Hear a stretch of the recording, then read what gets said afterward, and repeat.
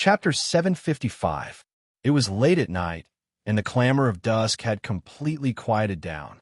Outside the tent, the northern wind was howling. Other than the necessary sentries, everyone was curled up in their tents. Ma Qiao was really a glutton. The naturally thawed milk in the tent had not completely melted. He had eaten so much beef and mutton that night. At this time, he was still holding a jar of frozen milk. He used a knife to scrape it layer by layer and put it into his mouth, eating it with relish. This kind of temporary tent was too small. If a person slept in such a small space, they would touch the side of the tent. However, there were not many tents, and at least 3 people slept in each tent. Gu Zhuting was a man dressed as a woman. No matter which tent she slept in, she could not avoid being squeezed with 2 stinky men. Among the many stinky men, probably only Yang Fan was pleasing to the eye. Therefore, she consciously squeezed into the same tent as Yang Fan and Ma Qiao. Ma Qiao kept eating, while Yang Fan and Gu Zhuting sat cross-legged. They wanted to talk, but they could not find a topic to talk about. They felt uncomfortable not talking. The tent was especially quiet. Other than the howling wind, there was only the sound of Ma Qiao licking the milk. Slurp, slurp. This sound seemed to have a hypnotic effect. Yang Fan and Gu Zhuting sat on the side, their heads directly touching the roof. After sitting for a while, Yang Fan could not bear it anymore. He yawned and said, "Let's sleep." Gu Zhuting immediately lay down with her back pressed against the tent. Yang Fan suggested, "You should sleep in the middle. It's colder on the side." Gu Zhuting was shocked. She quickly shook her head at him and quickly glanced at Ma Qiao. It seemed that she was not willing to sleep next to Ma Qiao. Ma Qiao did not give up. He stuck out his tongue and licked the milk on the knife. He said with satisfaction, "Then I'll lie in the middle." Ma Qiao closed the lid of the milk can and happily lay down in the middle of the tent. There was still a smear of milk at the corner of his mouth. Yang Fan and Gu Zhuting looked at each other, turned around at the same time, and lay down. Everyone was wearing thick clothes, which could not be taken off in the tent, so it was fine even if they were pressed against each other. It was just that the air in the narrow space was stuffy, and it was difficult to turn around, which was very uncomfortable. Just as Yang Fan was about to fall asleep, Ma Qiao's snoring suddenly rang out in the tent. The snoring was not soft, and it was deafening to his ears. Yang Fan could not help but sigh. "I really can't sleep anymore. No matter what, I have to kick Qiao Gu aside tomorrow." Yang Fan couldn't fall asleep because of Ma Qiao's snoring, so he gently lay down and used his arm as a pillow to think. Do I snore on a regular basis? Men should be snoring, but it was a pity that he couldn't hear it. If I snore as loudly as Qiao Gu, how did Xiao Man sleep in the past? When I woke up in the morning, she was clearly sound asleep. Is it okay for a woman to listen to a man snoring? In that case, Miss Gu should be able to sleep. Before this mission, the military station has already sent news back to Luoyang. My family should already know that I am safe. Nianzhu and Serong are growing the fastest, and I have been away for half a year. Why go back? There should be a lot of changes. Maybe they will even call me father. Yang Fan's thoughts were in a mess, and he thought a lot in this tent in the desert. Suddenly, he would also think of Muhu in another yurt not far away. The two of them had such a scene because of an unsolvable misunderstanding, but because of his skin contact, he could not help but think of her. Now, seeing her husband love her so much, seeing that she had a lovely child, and seeing that she had grown into a happy woman, the worry that should not have been on his mind disappeared. The tent was full of snoring. The snoring suddenly stopped, and Ma Qiao suddenly sat up. Yang Fan curiously pricked up his ears.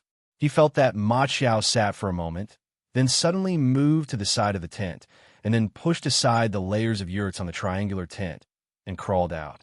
As soon as Ma Qiao went out, Gu Zhuting, who Yang Fan thought was already asleep, crawled in front of him like a kitten and said firmly, "You sleep on my side, or I can't sleep. It's so cold." As soon as Ma Qiao went out, he shivered. The wind blowing on his face was like a knife cutting. The desert night was so cold that he was not even willing to stretch out his toes. The vast Milky Way was gorgeous in the sky, and in the tranquility and serenity, there was a glimmer of light. With the help of this faint light, Ma Qiao stumbled into the distance. After waking up for the night, Ma Qiao ran back, wrapped in a gust of cold air, and entered the tent.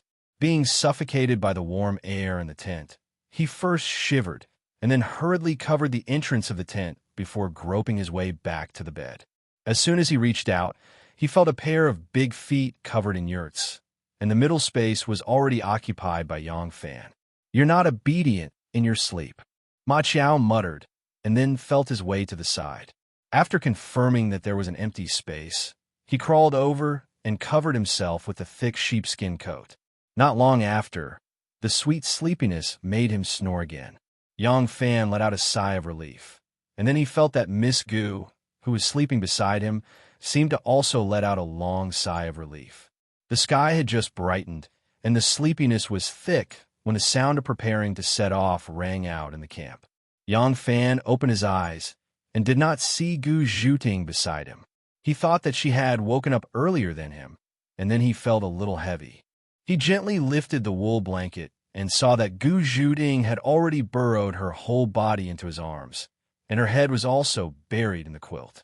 She was even using his fat sleeves to cover her ears, sleeping peacefully like a chick under the wings of a hen. The breakfast was very sloppy, and the shepherds did not even cook. They only boiled some dirty hot water, and everyone ate some dry food and dried meat with the hot water. Then they began to dismantle the tents, pack up, and load the camels. Gu Zhuting had been avoiding Yang Fan's gaze, as if she was a little embarrassed about what had happened in the morning. Yang Fan did not think that there was anything wrong with that, but for Gu Zhuting, who had already matured physically and mentally, but had never had such intimate actions with a man before, it would obviously take more time for the waves in her heart to calm down. The procession continued to move forward in the boundless dawn. In the east, there was a vast expanse of bright red that burned half the sky, making the wilderness look even more desolate. After several days of traveling, Yang Fan could no longer see the banner of Moshe's content, and then he could no longer see Muzi and Muhu's family. Soon after, he could not even see the Grand Shaman Kirsten, who glared at them every day and tried to kill them with his eyes. The procession grew even longer, stretching for dozens of li, but there was no one to restrain or watch over these envoys from Wuzhou and Khitan. It was impossible for them to escape, for if they did, they would be seeking their own deaths. The wilderness was the best guard for the Turks. The endless wilderness made their lives hard, but it was also the most powerful army that the heavens had given them. Even when they were at their weakest, no powerful empire dared to say that they could truly conquer them living in the desert grasslands. Their frequent wars were far more frequent than those in the Central Plains, and most of them were civil wars over limited water sources and grasslands. The firewood and ice they had stored before they set off had been used up. Now, they burned horse and sheep dung every day and drank the thin layer of snow scraped from the Gobi Desert, which contained not only gravel, but also cow and horse dung. But they could not survive without drinking, and Yang Fan was no exception. Although Miss Gu was a woman, she had probably experienced far more difficult conditions than Yang Fan, so she adapted earlier than him. Of course, it was impossible for them to take a bath, but washing their hair was also out of the question. Yang Fan, Ma Qiao, Gu Zhuting, and the others all had messy and dirty hair, and their leather robes were stained with the smell of sheep. Under these conditions, no matter how beautiful a woman was, it was impossible for them to have any romantic thoughts while holding her in their arms. Now, Yang Fan had adapted to Ma Qiao's snoring, and Gu Zhuting had also gotten used to sleeping in Yang Fan's arms, pressing against his chest for warmth, and covering her ears with his sleeves to avoid Ma Qiao's snoring. The winter was far longer than in the Central Plains, and the land was barren, so these herdsmen abided by the laws of nature and migrated year after year, moving once every half a month on average. This time, they traveled for 12 days and arrived at their new home. Their new home was a winter pasture, covered in endless yellow sand and speckled with white snow. A depression in the sand dunes that was prepared for their camp was pitch black, formed from the accumulation of cow and sheep dung in previous years. This was where the camp was to be set up. This dung would serve as fuel for the herdsmen while they were stationed here, and it was also the building material that they used to build walls to ward off the cold in this barren land devoid of trees, mud, or even rocks. It was also the geothermal energy that they used to keep their livestock warm. In this frigid place, it was a miraculous substance that could continuously radiate heat without the need for fire. The Khan of Mushio led them to live in a pile of sheep dung. Our migration took 12 days. While the Turks were busy constructing the camp that they were going to live in for at least half a month, Yang Fan, Ma Xiao, and Gu Zhuting slowly walked to a sand dune. In front of them was a vast expanse of flat land, and there was nothing between the heavens and the earth. Crunch, crunch, crunch. Ma Xiao, who had good teeth and a good appetite, bit on a piece of frozen meat and puffed out puffs of white smoke. Yang Fan said, "This is Mushio's Khan tribe. We do not know where the other tribes are headed. Mushio's Khan tribe is migrating to the east, and they should have more than one winter pasture. The best pasture should be in the south. To the east, it seems like he is ready to send troops." Ma Xiao said with a crunch, "It is true that they are sending troops, but it is hard to say whether they are helping the Khitans or us."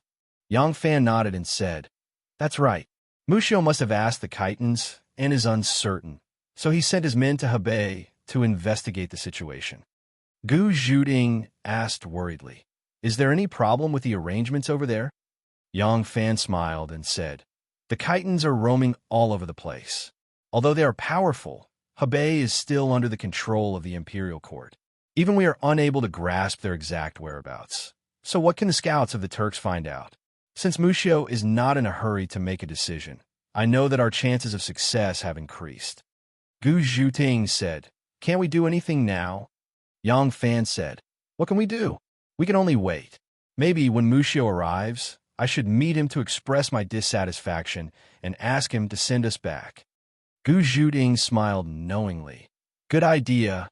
Doing so is befitting of a person who has already gained the upper hand." Ma Xiao suddenly pointed and said, "Look, there's a patch of snow in that shady place, and it looks quite thick." Gu Zhuting rolled her eyes at him and said, "What's there to be surprised about?" Ma Xiao looked at her strangely and said, "Didn't you always complain that you can't bay? If you wait any longer, the snow will be swept away by the shepherds." Gu Zhuting let out a strange cry and finally remembered how embarrassing she looked at this moment. She immediately turned around and ran, muttering, "Shovel bag." Yang Fan and Ma Xiao laughed behind her. Chapter 756. Thousands of yurts and tens of thousands of shepherds. Just setting up camp took 2.5 days. On the afternoon of the third day, Moshe's Khan tent finally arrived. The huge Khan tent was only completed in the evening. When the Khan's flag was raised, the sky had already turned dark. The people inside and outside were still busy. A large bed filled with velvet was set up in the Khan's tent, and a stove was built next to it for heating. The Khan's many wives were also directing the slaves to arrange everything in their own tents. The Khan tent was divided into 2 parts. The front part was used as a meeting hall. This part had already been completed, whether it was the external setup or the internal construction. 2/3 of the Khan tent was buried underground, and a large pit was dug. In order to prevent the soft sand walls from collapsing, a layer of sheep dung was spread around and on the ground. Other than fixing the walls, it could also greatly raise the temperature inside the tent. After all this was done, the Khan tent was set up. Tapestries were hung around it for both decoration and warmth. The ground was covered with soft wool blankets. The Khan tent was only exposed to the height of a person, and the top of the tent was also covered with sheep dung. Therefore, when one entered the tent, it was like a different world from the cold outside. It was as warm as spring. Moshe was wearing a soft robe and sat cross-legged in front of the table. Muin, Zhu Tu, Chebakri, Su Mu, and several other important leaders had rushed over from their tribes and sat on his left and right. Crash! There was the sound of shattering utensils coming from the back of the tent, and then there was a whistling sound of whipping and painful pleas. Kadun whipped, cursed, and roared. A clumsy slave had broken her things, and from the way she cursed, it should have been her chamber pot that was broken. Moshe was not affected at all. He had long been used to focusing on his own matters in all kinds of noisy and chaotic environments. Chebakri brought his scouts. Ever since he received Khan Moshe's order, he sent people to infiltrate the Hebei province as quickly as possible. After I arrived at Hebei province, I carefully investigated for a long time. All the cities that I passed through were very peaceful. All the city gates were open and closed as usual. They did not close the city gates or forbid anyone from entering or leaving. However, to guard against the Khitan spies, they strengthened the interrogation and inspection. Fortunately, I speak fluent Chinese and I have a pass that I bought from the border army at a high price, so I did not arouse their suspicion. Momochi was not in the mood to listen to his hardships and risks. Interrupting him, he asked, "Is there any news of the Khitans?" The scout said, "Everybody in Hebei knows about Li Jinzhong's death. Even a child playing on the street. If you ask him, he will know that Li Jinzhong died under Great General Li Duozuo's hand. He was killed by an arrow in the Battle of Hor City. The Khitans were indeed defeated in Ma City. It was said that more than 30,000 of them died." Machi raised an eyebrow and said, "Rumor?" The scout smiled bitterly. "Yes. It is impossible for me to pass through the layers of defense to reach Hor City. I did hear it from someone else, but I passed through 3 cities in a row, and the people in the cities all said the same thing. In addition, I also saw a large number of Khitan captives in 2 of the cities. There are at least 6,000 to 7,000 people in total." Muin stroked his beard and muttered, "The Khitans are brave, and they are all cavalry. It is not easy to capture them alive. Furthermore, they have defeated the Zhou army twice. The hatred between the 2 sides is as deep as the sea. Once they win, the Zhou army will not take captives. Killing captives is a very normal thing. Under such circumstances, if there are 6,000 to 7,000 captives, then it is believable that more than half of them have died." Momochi nodded and lowered his gaze to ponder for a moment. He then raised his eyes and asked, "You said if we need to pass through layers of defense to go to Hor City. What is going on?" The scout said, "I pretended to be a blacksmith and wanted to hire people to do business at Thousand Gold Smelting Factory. In the end, the carriages and horses told me that it is impossible to pass through now. The Zhou army has already set up layers of defense and surrounded the Khitans. I was worried and specially tried. In the end, I only walked for about 200 li to the east, and it was difficult to advance any further. Even with the pass-through in hand, it was impossible. I had an idea and bought some wine and food to treat the officer who set up the checkpoint. I asked him when he could do business at Thousand Gold Smelting Factory. He told me that Wu Yi's northern army has already advanced to Mount Lulong and the front line of Stone City. Lu Shirda has advanced to the Yutian area. Shachi Zhongyi has stationed his troops at the front line of Yongnu and Huangzhuanghua. He told me not to worry.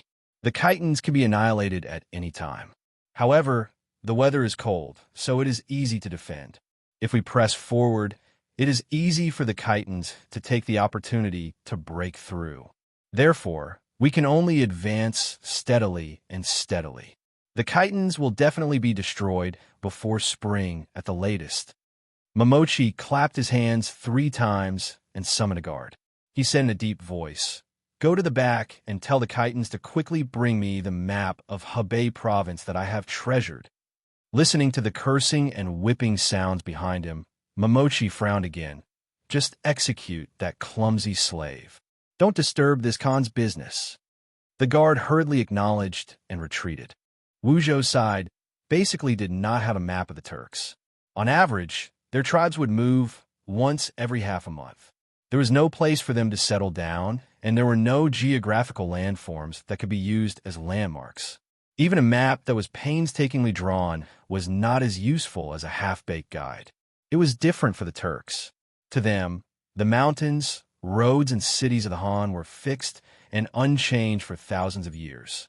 Rivers rarely changed their routes. Only the maps of the Han territories were useful to them. Although their maps were as simple and crude as Li Duozuo's, they clearly marked the mountains, rivers, and the names of the cities. The sheepskin map was quickly brought over. The cursing and whipping sounds also stopped. Spreading the map on the table, Momochi looked at it carefully and said, Li Duozhua should still be around Horse City and Thousand Gold Smelting Factory. Wu Yui's army is at Stone City. Lu Shida is at Yuqian. Sha Qizhong's army is at Yongnu. Huangzhonghua. When he spread out the map, Mu In and the rest squeezed to his side to look at it. At this moment, Xiao Mumu stretched out his thick finger and circled the map, saying in a deep voice, 3 sides are heavily guarded. 1 side is the sea, and there are only lakes and mountains in the surroundings. There is not a single big city. The Khitans are trapped here. Seljuk said. From the looks of it, the Khitan envoy lied. They want us to send our troops out of Hebei and use us to help them out. Momochi's expression was uncertain. After thinking for a moment, he asked, There's also Wu Yizong. He has 100,000 troops under him. Where is he? The scout replied, Wu Yizong has stationed his troops at Huayan, Zhuelu, and Flying Fox. Momochi lowered his head and immediately found these places on the map. Because the last time he left Hebei, he split his troops to attack from Huayan and Flying Fox, so he was especially familiar with these places. Momochi sneered. The Tangs are worried about us. They have stationed 100,000 troops here to prevent us from taking advantage of the situation. 100,000 great Zhou troops. If they were fighting in the wilderness, Momochi would not be concerned. But if they were defending a city, it would be a headache.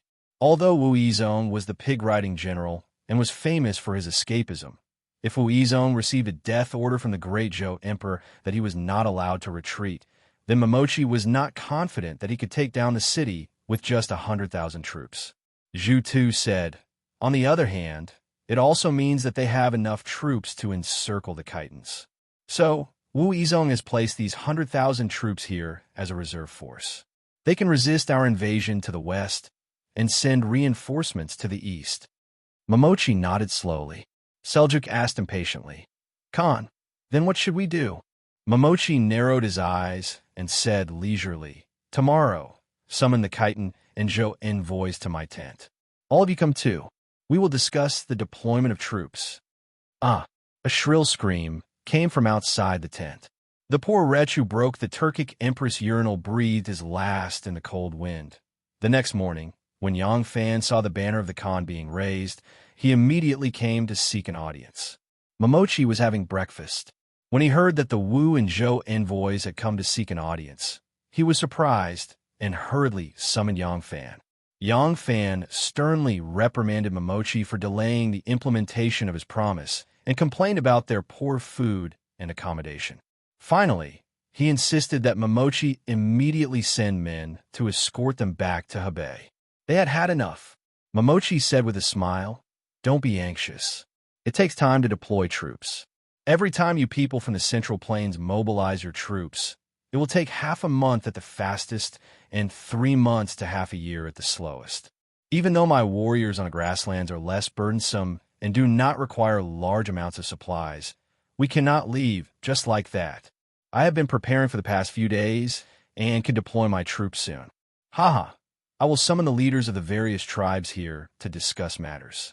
They have all arrived on my orders. Why don't you listen in? At this point, Momochi suddenly changed the topic. That's right. The Khitans have also sent an envoy, and their words are quite different from yours. In a little while, there is no harm in having a confrontation.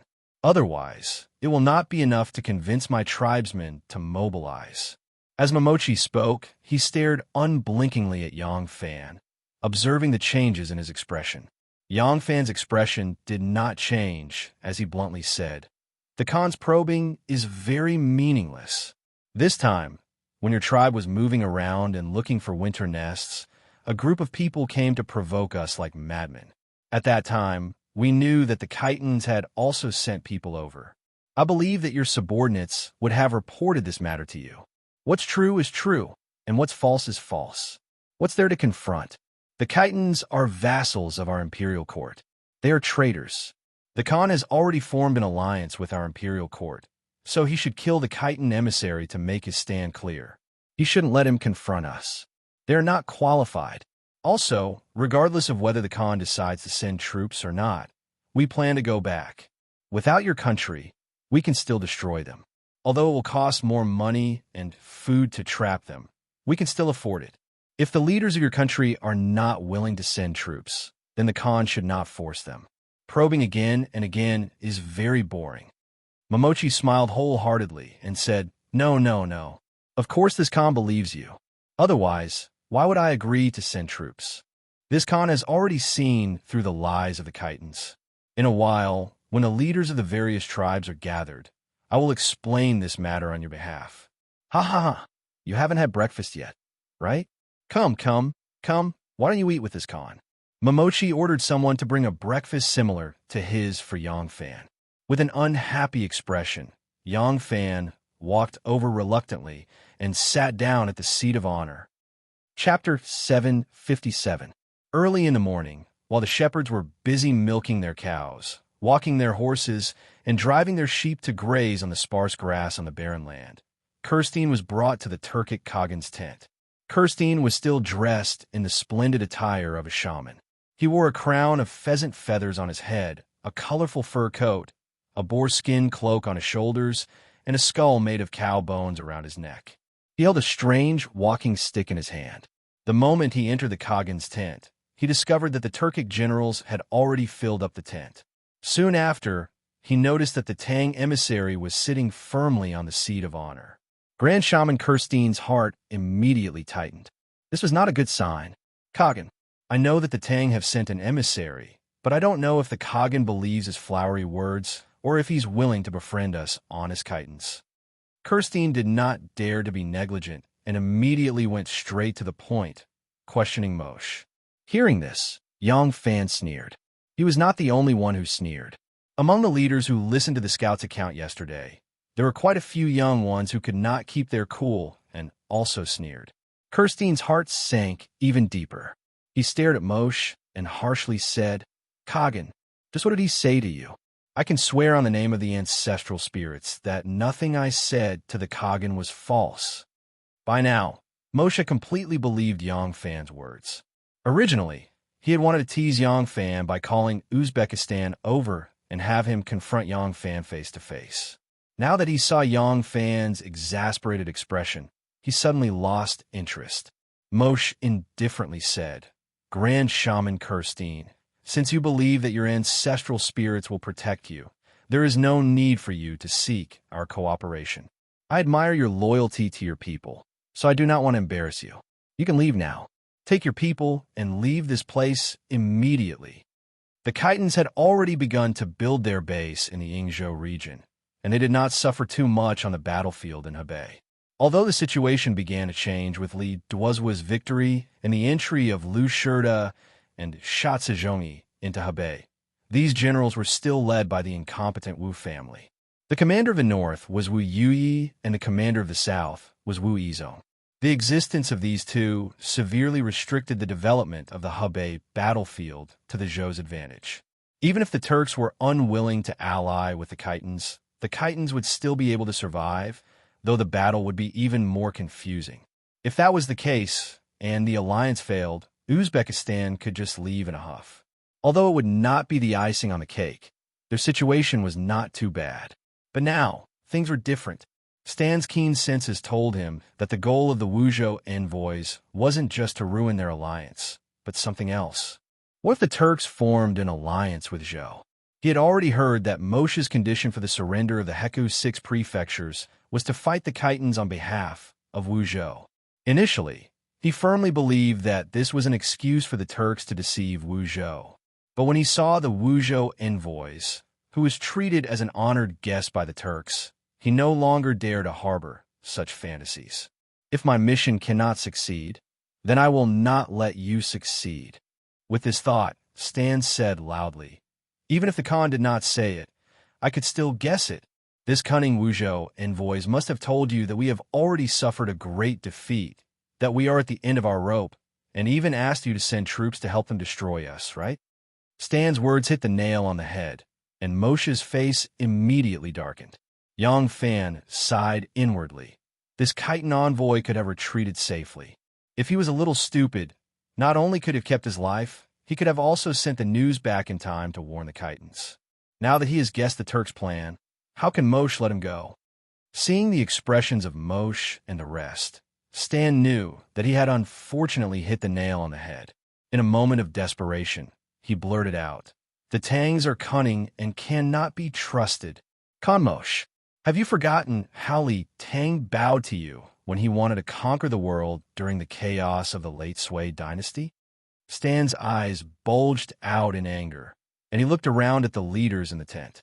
He said vehemently, "Li Yuan pledged allegiance to the Turks in order to get you to stand on his side. He promised that as long as you lend him your troops, you can have as much as you want from the children and wealth obtained from the war. The Tang Empire will only take the land. If you did not send your troops, as long as you did not cooperate with the other rebellious kings to attack Li Tang, we would still give you gold and jewels." When the Khan of the Turks passed away, the Tang Empire stopped the court to mourn for 3 days. All the officials in the court went to pay their respects. Whenever there was a Turk envoy, Li Yuan would personally attend a banquet and be very respectful. What happened in the end? As soon as the Tang Empire stabilized, he wanted to catch up from behind. Khan Jili deeply hated the Tang Empire and sent troops to attack. The Tang Empire was no match for them. Li Shimin emptied his treasury to bribe the Turks and promised marriage. All he wanted was to retreat. "You retreated, but what happened in the end?" Stan said sternly. In the end, Li Shimin only paid lip service to the Turks. On the surface, he was respectful, but he was secretly accumulating the strength of the country. Coincidentally, the Turks were in internal strife, and he took the opportunity to attack. He first destroyed the East Turks and then the West Turks. Even your Khan Jeli and Kanishbara were captured alive. Your land became the Tang Empire's governor's office and protectorate. Stan glared at him and shouted, "The sons of the Turks became the slaves of the Tang Empire. Innocent women were reduced to slaves of the Tang Empire. The Turks were forced to abandon the name of the Turks and use the name of the Tang officials. They served the Tang Emperor for more than 50 years, bowing and scraping and losing all their prestige. It was not easy for you to restore your country and become strong again. Are you going to repeat the same mistakes?" Stan's words caused an uproar among the leaders in the tent. The Turks were unhappy at the mention of the bitter experiences of the Turks. Yang Fan saw that the Turks had been incited to hate the Tang by Stan's words and knew that things were not going well. While Stan was speaking, he was racking his brains for a solution. When Stan finished, Yang Fan immediately laughed and clapped his hands, saying, "Wonderful, truly wonderful." Maji glanced at him and saw that he is calm and smiling. He knew that he must have something to say, and the hatred he felt for Stan lessened. He wanted to hear what he had to say. Yang Fan casually said, "Before the Sui dynasty, the Turks were powerful. China promised marriage and treated the Turks like a distinguished guest. During the Sui dynasty, Emperor Yang Jian was a great strategist. He unified the world, and all sides submitted to him. Didn't the Turks do the same? When Emperor Yang Guang arrived at the Yanmen Pass, the Khan of the Turks personally led the court officials to welcome him. Yang Guang went to inspect the camp. The envoy was the first to lead the way. The envoy complained that the area outside the Khan's tent was not clean. The Khan personally pulled out his sword and cut the grass to show his respect to the Sui dynasty. This is the difference between the strong and the weak. At the end of the Sui dynasty, the Central Plains was in chaos. Rebellions broke out, and the Turks rose. All the rebellions in the Central Plains tried to curry favor with the Khitans, promising them wealth and people. They did everything they could to curry favor with the powerful Turks. But they are not as strong as the Turks. What else is there to say? By the time the Central Plains was unified and became stronger, the Turks had internal strife and split into the Eastern and Western Turks. The two fought endlessly, and the country's strength weakened day by day. By this time, the Tang Empire has risen. If they did not take this opportunity to attack the Turks, in my opinion, it would be unimaginable. Yang Fan laughed coldly and said, "The strong and the weak are relative. Every country has its time when it is strong, and also its time when it is weak. When it is strong, it will bully other countries. When it is weak, it will be bullied by other countries. Since ancient times, this has never been the case." The people of the grasslands who believe in the law of the jungle agree with this saying. But when it comes to themselves, they do not feel so comfortable. Yang Fan said, "Today the Khan of Mosh is a wise ruler. He has 400,000 soldiers and a territory of 10,000 miles. All the tribes in the north serve the Khan. As for the future, whether the Turks or Zhou will be stronger, it will depend on whether they have a wise ruler. It is not something you and I can decide. As the people in charge, we only need to do what we are doing." What is the current situation? Now that the Turks are on the rise, our Zhou is still a strong country, having inherited the power of the Great Tang. If the two countries fight, it will not be a good thing for either side. Once both sides suffer, others will benefit from it. Thus, the Turks and Zhou are at war. On the other hand, your Khitans, Yang Fan looked at Stan and said with a smile, "You begged for troops, groveled, and even gave a large piece of land to the Khagan. Your methods are exactly the same as us when we were weak." Yang Fan turned to Moshe and asked with a smile, "Does the Khan not feel that the Khitans' methods today are the same as when our two countries were weak? As a nomadic people, if the Khitans become strong, I wonder if the first to bear the brunt will be my Zhou or your Turks." When the generals in the tent heard this, they could not help but look at Stan with a dangerous glint in their eyes. At present, Zhou was obviously not a country that they could take over. Even if Zhou became stronger with the great desert plains, a place where no other races could survive except nomads, it was impossible for them to be their mortal enemy. Khitans were different. The Khitan submission today is like how the Khagan Khan mowed the grass for the Sui Emperor and how the Tang Emperor wore mourning clothes for the Turks. But once the Khitans become strong, as nomadic people, they can rule the entire grasslands and integrate the Turks like the Xiongnu, Rouran, Xianbei, and other nomadic people into their own tribe and completely wipe them out. The Khitans have now shown their strength. This is the most dangerous enemy. Stan's face turned red, and he wanted to say more. Moshe had already made a decision. He slammed his palm on the table and shouted, "Men!" A few warriors outside the tent answered and entered. Moshe pointed at Stan and said fiercely, "This Khan has long made an agreement with Zhou to form an alliance and be friends forever. This person is cunning and eloquent in order to frame us Turks as an unjust person. He deserves to be killed. Drag him out and execute him along with his followers. Leave no one alive." The bodyguards complied and dragged Stan away. Stan turned pale with fright. His walking stick was snatched away and his hands were twisted. Stan struggled with all his might. His pigskin cloak fell to the ground, and the feather hat on his head tilted. He shouted at the top of his voice, "When two countries are at war, envoys are not to be executed. Moshe, you cannot break the rules. You cannot kill me." Chabikri sneered and spat at him. "The Khitans are just a vassal of Zhou. What kind of country are you?" "Bah." Yang Fan secretly heaved a sigh of relief, but he maintained a calm expression on his face. Moshe looked around at the leaders and said in a deep voice, "I think we should fulfill our promise and cooperate with Zhou to attack the Khitans. What do the leaders think?" Chapter 758.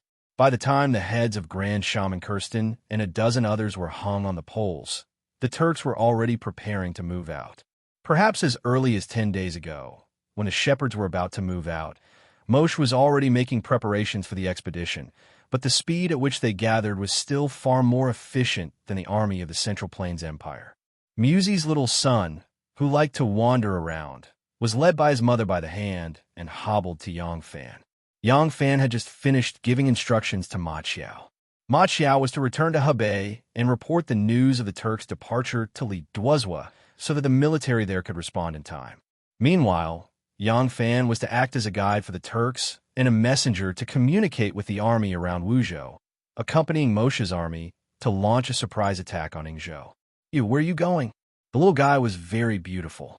He had well-defined facial features and a chubby face with 2 healthy blushes. Seeing the attire of Yang Fan and the others, he stopped and tilted his head to look at them curiously before asking in a childish voice. He spoke in Turkic, and Muhiyue translated for him with a smile. Muhiyue knew that they were from the Central Plains. This time, Yang Fan did not avoid the question. He bent down and patiently answered, "We are going to a place far, far away." After hearing his mother's answer, the little boy seemed to understand and nodded vigorously, asking, "Hurting or going to war?" Muhiua burst into laughter and said to Yang Fan, "My son is asking if you're going to hurting or going to war." Yang Fan could not help but laugh as well. He gently pinched the little boy's face and thought for a moment before replying, "We are going to herding." The child was still too young. Perhaps he would grow up to be a ferocious grassland wolf, but right now, he was innocent and adorable. Yang Fan was unwilling to tell him about this bloody matter. This was a grassland with a harsh climate and scarce water. Other than a few large rivers that could be used for farming, other places could only grow weeds with strong vitality. Therefore, only herdsmen could live here. If someone fantasized about turning this place into a piece of land for farming, then he would only reap the desert. The desert would turn into an earth-shattering sandstorm, and even the faraway farmlands of the Han people would be swallowed up. This world was using a precise design, ingeniously balancing everything in the world. Because of this, the people who lived in the grasslands and the people who lived in the Central Plains fought for land that was more suitable for survival. Yang Fan did not know if they would be able to live in peace one day. If the enemy attacked again, he or his descendants would still hold the sword in their hands tightly. But at this moment, he did not hesitate to show a friendly smile to a child. The little fellow smiled sweetly and showed off to him in a childish voice, "I'm also a nomad. I move around a lot." After saying that, he suddenly seemed to have made a big discovery. He turned to his mother and asked, "Why do we keep moving?" It might be difficult to explain this question to a child. Mihyu thought for a moment and then answered seriously, "The earth is the mother of all of us. It feeds us. If we live in one place for a long time, Mother Earth will feel uncomfortable. Plants will not grow and herds of animals will disappear. If we keep moving, like blood flowing, Mother Earth will feel comfortable." She pinched the tip of her son's nose and said with a smile, "It's like when you massage Mother's back. If you keep patting up and down, Mother Earth will feel comfortable. But if you only hit one place, will Mother Earth feel uncomfortable?" The little fellow nodded as if he understood. Yang Fan did not understand the conversation between the mother and son. He saw Musi shouting something in the distance. He was riding on a horse. The child turned his head and saw his father. He jumped up with a smile and impatiently pulled his mother's hand and walked away. Soon, he was sitting on the back of the horse, carried by his father, and galloped to the flat grassland. Yang Fan looked at the family with a smile. Maybe one day, they would have to fight each other, but at least at this moment, they were in harmony. Not far away, a miserable cry was heard. It was a sheep that was about to be slaughtered by its master and become food for its master on the long journey. Perhaps it was born in this world under the care of its owner. In the summer nights, in order to prevent the lamb from falling into the belly of the wolf, he gripped his saber tightly. In the winter, in order to prevent the lamb from starving to death, he spared no effort in searching for weeds, but his ultimate goal was to survive. As a philosopher of the grasslands said, "You will not die because you are guilty, and we will not live to starve." From Yang Fan's point of view, he said, "You have your reasons to plunder for survival, but I have my responsibility to fight for what I protect." The long journey began. The astonishing speed of the army finally allowed Yang Fan to understand how terrifying the nights of the grassland were. Their will to survive was so strong, and their vitality was so vigorous in the bitter cold environment. Perhaps they were the incarnation of weeds. Yang Fan and Gu Zhuding were both skilled in martial arts and had abnormally strong bodies. But compared to the knights who had adapted to the life of the grassland, it was useless. Soon, the two of them felt like all the bones in their bodies had been broken. Even wearing such thick clothes, the inside of their thighs had become red and swollen, and the moment they mounted their horses, they felt excruciating pain. It was to the extent that the Turks had no choice but to borrow a cart from a small tribe along the way to pull them along.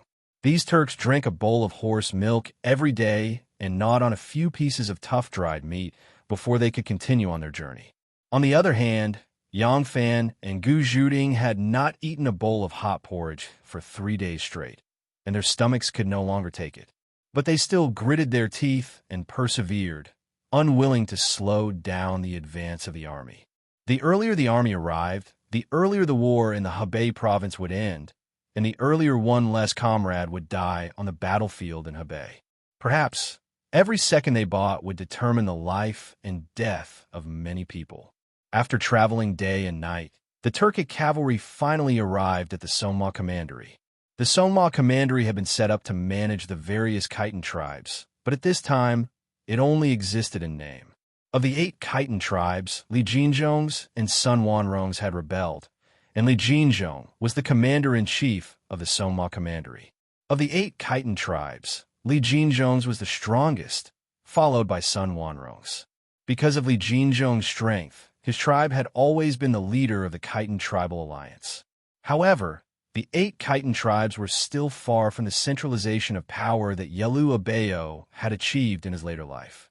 At this time, the leader of the tribal alliance had limited control over the entire tribe. The internal affairs of the tribes were handled by the tribes themselves, and the alliance leader had no authority to make decisions on his own. Li Jinzhong and Sun Wanrong had rebelled, and while the other 6 tribes were dissatisfied with the domineering and oppressive behavior of the generals around Wu, they did not have the courage to join in the rebellion. This was a spontaneous action by Li Jinzhong and Sun Wanrong. So the other 6 tribes continued to live in their own territories, adopting a neutral attitude toward the rebellion of the imperial court and Sun Wanrong. The sudden assault of the 50,000 Turkic cavalry on the Sonma Commandery immediately caused the 6 Khitan tribes to feel uneasy. The chiefs of the 6 tribes urgently gathered their troops and prepared for battle. At this time, Yang Fan came into play. He immediately took the token that Li Duozhua had given him and urgently called on the chiefs of the 6 tribes to inform them of the Turks' intentions. The chiefs of the 6 tribes had all been appointed provincial governors by the imperial court, so they were no strangers to the seal of the imperial court. After confirming Yang Fan's identity, the chiefs of the 6 tribes were caught between a rock and a hard place. They were not optimistic about Li Jinzhong and Sun Wanrong's rebellion. So even when Li Jinzhong and Sun Wanrong defeated the great Zhou army and became famous, they had not been tempted and had restrained their troops from participating in the rebellion. But on the other hand, the border generals' plundering and oppression of them had left them with bitter hatred. They were well aware that whether Li Jinzhong and Sun Wanrong's rebellion succeeded or failed, it would still be beneficial to them. This was because Li Jinzhong's rebellion would ensure that the imperial court would not dare to act so brazenly against them for a very long time. Thus, in their hearts, Li Jinzhong and Sun Wanrong were the great heroes of their tribes. At the moment, the main forces of Li Jinzhong and Sun Wanrong's forces were fighting in the southern part of the Hebei province, and their old, weak, women, and children were in the rear. Because of the cold winter, the new city had not yet been completed. Once the 50,000 Turks arrived, their defeat would be assured. These old, weak, women, and children were the parents, wives, and children of the volunteer army. If they were captured, the army at the front would collapse without a fight. But the Turkic army had already arrived. If they wanted to protect the old and children of Li Jinzhong and Sun Wanrong, the only way was for the 6 tribes to participate in the war. But once they did, they would not only have to face the ferocious armies of the Turks, but they would also be participating in Li Jinzhong's rebellion. When the imperial court quelled the rebellion in the future, how could it let them off so easily? The chiefs of the 6 tribes discussed for an entire day without reaching a conclusion. On the second day, the highly respected elders of the 6 tribes also participated in the meeting, but there was still no conclusion. On the third day, Seljuk and Chebekri lost their patience. They brought out the 50,000 cavalry and placed them in front of the Duhuik tribe and Finwan tribe of the 6 Khitan tribes, giving them a final warning. If you don't let us pass, we will meet on the battlefield. In truth, the Raula Commandery was adjacent to the Sonma Commandery, and the Raula Commandery was where the 10 major Shi tribes resided. The Shi king had also participated in the war and was an accomplice of Li Jinzhong and Sun Wanrong. But at this point in the war, the She-King's role had been minimal. It seemed that the She-King's determination to rebel against Zhou was not firm. Thus, even though they would be leaving their backs to the She tribe if they fought with the 6 Khitan tribes, the Turks were not worried. As expected, the most powerful thing was still military might. The 6 Khitan tribes discussed for 2 days without reaching a conclusion.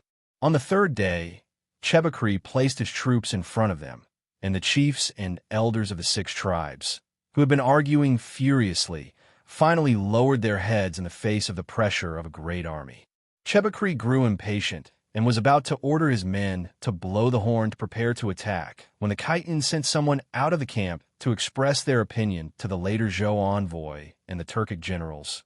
"We agree to let them pass, and we will not interfere with the movements of the Turkic soldiers on the route to lead Jinzhong and Sun Wanrong's tribes."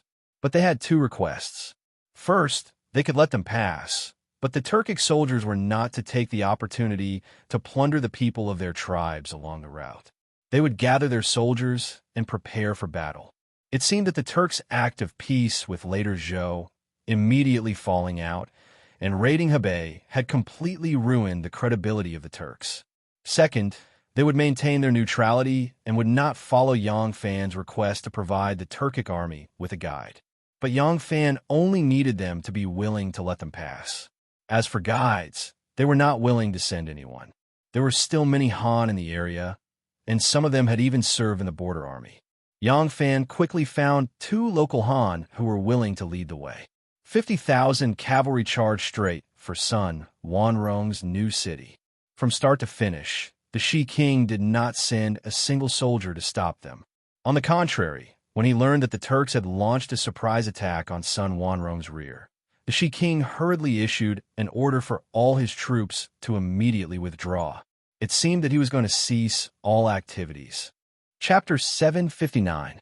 Northwest of Yingzhou, a barren land. This place was known as Tongliao in later generations. There was no name for it, and no one had settled down there. But now, there were, and that was the tens of thousands of women and children under Li Jinzhong and Sun Wanrong. This place was relatively high in the north and south, and low in the middle, shaped like a saddle. To the north were the Rocky Mountains and hills of the southern foothills of the greater Qingganling Mountains. To the south were the Shallow Mountains and Lus Hills at the edge of the Liaoxi Mountains. The middle was the sandy, alluvial plains of the Liao River Basin. The place that Li Jinzhong had chosen was quite good.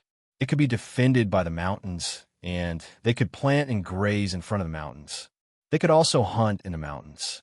And if something happened, they could retreat in any direction. It was a good buffer zone. Their city was built in the most dangerous place in the Rocky Mountains in the north, Eagle's Mouth. There were only a few trees on this mountain, and most of the places were bare Rocky Mountains. Behind them was a continuous mountain range, and in front of them was a towering mountain peak. There was only one dangerous path that led up the mountain. It was indeed like the sharp beak of an eagle, easy to defend and hard to attack. The chief commander stationed here was Sun Wanrong's brother-in-law, Yu, and the deputy commander was Fei Mo.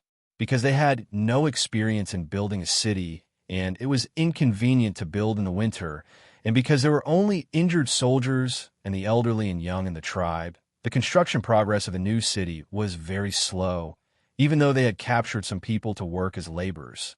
The new city on Eagle's Mouth had not yet taken shape. The entire tribe still lived at the foot of the mountain, but most of the property and food they had captured were stored on the mountain. Early in the morning, the half-grown children in the tribe began to herd the few sheep on the dry, grassy slope facing the sun, while the women carried wrought tin baskets on their backs and went into the forest to pick pine nuts and other fruits. The elderly were also busy in the tribe, sewing leather clothes, raising livestock, or doing other kinds of work. Some of the able-bodied men and the captured laborers went up the mountain to continue building their city of hope.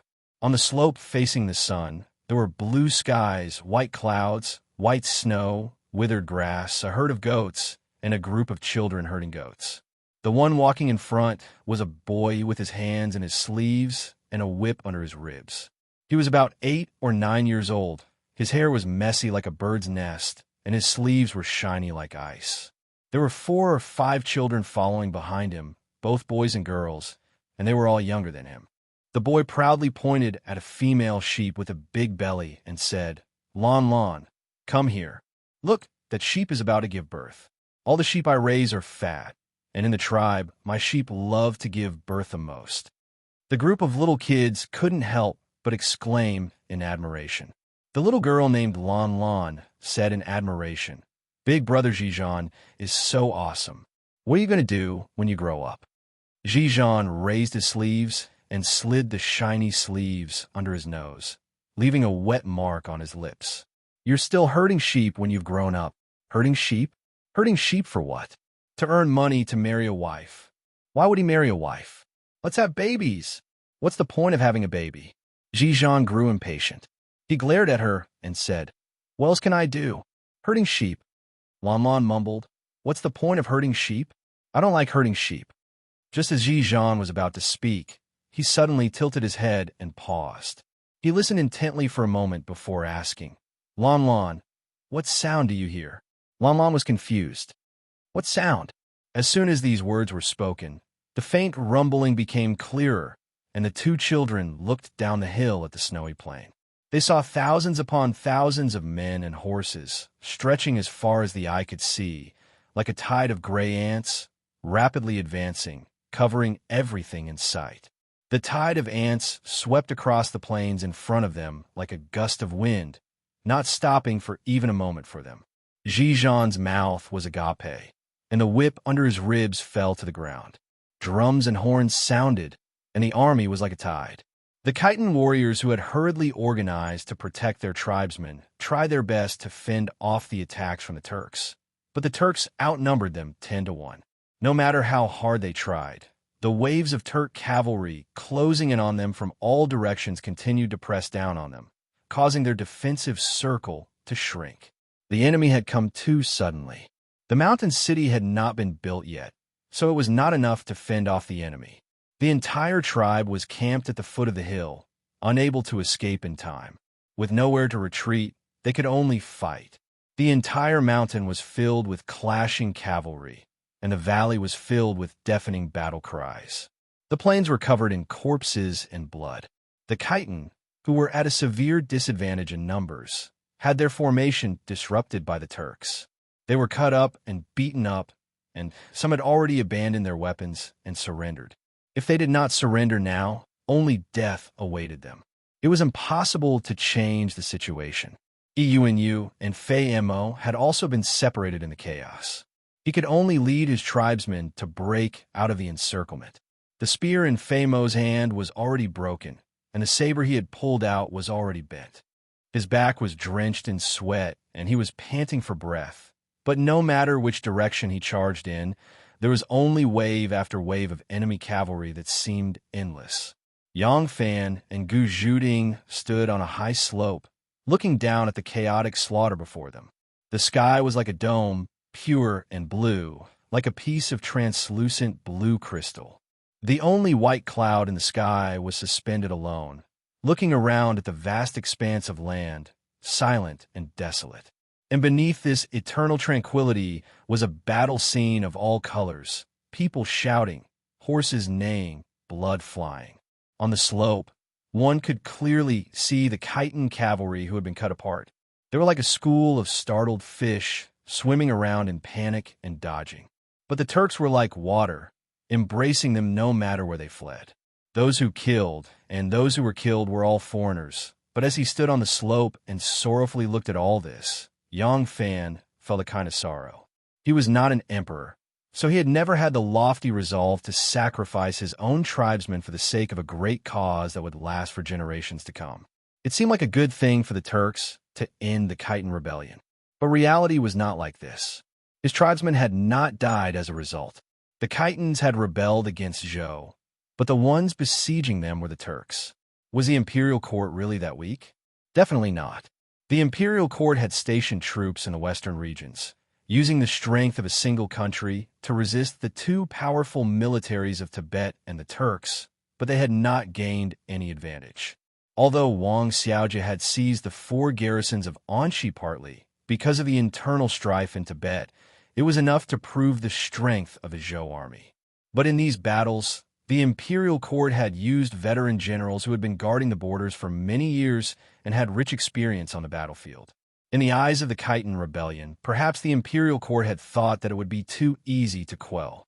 In order to seize the credit, it had sent Wu Yi, Wu Yizong, and a few other incompetent generals who had only climbed up by clinging to the Wu clan. In the end, the imperial court had sacrificed so many soldiers, and, in the end, it still had to seek help from the Turks. Yang Fan had succeeded. He had won this war, but he was not happy at all. As a soldier, he felt humiliated, but he also felt helpless. The commanders of the armies in the north and south were both members of the Wu clan, and the empress had refused to relinquish power. If she had not used such drastic measures and allowed those two to blindly command, who knew how long the chaos in Hebei would have lasted? Under the constant destruction of the Khitans, the people of the north, who were already poorer than the people of the south, would have no way of surviving. The imperial court would have to sacrifice many young men to offset the foolishness of those two commanders and obtain victory in this war. Fei Mo had gone berserk. The saber in his hand transformed into arcs of cold light. He spurred on his steed and led dozens of warriors across the plains like a gust of wind, desperately trying to break out of the encirclement. The whistling of the saber brought with it endless slaughter and death. There were dozens of warriors following behind him. In addition to those who had been with him at the beginning, there were also some knights who were fighting for their own cause. Along the way, people kept falling off their horses, and people kept coming in to replace them. In the end, they forcefully opened up a path of blood and just happened to rush toward the place where Yang Fan was standing. At the bottom of the slope, there was a group of Turkic knights. In the middle of them was an old general with a long beard. He was the arrowhead, Su Mumu. Seeing that the group of fish that had escaped the net were charging at him, Su Mumu waved his hand, and the knights behind him immediately sent out a group of men to form a triangular formation in charge of Fei Mo. A long saber, wrapped in a chilling sound, slashed towards Fei Mo in the air. Fei Mo was alarmed. He hurriedly urged his steed to take 2 steps to the side, avoiding the edge of the other party's attack. He then raised his curled saber, because the other party's second saber was already following him like a shadow, slashing at his head. After 100 battles, Fei Mo's strength was already exhausted, and this strike was hastily blocked. As the 2 blades collided, a gong sound rang out. Fei Mo couldn't withstand it, and the blade in his hand was sent flying. His opponent flipped his wrist, and the 3rd blade swept toward his neck like a waterfall. Fei Mo had no time to dodge. He closed his eyes and muttered, "It's over." With a clang, his fatal strike was blocked. The Turkic knight didn't have the time to look carefully. When he saw that someone had raised a saber to block his attack, he thought that it was an enemy. Without even looking, he swung his saber back at the rider. The rider seemed to be one with his horsemanship adept and his saber refined. The saber in his hand flashed back and forth, its ferocity infused with ingenious transformations. Dang, dang, dang.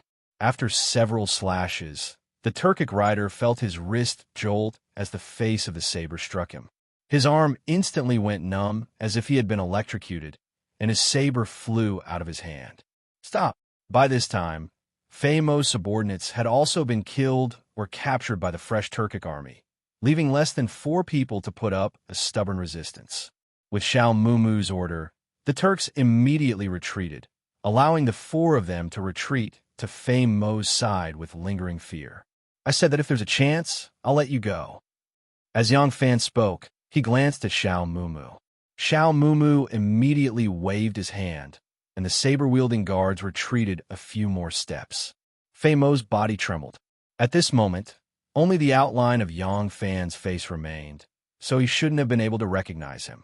But when he heard those words, he immediately knew who it was. He recognized Yang Fan's voice, and he was even more familiar with this promise. Fei Mo asked in shock, "It's you? Why are you here? How did you?" Fei Mo stood there in a daze. He couldn't understand why Yang Fan would appear here. Yang Fan cut him off. "Do you think that this is a place to chat? You can leave now." The fighting on the plains was still ongoing. Fei Mo turned his head and glanced at his tribesmen who were still struggling for their lives. Yang Fan said, "I can only let you go this time. If you want to kill your way back, you'll only be bringing your brothers to their deaths, and that won't help. If you're willing to leave, I can make the decision to let these people go." After a moment of hesitation, Fei Mo reluctantly nodded his head.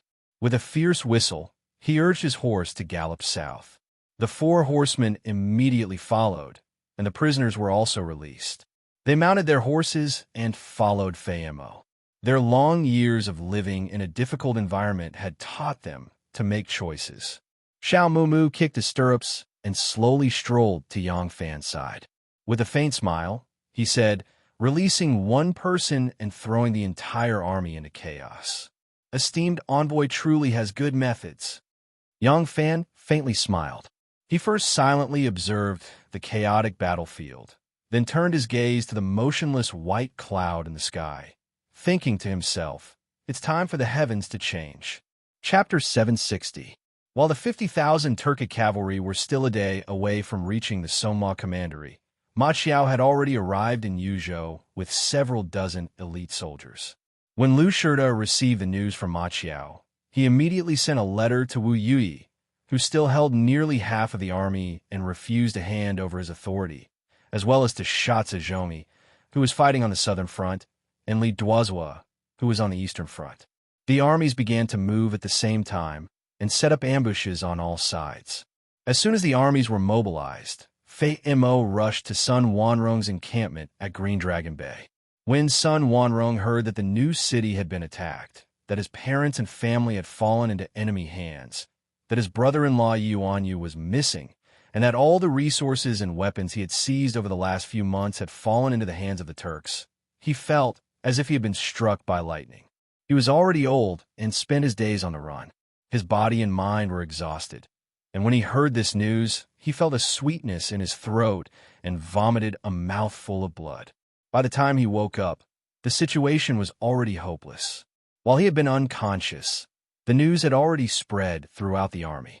Those Khitan warriors who had followed Fei Mo out of the encirclement had no idea how much of a blow this matter had dealt to the morale of the army. Just like when they had fought with other tribes over water and pastures, they quickly and directly told their tribesmen what had happened. They even added oil to the fire, making the situation of their tribesmen even more miserable and the Turks even more savage. Their goal was actually very simple: to incite the hatred of their tribesmen so that they could fight their way back to Yingzhou and save their loved ones. But they were no longer nomadic herdsmen, but an army on an expedition. They were not surrounded by herds of cattle and sheep that could be taken care of by just 2 people, but by the great Zhou army that was like tigers and wolves waiting for them. This news had ruined them. Just as Yang Fan had said, "We can afford to lose, but once you lose, there will be no room for redemption." This so-called army had no strict discipline, no military accomplishments nurtured by their long years in the army.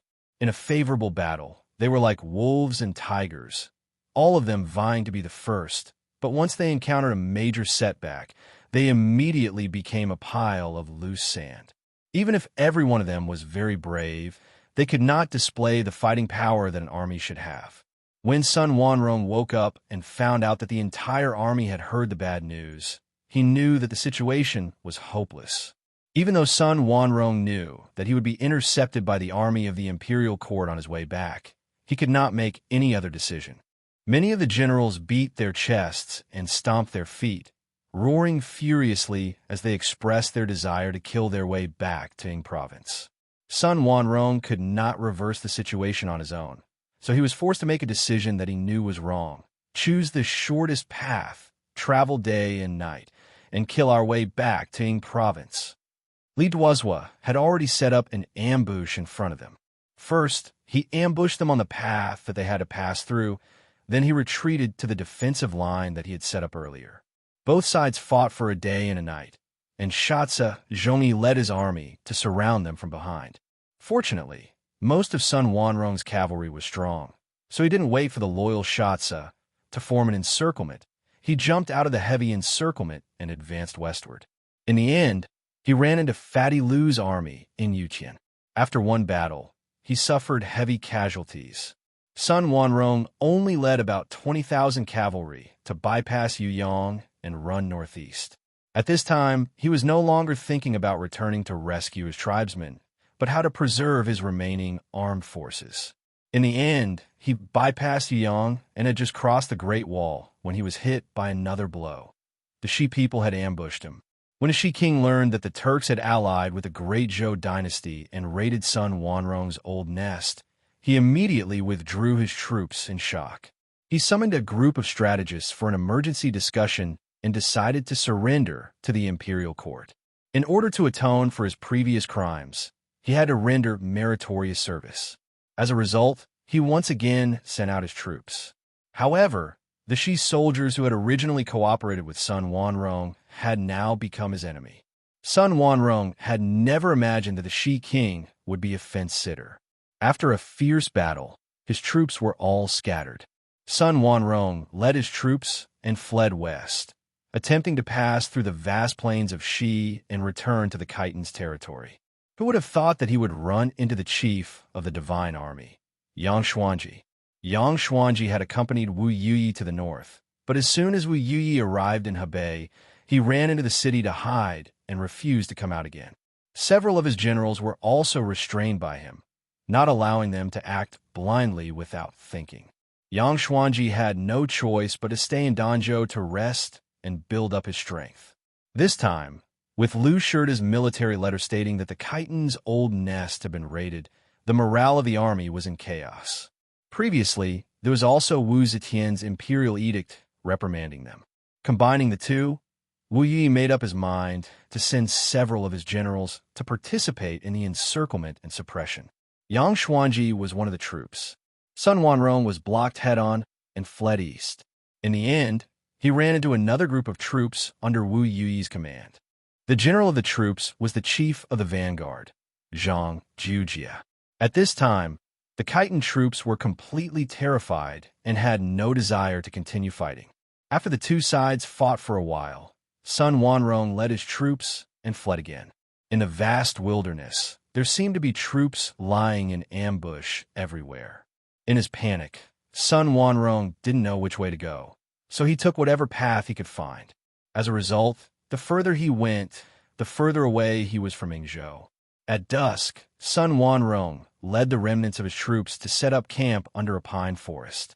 After taking stock of his troops, several of his generals had been separated. The bravest general under him, Luo Wuzhen, had killed his way somewhere in the chaos.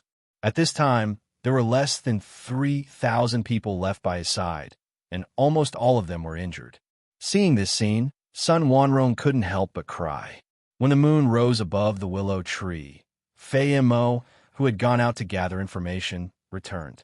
He found several families of mountain people in a nearby call and found out that they had escaped to Lu County, modern Tongzhou, only a step away from Yuzhou. After listening to Fei Mo's report, Sun Wanrong couldn't help but fall silent. Now that the night is dark, he may still be able to hide for a while. Tomorrow morning, it will be as difficult as ascending to heaven if he still wants to escape. As expected, the Great Zhou army has already sealed all the routes to the north. In the forest, a bonfire burned bleakly. The red light of the fire could not conceal Sun Wanrong's pale face. Sparks danced in the air. When they brushed against one's face, they would turn into white ash.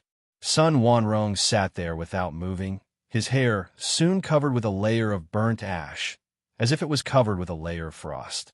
Fei Mo looked at the silent Sun Wanrong and said uneasily, "Grand Marshal, what should we do now?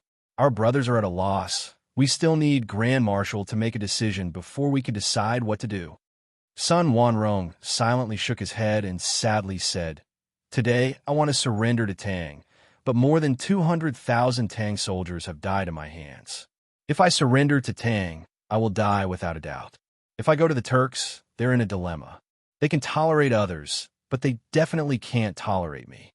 If I want to go to Xinluo, Li Duozuo's troops have already blocked the route to the east. There is no way I can survive this trip. If I want to return to Yingzhou, the new city has already been plundered. In order to protect themselves, the other 6 tribes will definitely not tolerate me. Where else can I go? Where else can I go? Sun Wanrong used all his strength to break a withered branch in his hand into two with a kacha sound. Fei Imo opened her mouth, but no words came out. Fei Imo silently sat down beside him and turned back to look at the exhausted soldiers resting against the trees in the forest. She sighed deeply. Sun Wanrong raised his head and looked at the bright moon in the sky. The frosty moonlight reflected on his beard, which was trembling slightly in the wind. After being in a daze for a while, Sun Wanrong finally said, "The 8 Khitan tribes all have different intentions. If not for that, whether it's the Tang or the Turks, how can they defeat me so easily? If the 6 Khitan tribes that stayed in Zhou could protect our tribesmen on the basis that we are of the same tribe, how could we have suffered such a crushing defeat?" He shook his head with a bitter smile and turned to Fei Imo. He solemnly said, "Fei Imo, remember, if the 8 Khitan tribes cannot be unified, no matter how hard it is, we cannot raise our flags and rebel. That will only bring us a disaster. If we Khitan want to stand up, the 8 tribes must unite and clench our fists." "Yes, I will remember Grand Marshal's words." Fei Imo finished speaking and then said embarrassedly, "But Grand Marshal should be instructing Luo Wuzhen, He Xiao, and the others. I'm not qualified to listen to Grand Marshal's teachings. Don't belittle yourself. No one is born a hero." Sun Wanrong patted his shoulder. "He Xiao, Luo Wuzhen, and the others have been scattered. I don't even know if they can survive. I can only tell you these words now." He slowly stood up and took a deep breath. Suddenly, he shouted, "Men!" Although they had been fighting and running for a whole day, the clansmen were all exhausted. Sun Wanrong shouted in a deep voice, and a few leaders and bodyguards beside him quickly appeared in front of him. Sun Wanrong stared at Fei Imo and suddenly drew his saber. He placed it on Fei Imo's shoulder and said in a deep voice, "Kneel, Grand Marshal." Although Fei Imo was confused, he still obediently knelt in front of Sun Wanrong. Sun Wanrong said solemnly, "You are the chief of the Daila tribe. Although Daila is a small tribe of my tribe, the warriors of your tribe have always been good at fighting and brave. It is a famous warrior tribe of my tribe. Now, I hand over my tribe and the Kagans to you. You will protect and lead them." Fei Imo opened his mouth in shock and only reacted after a long while. He said in panic, No, Grand Marshal, I can't. I don't have the ability to manage such a big tribe." Sun Wanrong smiled bitterly and said, "How big can it be? Our tribe doesn't have many people left. If the 3 tribes don't unite at this time, we'll be annexed by other tribes sooner or later." He roused his spirits and said, "Listen, I will now merge my tribe and lead Jinzhong's tribe into your Daila tribe. You must let this new tribe settle down and prosper. You must continue to grow stronger until you have the strength to unify the 8 Khitan tribes." Fei Imo was at a loss and said slowly, How can I do that? I can't." Sun Wanrong said resolutely, "If you can't do it, there is still your son. If your son can't do it, there is still your grandson. Take my order as your ancestors' teachings and pass it down to your descendants. One day, your family will have a descendant who is both wise and brave, and can complete my mission today." Fei Imo said in a daze, "Grand Marshal, we are now surrounded and it is hard to say whether we will survive or not. As for the future, let's talk about it after we break out of the encirclement." The corner of Sun Wanrong's mouth revealed a trace of a sly smile. "I will settle the matter at hand. This is also the last thing I will do for you as your chief. I will use my death to exchange for your lives. Remember, I will be killed by you. Only by doing so will you be pardoned by the imperial court and be granted land so that our people can live in peace." The chiefs were all shocked and raised their heads to look at him. "Grand Marshal," a few of them reacted quickly and were about to pounce on him. "You must do as I say. Don't let my death be in vain." Sun Wanrong's voice was sonorous and resounding, like the sound of metal and stone. As soon as he finished speaking, he didn't wait for anyone to react. The long saber in his hand suddenly turned and slashed across his own throat. Chapter 761. A long-distance carriage slowly entered Zhaozhou City. With the end of the war-torn Zhaozhou City had regained some of its vitality. At this moment, Zhaozhou City was still dilapidated and withered. Less than 1/10 of the formerly bustling streets had been restored to business, and a large number of refugees had not yet returned to the north. As the temperature gradually warmed, the icicles under the eaves dripped with melted ice water, and the snow on the streets had been trampled and mixed with the mud, appearing especially dirty. But a hint of serenity and joy could be seen on the faces of the people. They no longer hurried on with their heads lowered. No longer were their eyes filled with confusion and fear. No longer were their brows tightly furrowed. Even if their clothes were ragged, if they were fellow countrymen meeting on the streets, they would still smile and excitedly embrace each other. Humans were not afraid of suffering, but what they feared most was a lack of hope. As long as they were given hope, they would have the courage and confidence to live on. Yang Fan, who was sitting in the car, was sincerely happy to see this scene. He was one of the people who had created hope for these people. Perhaps he had played almost no role on the battlefield and had not killed many enemies, but he had used his wisdom to play a role that even an army of 100,000 could not match.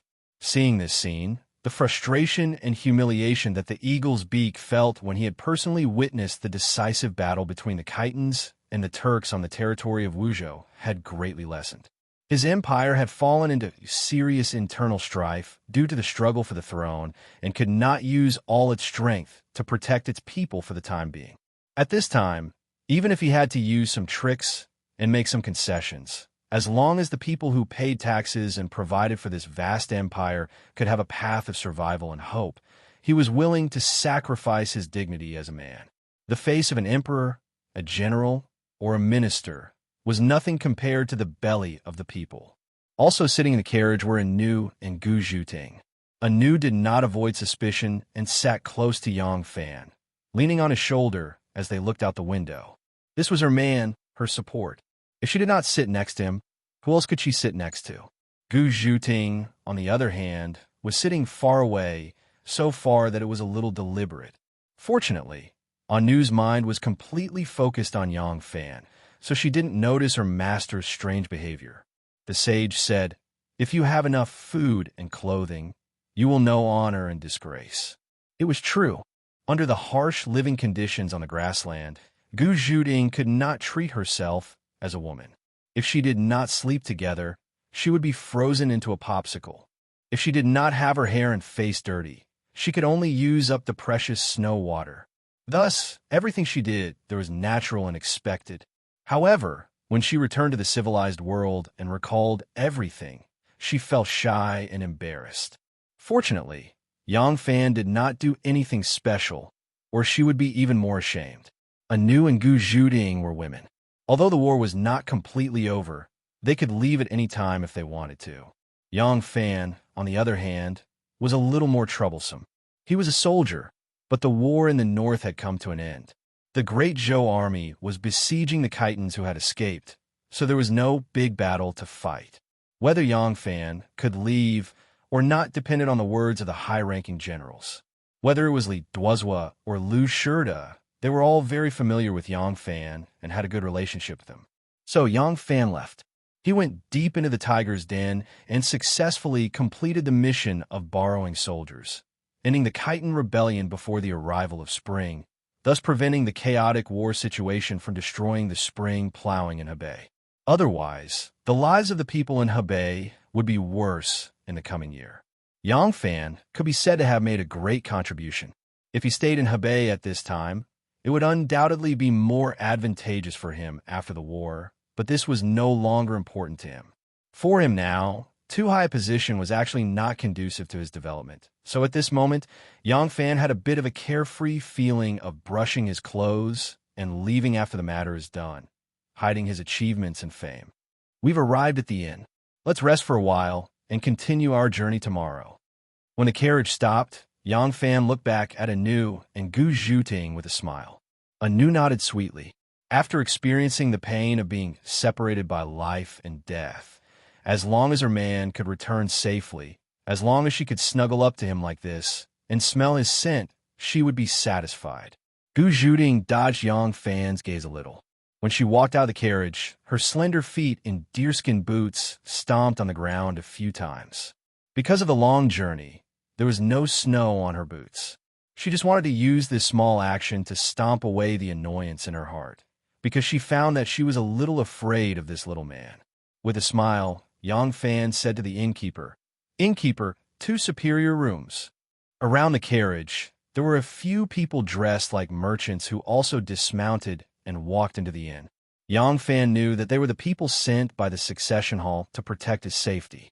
When a new stayed in the 1,000 gold smelter, the sovereign's bodyguards came to find him. However, Yang Fan was still an official, and there were still many scouts from the imperial court, the Turks, and even the surrounding tribes in Hebei. In order to avoid being noticed, Yang Fan could only ask them to be his bodyguards in secret and did not allow them to openly follow him. When the innkeeper saw that the guest had arrived, he hurriedly and attentively received him. He called the waiter over and welcomed the guest in. After being repeatedly looted, the so-called superior rooms here were only slightly cleaner and more spacious, and nothing else. Yang Fan knew that Zhaozhou City had been severely damaged during the war, and it was impossible for there to be any high-class restaurants at this moment. He could only settle his dinner in this inn. Therefore, after washing up and changing his clothes, he went to the guest hall. After a while, Anu and Gu Zhuding also finished washing up and changing their clothes and came to his table.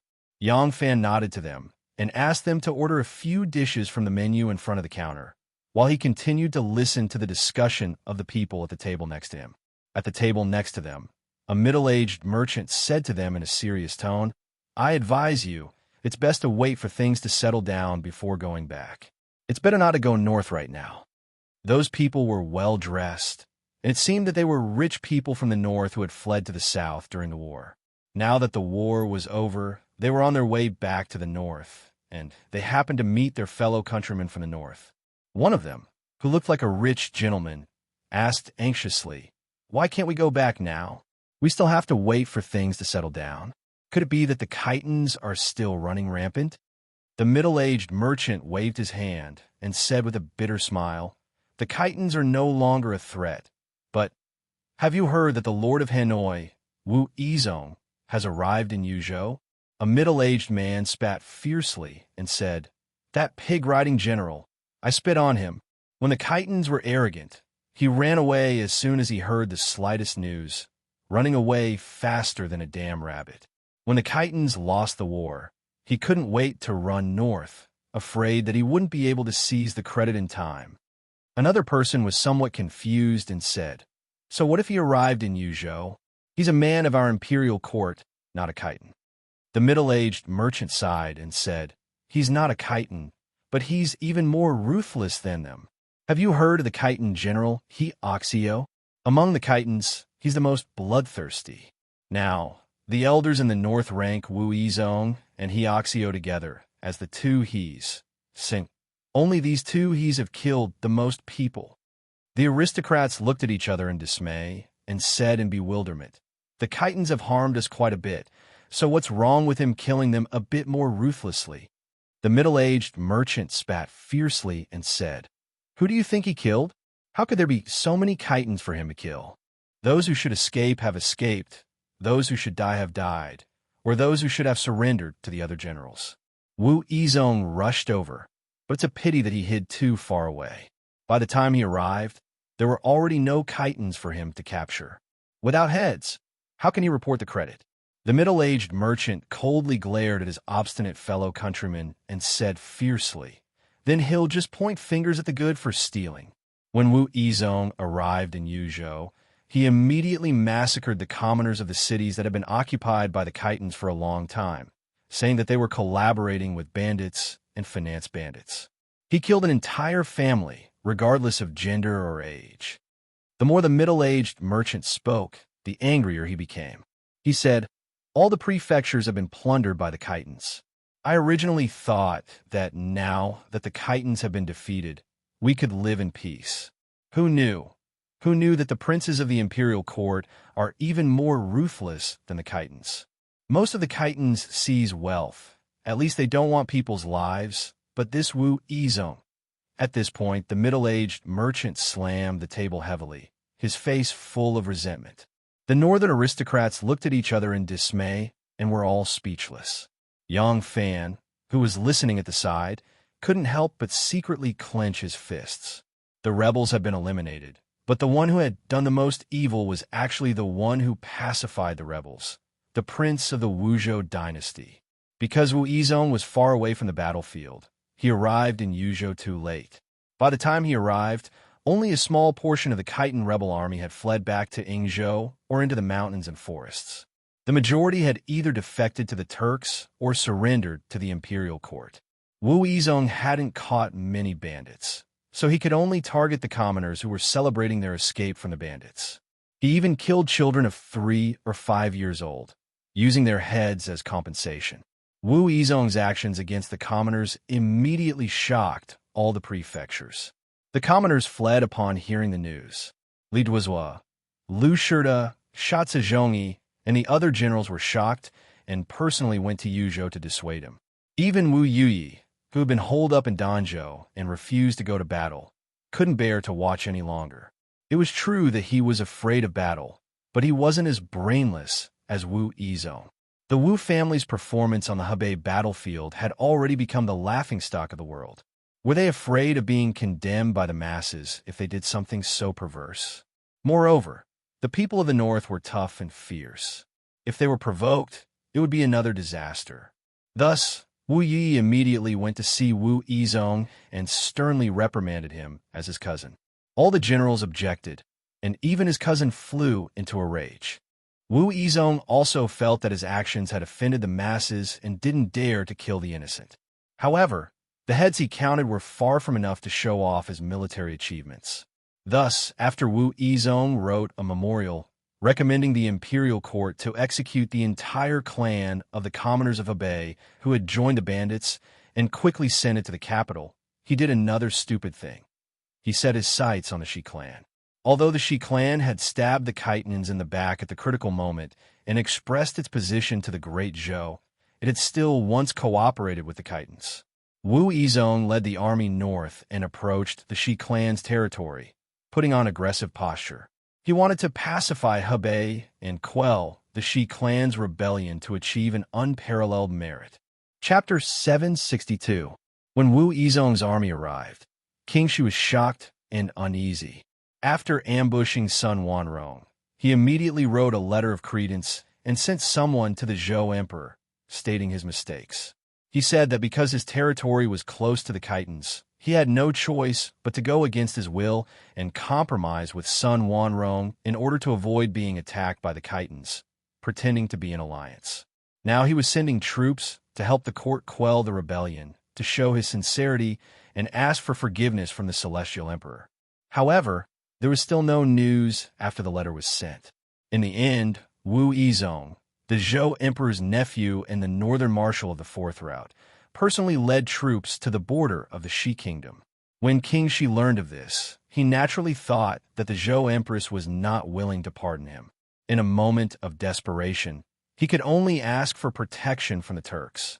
After the Turks plundered the Eagle's Mouth, they escorted the Khitans and countless supplies back to the Turks. Because of the burden of the prisoners and supplies, their speed was not fast. Thus, Mu'in escorted the prisoners and supplies back to the west, while Tskbili and Seljuk led the light cavalry to bring up the rear. This way, they moved very slowly, and King Shi's messenger quickly caught up to them. When Tskbili and Seljuk heard that King Shi was willing to submit to the Turks and abandon Wu Zhou to serve the Turks, they couldn't help but be overjoyed. This was the biggest harvest of this expedition to the east. They immediately agreed and sent people to escort King Shi's envoy to see Moshe. When Tskbili heard that the Zhou army was pressing on the border and intended to invade the Shi tribe, he personally led 20,000 elite cavalry back into the Shi tribe's territory to confront Wu Yizong. Wu Yizong was arrogant at first, but when he found out that the troops were not the Shi tribe but the Turks, he was scared out of his wits and immediately withdrew his troops back to Yuzhou. When he fled back to Yuzhou, the generals, and Wu Yi heard that he had attacked the Shi tribe without permission. By now, it was too late to stop him. The Shi tribe had already submitted to the Turks, and the entire Rao commandery had become Turk territory. The people of Shi tribe's 10 provinces had all become Turk vassals. Even worse was that the Songma governor's office was further north of the Rao governor's office. Because the Rao governor's office had submitted to the Turks, the Wuzhou imperial court had no way of flying over Turkic territory to enforce its rule over the Songma governor's office. Thus, the 6 Khitan tribes had essentially separated themselves from the imperial court and could only submit to the Turks in the future. What was even more unexpected was that after this series of changes, the Bayan tribe, which was located in the eastern corner and separated from Goryeo by a river, had also undergone earth-shaking changes. The leader of the Taowu tribe, De Zhuorong, was brave, skillful, and resourceful. He had long unified the Taowu tribe.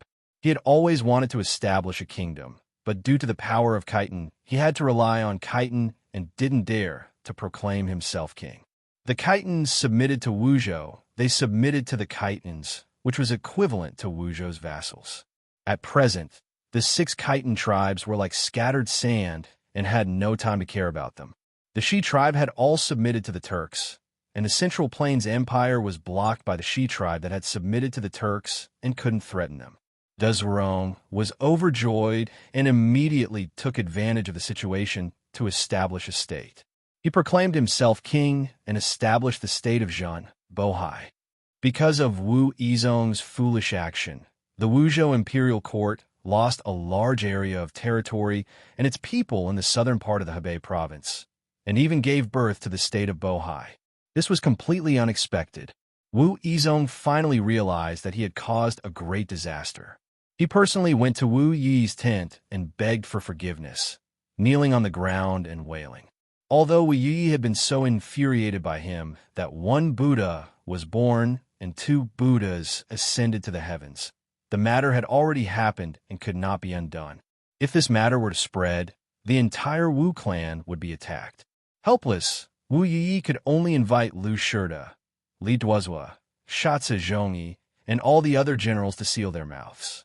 Although this matter could not be completely concealed, as long as there was no official confirmation, even if there was some discussion among the people, how long could it last?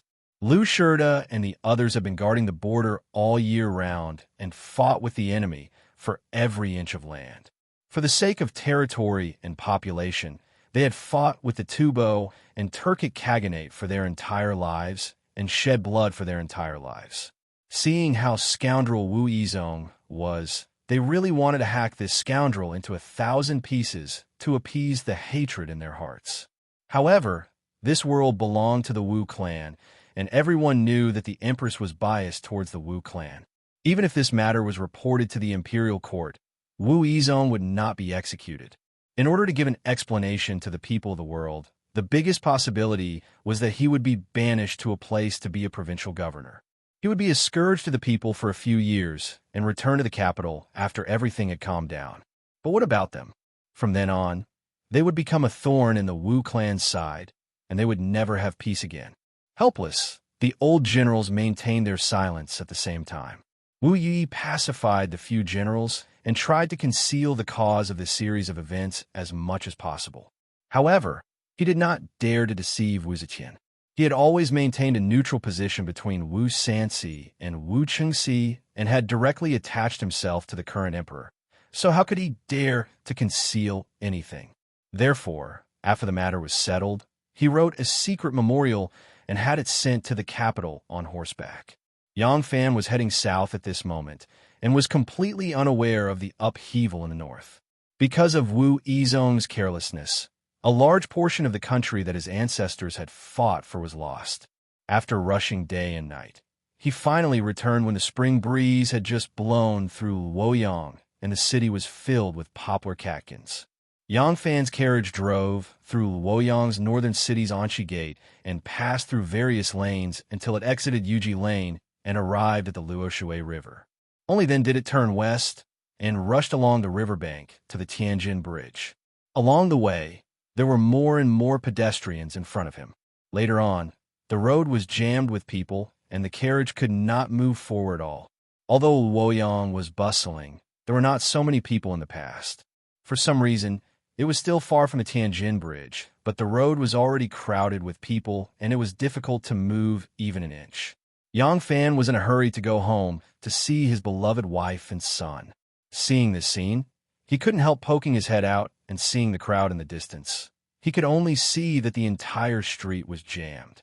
He couldn't help asking in surprise, what happened? At this time, one of the Succession Hall Imperial bodyguards who was secretly protecting Yang Fan had already gone forward to inquire. A moment later, he came back to report, "Ah Lang, the Emperor has issued an edict to execute the criminals at the Tianjin Bridge. The common people have all come to watch, so it's extremely crowded." Yang Fan's heart thumped. On the day that Lai Junxin and Li Zhaoda were executed, the street was not as crowded as this. Who was it that the Emperor wanted to kill today, that there would be such a large crowd? Yang Fan hurriedly asked, "Who is the Emperor going to execute?"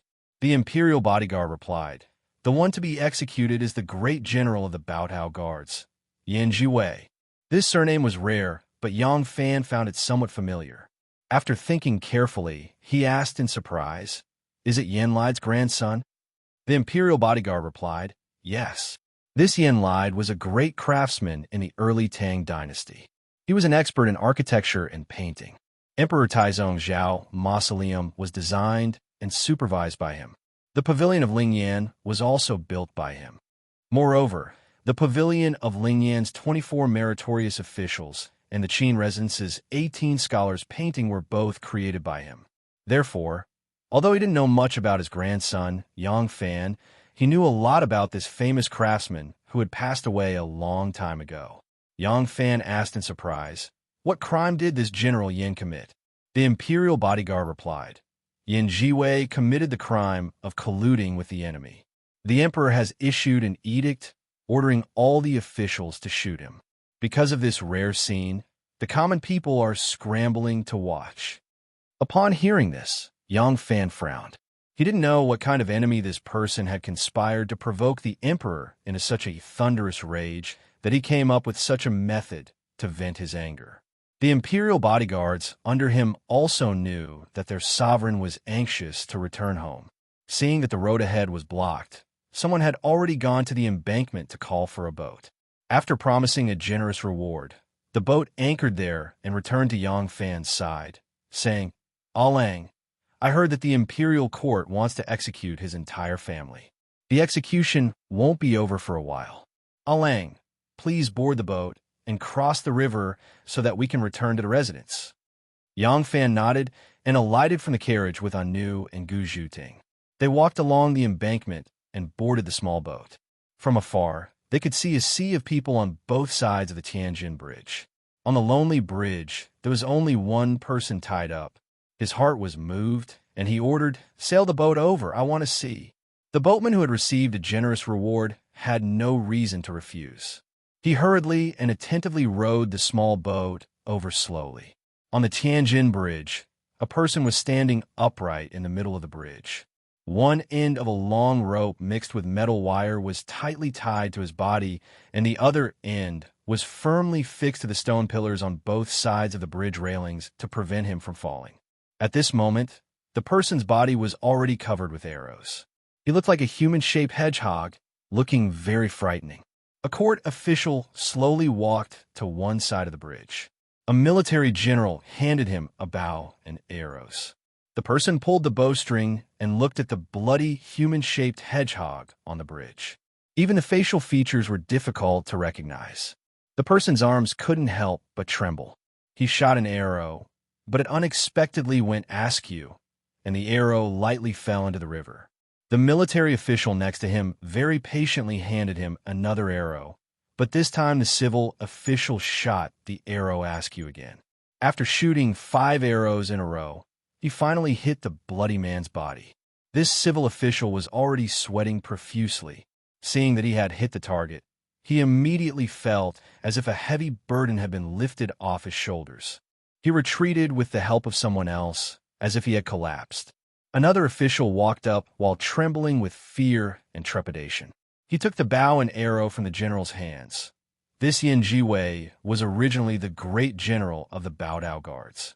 Because Wu Zetian had agreed to make peace with the Turks through marriage, she sent Wu Yinxiu to the Turks to escort the bride. Yin Jiwei was appointed as the envoy and was even given the title of Minister of Rights. As a result, as soon as Wu Yinxiu arrived at the Turks, Moshe used the excuse that Wu Yinxiu was not the son of the emperor and that his daughter was going to marry Prince Li Tang to put him under house arrest. Even now, he has not been released. Soon after, Moshe sent his troops to Hebei and pillaged the provinces. When his troops invaded Hebei, he also brought this unlucky ambassador to escort the bride with him. During the attack on Zhaozhou, in order to lower the morale of the defending troops, Moshe ordered Yin Jiwei and the Khitan soldiers to sing and dance at the foot of Zhaozhou's walls, singing "Long Live the Emperor." Zhaozhou's garrison general Chun Lingying was furious and questioned him from the top of the city wall. "The Minister of Rights is an important position, yet you are forcing people to sing for you. Don't you feel ashamed?" Yin Jiwei could only reply with a bitter smile, "I was forced by others. I really had no choice." When Lu Shurda and Shatsa led their loyal troops into Hebei, the Turks retreated and killed tens of thousands of Zhaozhou people.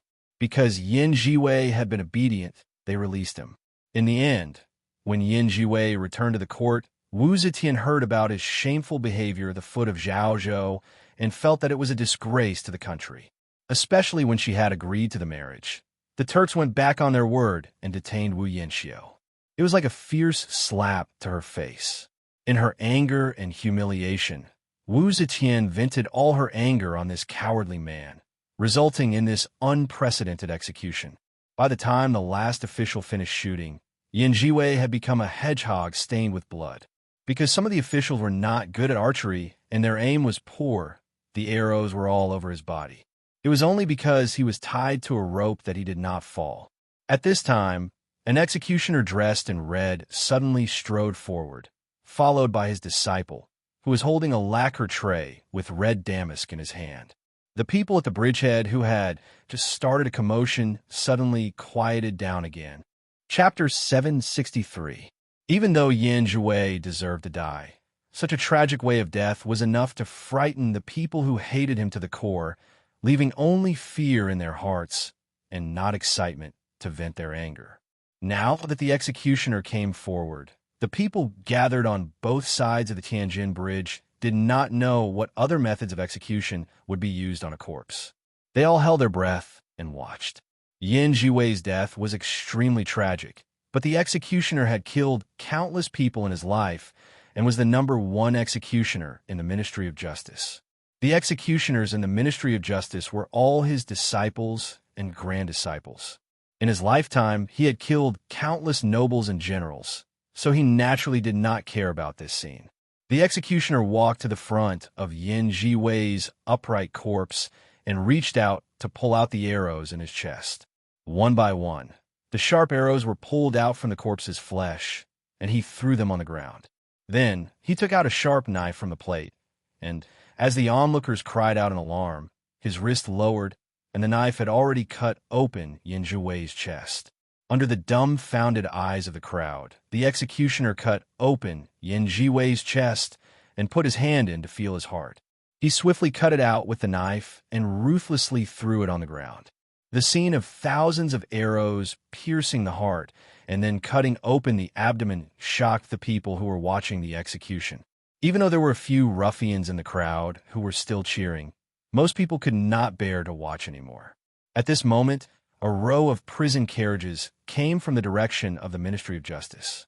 Luoyang Commandant Tang Zong led dozens of bailiffs to clear the way and forcefully split the crowd to ensure that the prison carriages could pass. There were men and women, old and young, in the prison carriages. They were all Yin Jiwei's family and relatives. Among them, the most conspicuous were a few children. They were imprisoned alone in a prison carriage. The older ones were 5 or 6 years old, and the younger ones were only 2 or 3 years old. Different from the lifeless expressions of the other adults in the prison carriages, the children did not seem to know what had happened. A few children grabbed onto the bars of the prison carriages and looked curiously at the crowded crowd by the roadside. They even had innocent smiles on their faces. An old woman looked at them, and tears suddenly welled up in her muddy old eyes. She turned around and forcefully squeezed out, murmuring, "Sin? What a sin! I can't watch it anymore." Her son was originally reluctant to leave, but seeing that his mother was about to leave, he could only chase after her. He protected his mother with one hand and separated the crowd with the other. The crowd was strangely silent. The mother and son easily pushed open a path and walked out. A peddler selling biscuits with a basket looked at the ignorant children and could not help but sigh sadly. Even if it was a great crime, there was no reason to implicate such young children. Why did such young children have to bear such a heavy punishment for their fathers? However, this was the decree of the Empress. Who dared to defy it? A child on the prisoner carriage saw the basket in his hands and looked eagerly. He even put a finger in his mouth and swallowed. The pancake peddler had an impulse. He went forward and grabbed a few pancakes from the basket and placed them in the cart. He said in a choked voice, "Children, eat them. Uncle gave them to you." It seemed that the children were really hungry. They all grabbed the biscuits and ate with relish. After the peddler finished handing over the biscuits, he looked with some fear at the bailiffs next to the prison carriages. The bailiffs had solemn expressions but did not seem to see him. When they walked to his side, they only waved their hands for him to leave. Seeing this scene, more people were encouraged. Some people brought food with them. When the prison wagon carrying the children passed in front of them, they handed the food, candies, dried fruits, and pastries into the prison wagon. The children on the prison carriages were beaming with joy. Two children were fighting over a few large dates and laughing as they pushed each other. They had no idea that their young lives were about to come to an end. Some of the soft-hearted commoners could not help but shed tears.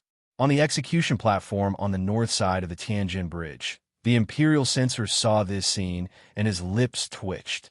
He also revealed an expression of pity. He reached out with a trembling hand and grabbed the punishment stick. He suddenly turned around and threw the punishment stick behind him. In a deep voice, he said, "By imperial decree, the young and old of the Yin family are all to be hanged to death. Immediately execute." Clang! The punishment stick fell to the ground.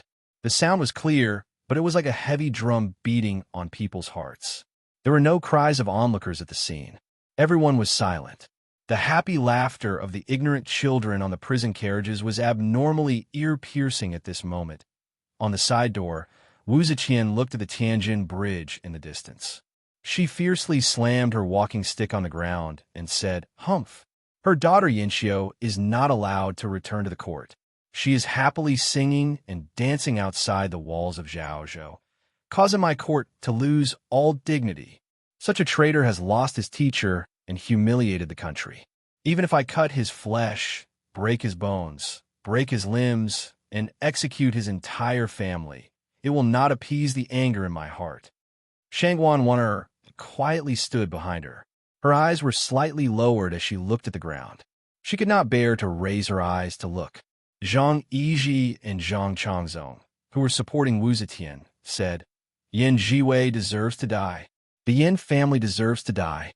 Your Majesty, please do not be angry, lest you injure your dragon body." It was at this moment that two Imperial Army officers supported a travel-worn and fatigued border army officer to the top of the city walls. The triangular red flag on the officer's shoulder had turned a dark red because it had been covered in too much dust. When Wu Zetian saw this situation, she thought that something big had happened at the border again. Her expression tightened. The officer had been running at full speed the whole way. His legs were still a bit numb, and he could only be supported by others. When he saw the Empress, the officer panted and knelt down to pay his respects. He took down the yellow silk package from his shoulder and held it up with both hands, saying, "Great General Wu Yi's secret memorial." Zhang Changzong hurriedly let go of Wu Zetian and went forward to take down the package. He opened it on the side and took out the seal box. He opened the lacquered seal and took out a secret letter from within. He handed it over with both hands to Wu Zetian. Wu Zetian narrowed her presbyopic eyes and carefully read for a moment. Her face suddenly became ashen, and her hands couldn't help but start to tremble. Zhang Yiji stood to the side and stole a glance. He could only faintly make out a few lines. It seemed that Wu Yi's secret memorial to Wu Yizong was about something. He could also faintly make out some words that seemed to mention the Shi tribe, the Turks, and the Bayan people establishing a country. He deserves to die. He really deserves to die. Losing power and humiliating the country. We are united here. Wan and Zhang Changzong were both a bit surprised. They didn't know what had happened. Wu Zetian tightly gripped Wu Yi's secret memorial and panted heavily. She suddenly felt a bit dispirited. After a moment of silence, she said in a calm voice, "Wanna pass on the edict. The battle in Hebei has ended. Chief Commander Wu Yizong is to immediately resign from his post to Wu Yi and return to Luoyang. Based on his military achievements, he will be appointed Great General of the Left and lead the troops stationed in Jingdou." Shangguan hurriedly bowed in acknowledgement. Wu Zetian gripped the secret letter in her hand and shakily turned around. Yin Jiwei was greedy for life and afraid of death, but it was only because she was forced by the butcher's knife that she danced and danced to lower the morale of the Zhaozhou garrison. Wu Yizong lost his land and lost his people. The losses he caused to the court were like heaven and earth compared to Yin Jiwei. If Wu Yizong's surname wasn't Wu, if he wasn't connected to Wu Zetian in both glory and loss, then even if he died 10,000 times, it wouldn't be regretful. In the letter, Wu Yi listed all the stupid things Wu Yizong had done in Hebei and repeatedly begged the empress to transfer him away. Otherwise, who knew what other unimaginably stupid things he would do? Wu Zetian really hated this little beast now, but what could she do? She could only hide this matter as much as possible and pretend that nothing had happened. Because of Wu Yizong's stupidity, Wu Zetian was even more disappointed in the Wu family. She angrily looked at the Tianjin Bridge and saw that the crowd was dispersing. It looked like the execution had finished. But then Wu Zetian discovered that someone was collecting the bodies of Yin Jiwei's family. Wu Zetian's anger caused by Wu Yizong's stupidity suddenly had a target to vent. She pointed at the Tianjin Bridge and shouted in a deep voice, "Didn't the old and young of the Yin family all die? Who was the one who collected his corpse? Is there someone who sympathizes with the traitor, or is there still evil left in the Yin family?" Zhang Yiji hurriedly summoned an imperial guard general and ordered him to go investigate. He then smiled apologetically at Wu Zetian and said, "Your Majesty, please don't be angry. Please don't be angry and harm the dragon body. Yiji has already sent someone to take a look. We will know the details in a moment." Yang Fan rowed the small boat upstream, and by the time he reached the Tianjin Bridge, the execution was already over. The bodies of the Yin family were thrown to the side of the bridge, waiting for Basho to bring people to deal with them. The executioner had already left with his subordinates, and the crowd was also gradually leaving. Yang Fan abandoned the boat and went ashore. He saw the bodies of the Yin family members, men and women, old and young. He stood there and didn't say a word. He didn't know if it was because he was used to seeing death on the battlefield, or because he had seen many families slaughtered by the empress, but strangely, Yang Fan didn't feel any sorrow or anger. Perhaps Yin Jiwei deserved to die, even if the punishment was a bit harsh.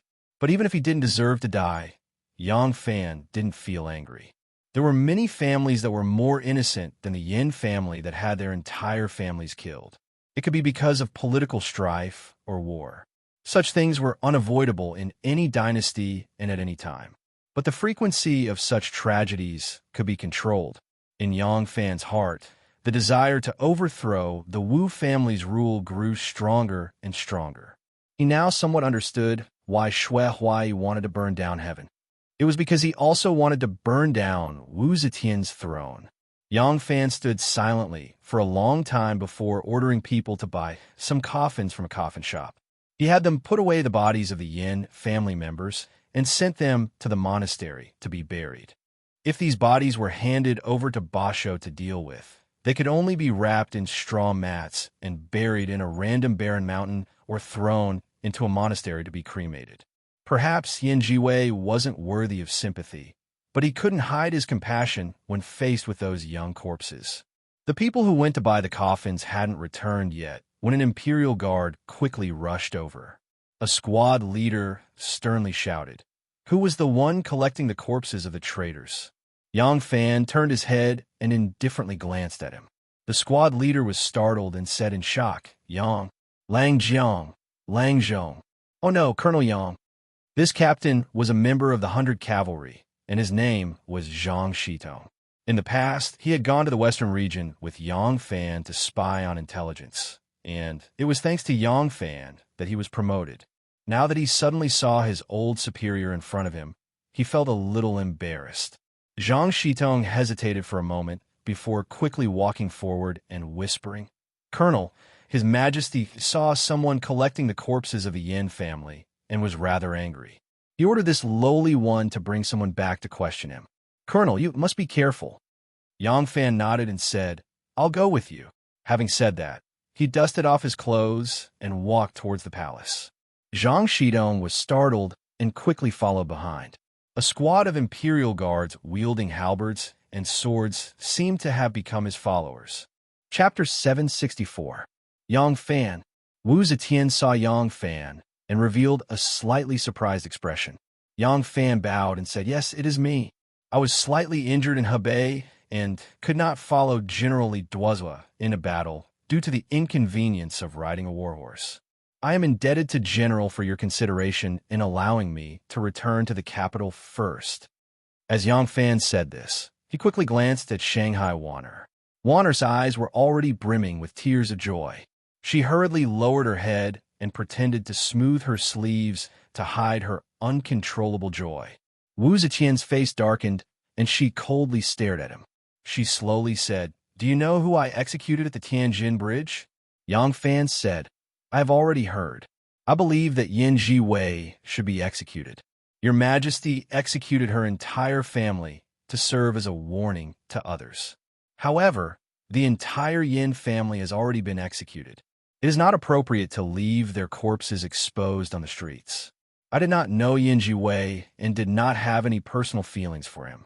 It was purely to protect your Majesty's benevolence." Wu Ziqian coldly glanced at him again and quietly thought for a moment. She did not mention this matter and changed the topic. She asked, "Yang Xian captured the Khitan General He Shao at the front lines. Later, the Khitan generals Luo Wuzhen and Li Zhanggu surrendered with their troops. Then, Fei Mo killed Sun Wanrong and surrendered with his head. Before this, the court suffered heavy casualties at the east and west gorges of the Hebei province. These Khitan generals killed the most of our soldiers that day. Most of the civil and military officials in the court believe that they are unforgivable and should be executed to wipe away their previous shame. You came from the Hebei province and know them well. What do you think I should do?" Yang Fan did not dare to be perfunctory about this matter. He thought for a moment and answered seriously, "In the battlefield, everyone serves their own masters. I do not think it is appropriate to use this as a reason to kill captives and surrender. However, He Shao is a cruel person. Among the Khitan generals, he killed the most and often enjoyed torturing and killing the common people. He is guilty of the most heinous crimes and should not be pardoned. This official thinks that he should be punished in the open to deter thieves and thieves." Wu Zetian nodded slightly and asked, "What about the other generals?" Yang Fan said, "Since Fei Mo killed his leader and led his people to surrender to the court, I believe that the court should accept it. Otherwise, if there is another threat on the border, the Idi would rather die in battle than surrender. Moreover, the 6 Khitan tribes that are still residing in the Yingzhou region will also feel sympathy for the loss of their own kind and will have different opinions about the imperial court." Wu Zetian smiled bitterly. Hearing Yang Fan say this, she knew that he still did not know that the Shi tribe had already submitted to the Turks. The 6 Khitan tribes were now essentially independent. The Zhuang had also taken the opportunity to establish his own state. The Great Zhou dynasty had now lost the entire northeast.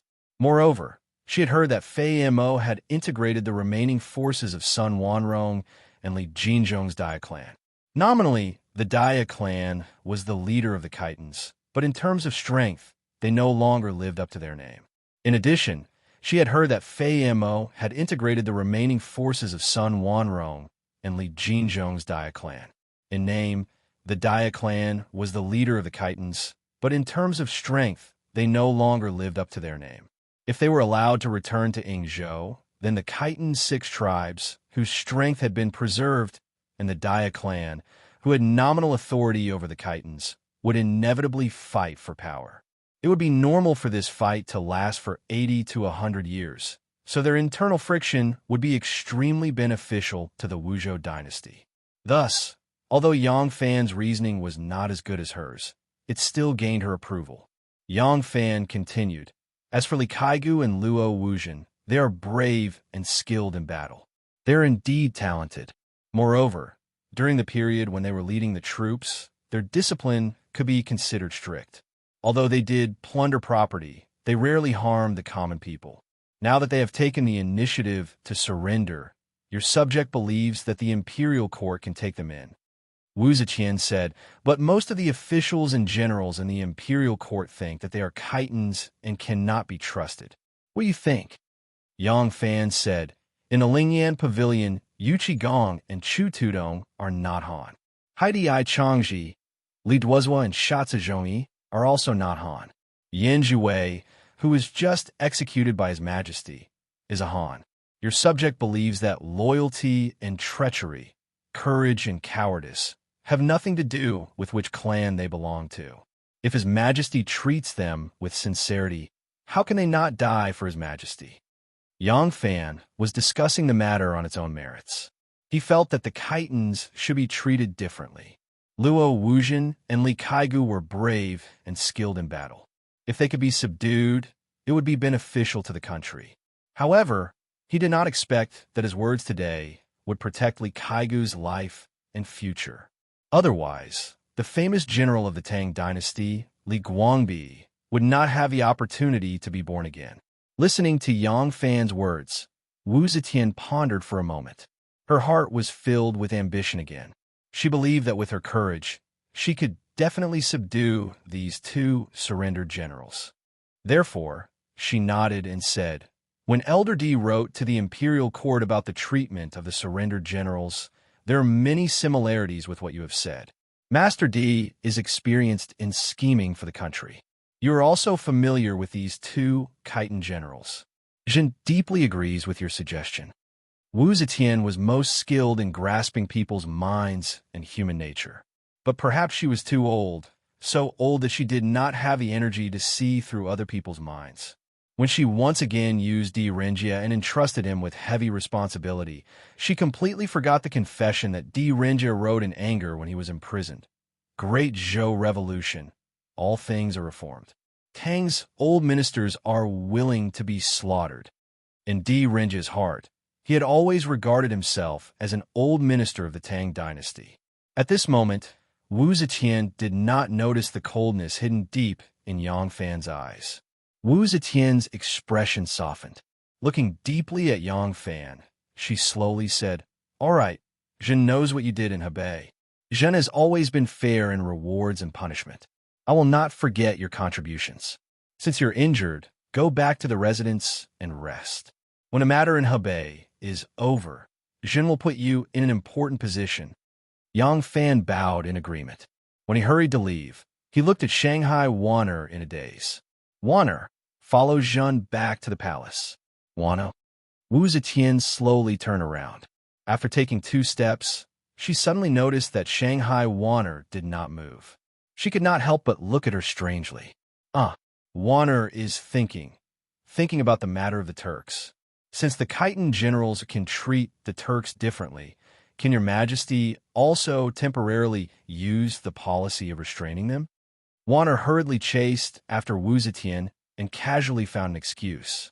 Wu Zetian slammed her walking stick on the ground and angrily said, The Turks, they put Yin Xiu under house arrest. The imperial court sent messengers to urge them, but they refused to let her go. The Shi tribe was originally a vassal of Zhou, but they dared to brazenly snatch it from Zhen's hands. Now they're asking for rewards for sending troops to help Zhen fight against the rebels. How preposterous! Warner softly advised. Your Majesty, it is not the right time for our imperial court to start a war with the Turks. Your Majesty, please bear with it for now. Build up the strength of the country. Sooner or later, we will make them pay back with interest. Wu Zetian angrily walked a few steps. Finally, she dejectedly sighed and said, Then, I will add Moshe as the great Chanyu of Jiadi, Li Shur, and the Khan. As for the rewards, you decide. Yes. Warner bowed and agreed. She was thinking of finding a convenient opportunity to ask Wu Zetian for a few days off to visit relatives. That enemy, every time he went out, he was always worried. He didn't know how much she had to worry for him. Now that he saw her, he would definitely not be able to have peace. Officer, take care.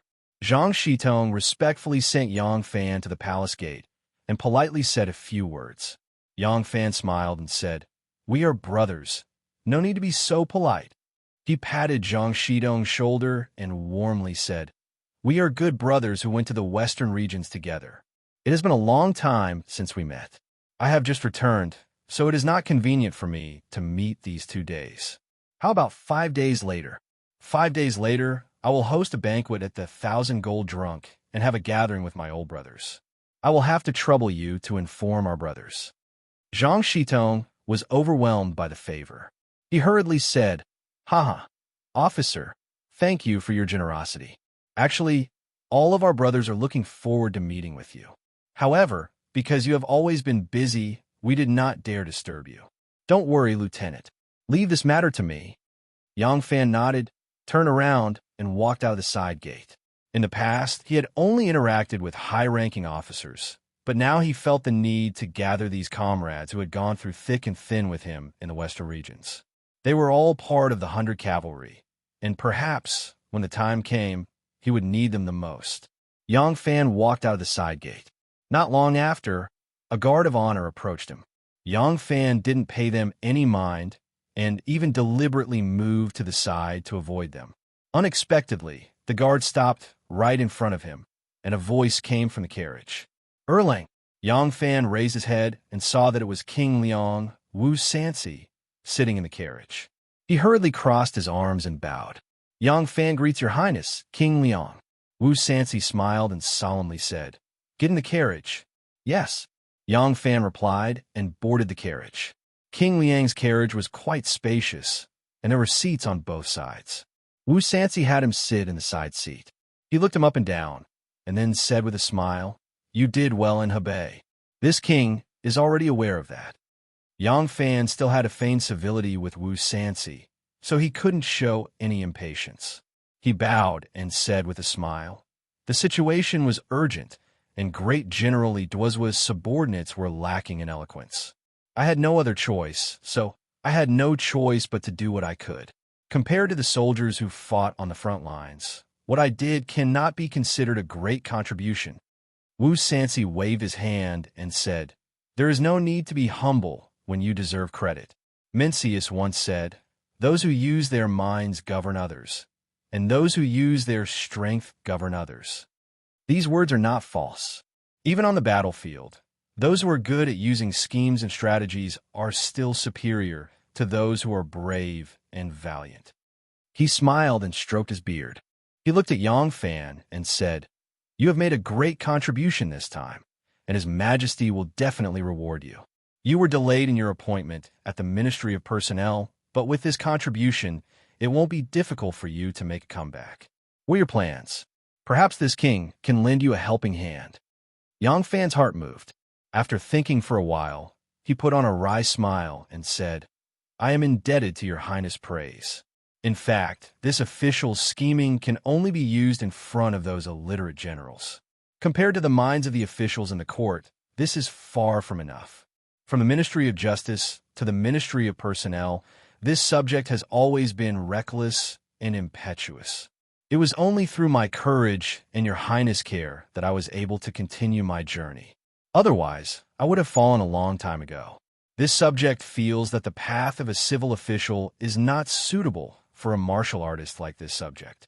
This subject wishes to return to the Imperial Army and the 100 Cavalry. What does your highness think? Chapter 765. Good. Wu Sansi was overjoyed. He heavily patted Yang Fan's shoulder and said excitedly, Erling's thoughts coincide with mine. Haha, I also have the same thoughts. I was just worried that you were unwilling to give up your career as a civil official and return to the army. Now that Erlang has the same thoughts, I will ensure that you return to the 100 Cavalry. At this point, Wu Sansi suddenly stopped talking and looked around. He slightly leaned forward and said mysteriously, I'm afraid there will be changes in the court. Erlang can return to the army and display his skills. Yang Fan was slightly surprised and asked, What do you mean? Wu Sansi's expression darkened. He gritted his teeth and said, The Khitans rebelled and shouted the slogan, Return Luling and Prince Xiang. The Turks invaded and shouted the slogan, Replace Li Li to defeat Zhou. Even that old thief Di Renjia took the opportunity to use the title of Crown Prince to confuse people. According to the information I received, His Majesty was silent for a few days after hearing these news. Not long after, His Majesty asked about the food in the East Palace and allowed the crown heirs to go out of the city to ride horses. He also started to pay attention to the news from Fangzhou.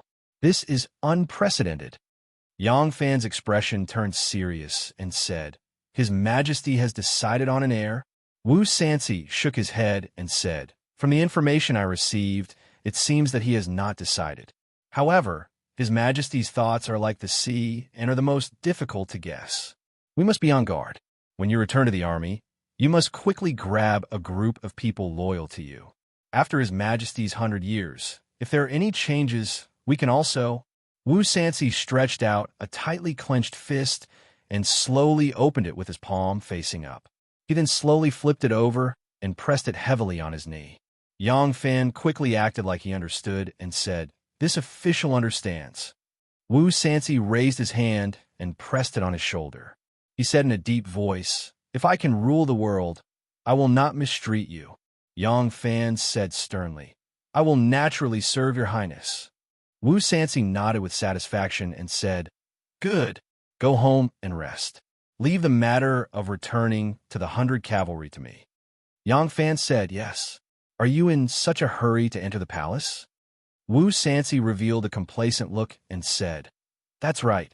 His Majesty has entrusted me with the task of rebuilding Ming Hall, Heaven, and casting the 9 cauldrons. Now, Ming Hall and Heaven have not been completed in time, but the 9 cauldrons are almost complete. Wu Sansi smiled and said, The 9 cauldrons consume a total of 500,700 pounds of copper. The Yongchang cauldron is the head of the cauldron, which is 10 feet and 8 feet tall. The other 8 cauldrons are 10 feet and 4 feet tall. This prince is thinking that the 9 cauldrons must be completed before the awards ceremony for the great victory in Hebei. This way, Your Majesty will be able to suppress the 9 prefectures and reign supreme in the universe. Yang Fan sighed and lightly said, Prince is filial to His Majesty. His Majesty should really choose Prince as the crown prince. Wu Sansi laughed heartily, but before he could finish his laughter, his face darkened. It's a pity that Dan and Xian didn't die. Otherwise, the crown prince wouldn't be so difficult to decide. South of Luoyang, Jiaqinglang, Ningka had lived here for a whole winter. In fact, she should have returned to Chang and before winter came, but her condition suddenly worsened. The boat lady didn't dare to let her travel long distances, so she continued to stay here and invited a famous doctor in Luoyang to treat her. But Ning Ke's condition didn't improve. When Dugu heard the news, he was worried about his sister's condition and also rushed over from Chang. The famous doctor in Luoyang, Jiang Shichen, was hired by the Dugu family with a large sum of money.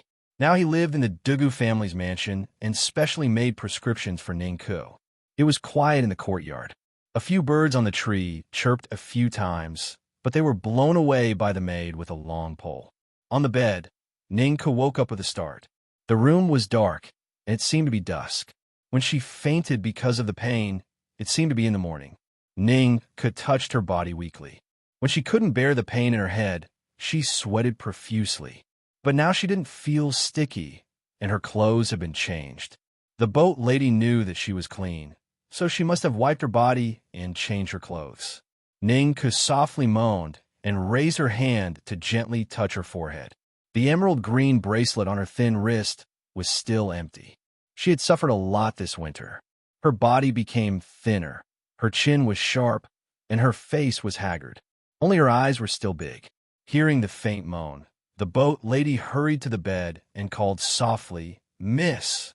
Ningke said in a low voice, "Is it dark?" The boat lady hurriedly shook her head. "No, I don't want to disturb you," so I closed the window. As she said this, she hurried to the window, pulled open the thick velvet curtains, and gently opened the window. Sunshine came in, and a fresh spring breeze blew in. Ningke slightly narrowed his eyes and gently took a breath of the fresh air with the smell of spring. The boat lady returned to the bed and sat down. She gently held Ningke's skinny little hand and whispered, "Miss, Yang Fan has returned to the capital." "Oh!" Ningke's eyes suddenly lit up. The boat lady said, "Do you want to see him? Maybe you want to chat with him." Ningke's eyes dimmed again. She gently stroked her thin cheeks and said quietly, "He's gone. Why should I see him? This time, I can finally go out of the house. I can travel so far and see so many mountains and rivers. I'm very happy." The boat lady said, "Miss." Ningke gently pursed her lips and firmly shook her head. After a long silence, she faintly said, "I am a useless person. I'm a burden to my elder brother. He left his family business to stay with me and worry about me every day. I'm a burden to everyone." The boatwoman panicked. She placed her hand over her heart and said, "How can Miss say that? In this world, I have never seen a girl more intelligent and quick-witted than Mississippi Miss is the best girl in the world."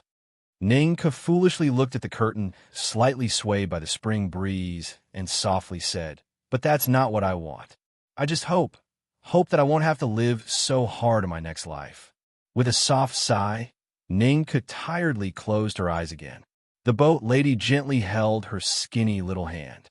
Unknowingly, tears had crept up her cheeks. The flower hall of the Yang family was more than twice the size of the one Yang Fan had in the capital. The floor was covered with a soft carpet. Two little guys wobbled, one in front and the other in the back. The child in front looked a little shorter. He had a cute hairstyle like a teapot lid and wore open crotch pants. He walked to the antique shelf like a little penguin and tiptoed to reach a set of Han Dynasty pottery wall pots with two birds and monsters on them. "Oh, my little ancestor, you can't touch this thing. It's your father's decoration."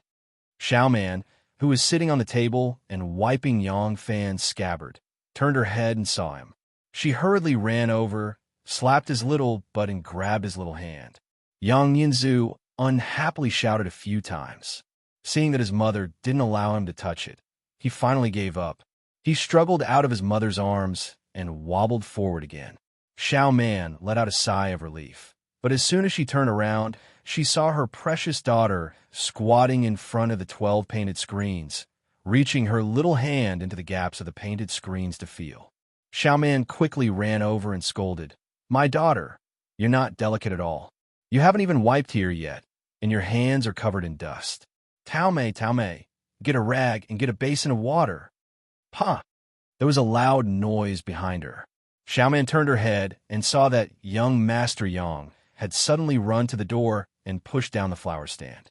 The flower pot on the flower stand fell to the ground and broke into a few petals.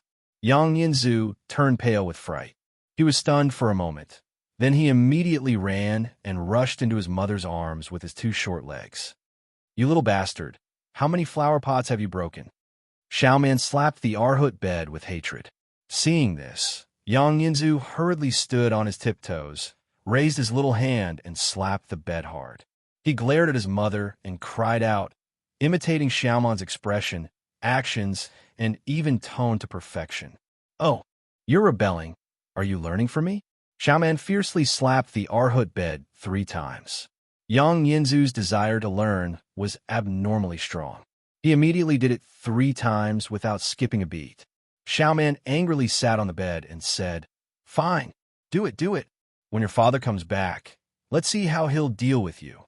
In the blink of an eye, Yang Yinrong, who had been ignored by her, ran to the table again and reached out her little hand to grab the scabbard on the table. You can't touch it. You can't touch it. Xiaoman couldn't care less about pretending to be angry. She hurriedly ran over and reached out to touch the scabbard, then quickly retracted her hand. She frowned and pretended to be in pain, saying, "Ah, it hurts." Seeing this, Yang Yinrong also reached out her hand. She couldn't reach the scabbard on the table, so she reached out her little hand to touch the table leg. Then she quickly retracted her hand and also frowned, saying in a childish voice, "Ah, it hurts." Xiaoman was so angry that she laughed. She poked her forehead and said angrily, "You, and you, why did I give birth to a pair of naughty children like you? Just you wait, your father will be back soon. When he gets home, humph. Just because you guys are so naughty, it will be strange if he doesn't spank your butts 8 pieces." Yang Yinrong was startled and said, "Daddy, but's 8 pieces." Yang Yinzu was a boy, so he learned slower than his sister. He followed up with a lisp, "Stack, but's 80,000. Xiaoman glared with her almond-shaped eyes and said, "Yes, 80,000. I'll spank your little butts into 80,000. I can't bear to. You're just a kid. Be more naughty, and you'll have a bright future when you grow up." Suddenly, a laughing voice came from the side. Xiaoman suddenly turned her head and saw the man standing at the door with a smile. Her tears suddenly fell uncontrollably. From the uncertainty of Yang Fan's life and death to the news of his survival at the military station, Xiaoman felt like she had fallen from heaven to hell, and from hell to heaven. Her heart was really tortured. She thought, she worried, she cried, she was happy, and all kinds of feelings. Now that she finally saw him return safely, only salty tears rushed to her lips. "Lang Jun." Xiaoman threw herself into his arms with tears streaming down her face. Yang Fan tightly hugged Xiaoman, who was crying out in pain in his arms, and gently patted her back.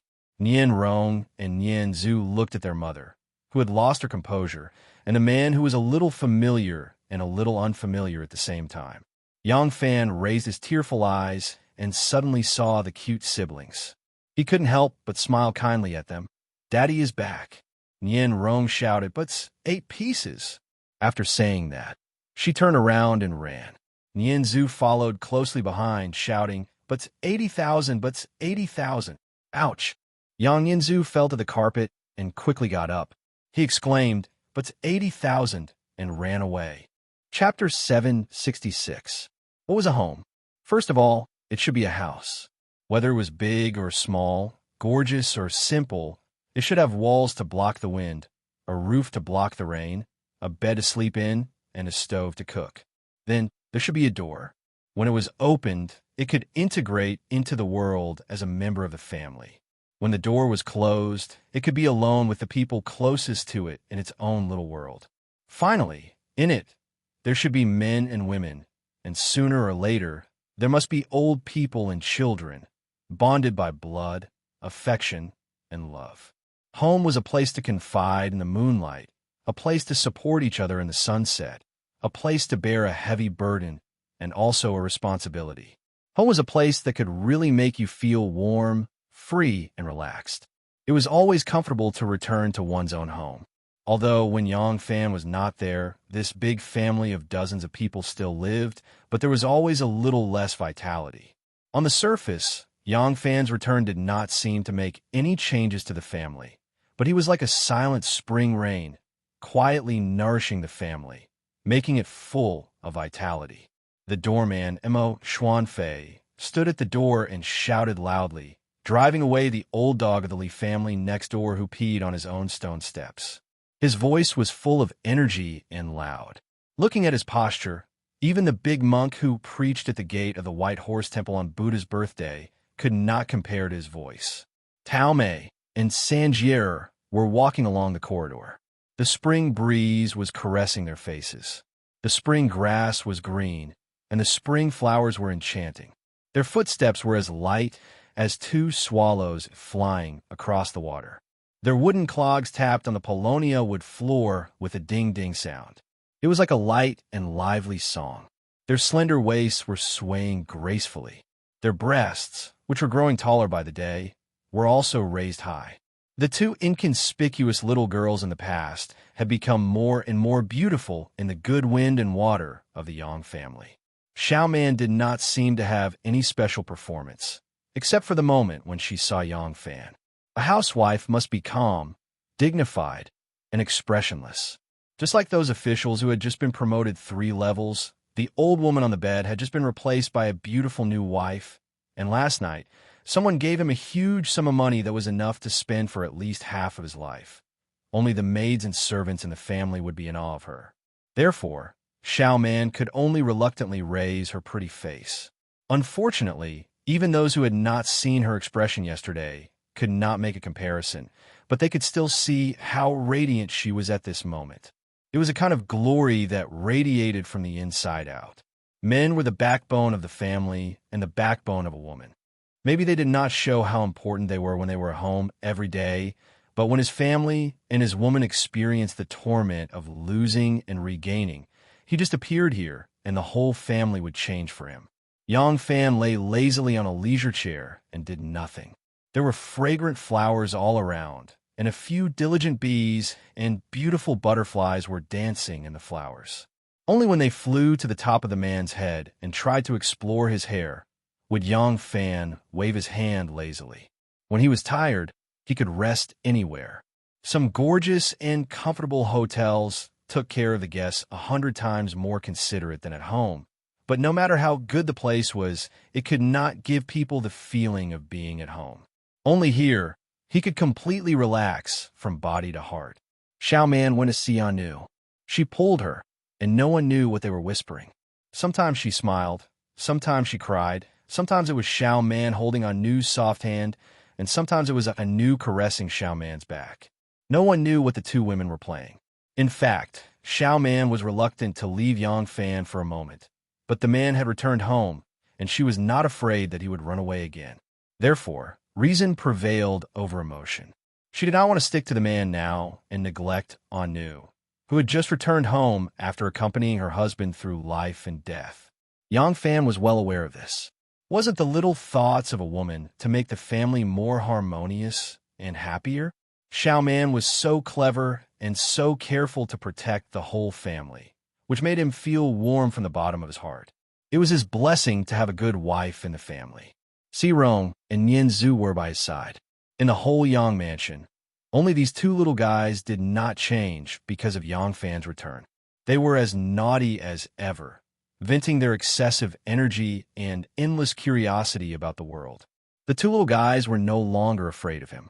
When Yang Fan was not at home, it was when the two children gradually understood the adult's words and began to contact the world. The twins were full of energy, and Xiaoman, who managed the whole family alone, was often exhausted by them, so she used their father's absence to frighten them over and over again. Over time, in the hearts of the two little fellows, the vague image of their father in their childhood had become the most terrifying and violent little monster in the world. He would blow his beard and glare at them. He would raise his palm leaf-sized palm and slap their tender little buttocks into 80,000. He would coldly punish them, not allowing them to eat or sleep. He would throw them into the Luo River to feed the big fish. So, when they heard that the man who made their mother cry was the legendary monster, Daddy, the two little guys were scared and ran away. But soon, they found that this little monster was actually not scary at all. When he talked to them, he was very friendly with a smile, and he also brought a lot of delicious snacks for them to eat. Even if their mouths were full of food crumbs, he did not wipe their mouths with a handkerchief like their mother, which made their delicate lips hurt. Mother is lying. The image of a strict mother in the hearts of the little brother and sister further collapsed, and they developed in the direction of a loving mother. And the image of a strict father had not yet been erected. He was now just upgraded from a little monster to a little monster that was not scary.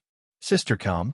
Yang Nianzhu, who was wearing open-crotch pants, did not know what good thing he found and ran to hold his sister's little hand. Boys and girls seemed to be born very different in character. Serene was also naughty, but she was interested in the butterflies among the flowers and plants. Therefore, Serene disdained the little brother's invitation and glared at him with her beautiful big eyes and imitated her mother's tone. Wipe your nose. If you don't wipe your butt, I'll spank you. There was a little snot under Yang Yinzu's nose. It was not sloppy, but in the eyes of a girl who liked cleanliness, this was enough for her to refuse to be a playmate. Yang Yinzu sniffed and then continued to hold her hand. Mau Mau pet. Mau Mau pet. I don't want to catch a butterfly. Sirong shook off her brother's hand and tiptoed to a butterfly.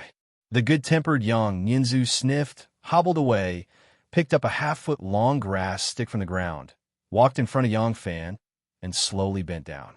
Yang Fan had sat up straight and looked at him with a slight smile. There was a caterpillar on the ground, trying to wriggle into the flowers. Yang Yinzu stood far away from it, carefully stretched out a small grass stick, and gently poked it twice. The grass stick passed 2 fingers away from the insect. The little guy did not step forward, but bent his waist deeper, and 2 white and smooth little buttocks were exposed like perfume pears. He stretched out the grass stick and desperately tried to poke it. The insect was suddenly attacked and urgently resisted twice, then curled up and pretended to be dead. Yang Yinzu exclaimed, threw away the grass stick, turned around, and ran. He stumbled into the arms of Yang Fan, who had been waiting there for a long time. He tightly held his neck, turned his head, and pointed to the ground. It was not known whether he was happy or afraid, but he shouted, Mau Mau pet! Mau Mau pet! Yang Fan asked with a smile, Are you afraid? Afraid. Mau Mau pet. Yang Yinzu frowned and made a nervous and frightened expression. His 2 little feet stepped on his father's knees, trying to climb higher. Yang Fan held his little buttocks and laughed. He leaned back, and the chair carrying the father and son began to squeak. The sky was high, the clouds were light, the birds were singing, the flowers were singing, the spring breeze was blowing, and the laughter was loud. Yang Fan loved this kind of life. When Yang Fan was enjoying the happiness of his family at home, Princess Taiping was holding a banquet in her mansion. She did not know that Yang Fan had returned to Luoyang, but she already knew that Yang Fan was fine. In the princess's mansion, everyone was sitting, all dressed in light robes, drinking and laughing. If someone saw these people gathered around Princess Taiping at this moment and knew that these people were all under Princess Taiping's tutelage, then he would definitely be secretly surprised. Princess Taiping had already gathered so many officials in the court unknowingly, and among them, there was no lack of ministers with great power. Thanks to the rebellion of Li Jinzhong and Sun Wanrong, the invasion of the Turkic Moki Khan, and the clumsy and stupid behavior of the Wu's nephews on the battlefield, Wu Zetian had completely lost hope of inheriting the throne. She had no doubt that if she really handed the throne to her nephews, she would definitely follow the footsteps of Emperor Qin and Emperor Wen of Sui. Although she had not publicly stated that she would make the descendants of the Lis the heir, she had made subtle adjustments in the policy. Many of Li Tang's old officials, including those who had always publicly expressed their loyalty to Li Tang, were reinstated.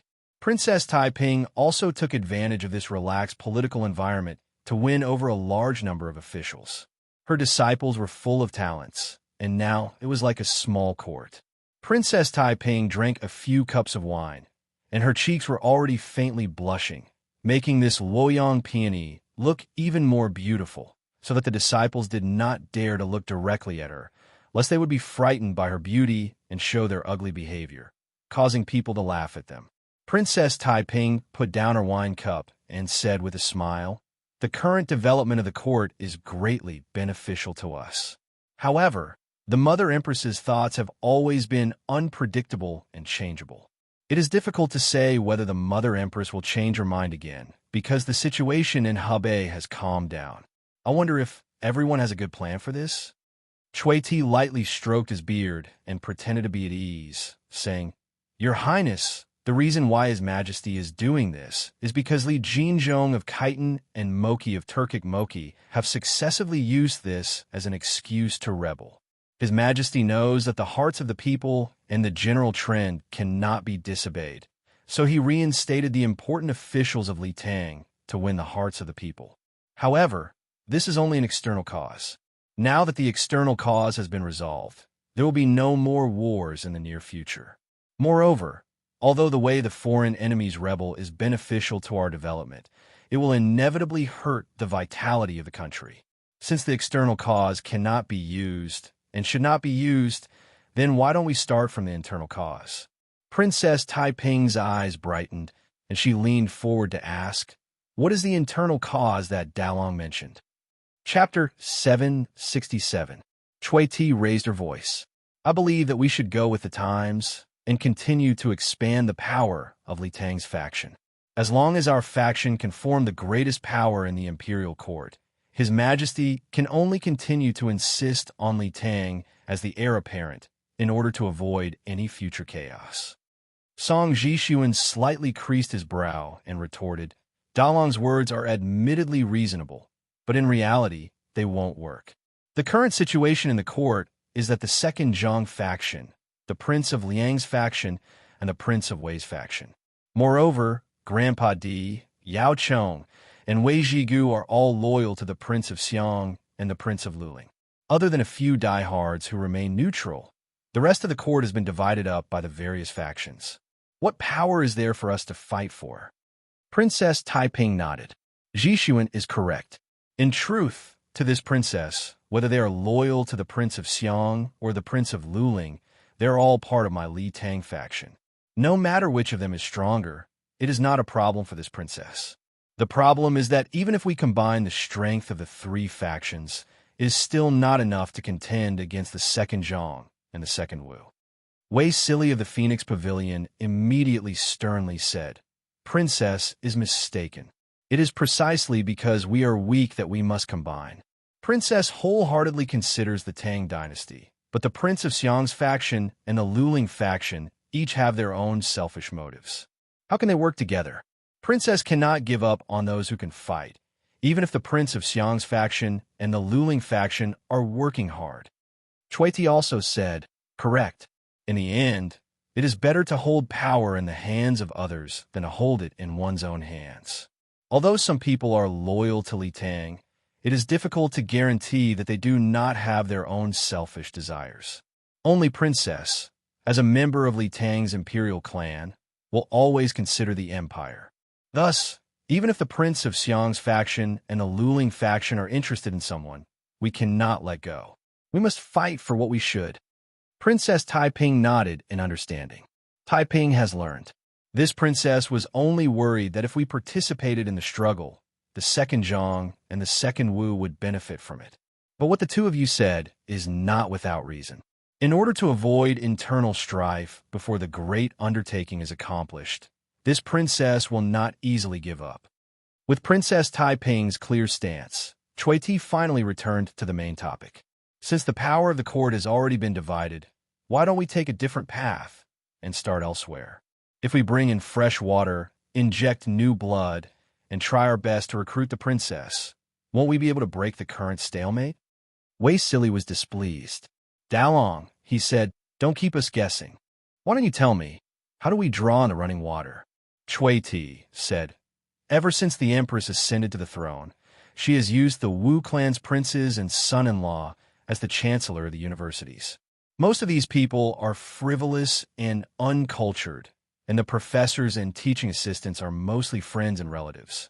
These people do not do proper work, and in the last 10 years, all the schools in the capital have been abandoned. Now, the children of nobles, dukes, and ministers no longer had to go through the imperial examinations. They could only enter the government through recommendation. However, in the past few years, the Wu clan had been monopolizing power. Those who were recommended to become officials were either Wu clan disciples or people attached to the Wu clan. If we can remonstrate to the emperor and reform the country, forbidding the children of officials from becoming officials without passing the imperial examinations, then Cui Ti didn't say anything else. She just smiled and looked at everyone. Song Jishuan stroked his beard and pondered for a moment. Then he nodded and said, I think this plan is feasible. The children of the ministers have a strict family education. Even if they don't go to school, they still study diligently. They can't be compared to the children of the new noble families. If we put an end to their path of recommendation and let them take the path of the imperial examinations, with their talents and knowledge, most of the people who can become officials will be the children of the old officials. If we can plan ahead and seize the position of chancellor and doctor, these disciples of the emperor will naturally become our people. Princess Taiping's spirit was lifted. However, she thought about it and felt that this plan was not meticulous enough. She said, "This is a good idea, but there is a problem." Before Princess Taiping could continue, the steward Li Yi quietly walked in and interrupted her.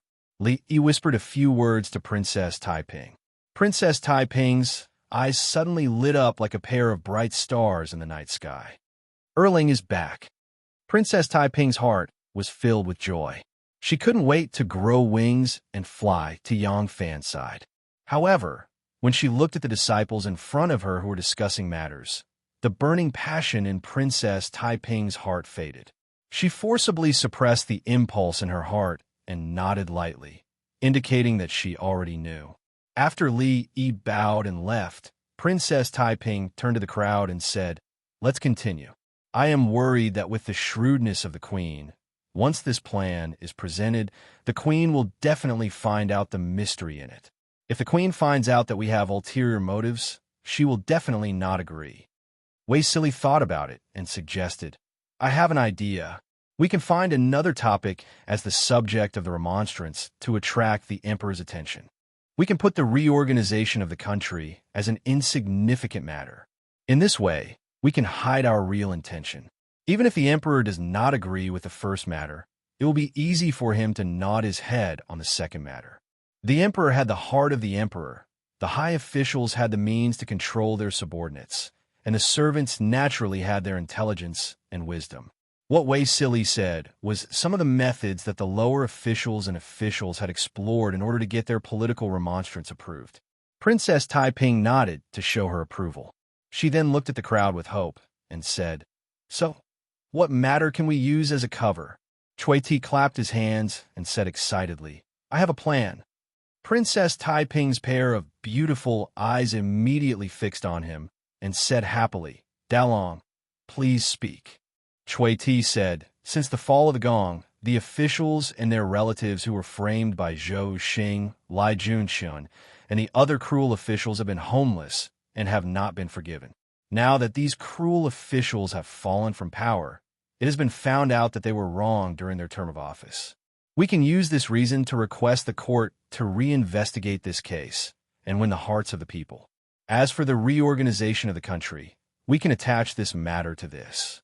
I believe that whether it is the emperor or the court, they will only be concerned about the first matter." Princess Taiping clapped her hands and laughed. "Dalong's plan is really good. It is decided. Silly, I will leave this matter to you." Taiping was really happy at this moment and felt very fulfilled. When she was a young girl, her biggest pursuit was to find an ideal husband, to grow old together, to be able to raise her eyebrows. After the painful experience of Xue Xiao's death, the persecution of Li Tang's imperial family, and her own painful experience of marriage, the beautiful and pure wish of her young girl had been shattered. Taiping was no longer as naive as before. The appearance of Yang Fan was a new sustenance for her drifting love. If she could marry Yang Fan, become his wife, and bear his children, perhaps the focus of her life would return to the biggest dream of her young girl. But to her, this was undoubtedly an extravagant hope. Although her sincerity had finally won the love of her sweetheart, her marriage had already been ruined and she could not get rid of it. Love is not the whole of life for anyone. She could not marry the person she loved, and her family and children could not become the focus of her life. Taiping, who was trapped in depression, had now finally found another sustenance. She fought wits with others and studied strategies. Although she was not in the imperial court, she could quietly influence everything in the imperial court. Power was a kind of poison that made people feel like they were in heaven. Once they tasted it, few could resist its temptation.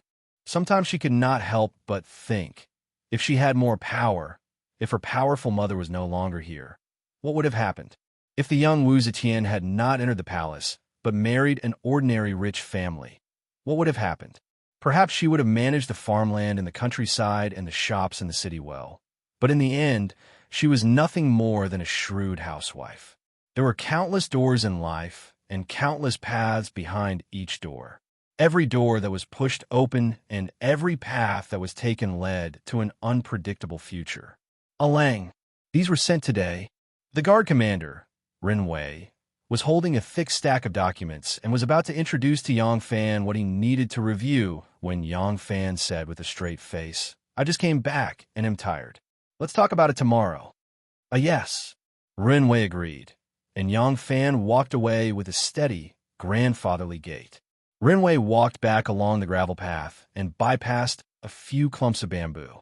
Suddenly, he saw a girl standing gracefully in front of a rockery, staring blankly at a cluster of blooming flowers. Rinwei stopped and greeted her with a smile. "Miss Gu, aren't you going to rest?" Gu Zhuding looked up at the bright red sky and asked curiously, "It's not dark yet. How can you sleep so early? What are you doing?" Rinwei said, "I brought some things for Ah Lang to look over, but he said he was tired from the long journey and needed to rest tonight." Ah Lang is tired from the long journey, but Miss Gu, as a woman, is still full of energy. Gu Zhuding rolled her eyes at him and snappily said, You really are a blind idiot."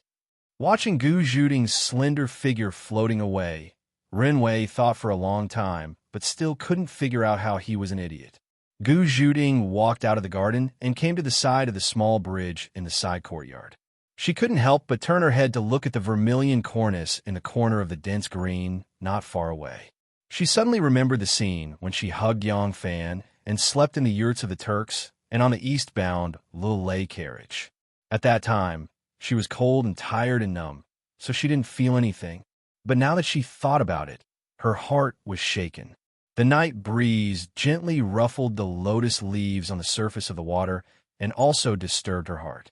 Her cheeks became hot, and a certain part of her body produced an indescribable feeling. She suddenly missed that man's embrace and his snoring. With his hands behind his back, Yang Fan staggered into the rear courtyard. Seeing that there was no one around, he suddenly smiled and dashed toward Xiao Man's residence. Alang, Tao Mei and third sister, who were sitting and chatting under the grape trellis, saw their male master and quickly got up to greet him. Yang Fan didn't expect that there were two people under the grape trellis. He quickly stabilized his body and smiled kindly at them. "Oh, it's Tao Mei and third sister. People say that a girl changes 18 times between womanhood and womanhood. It's really true.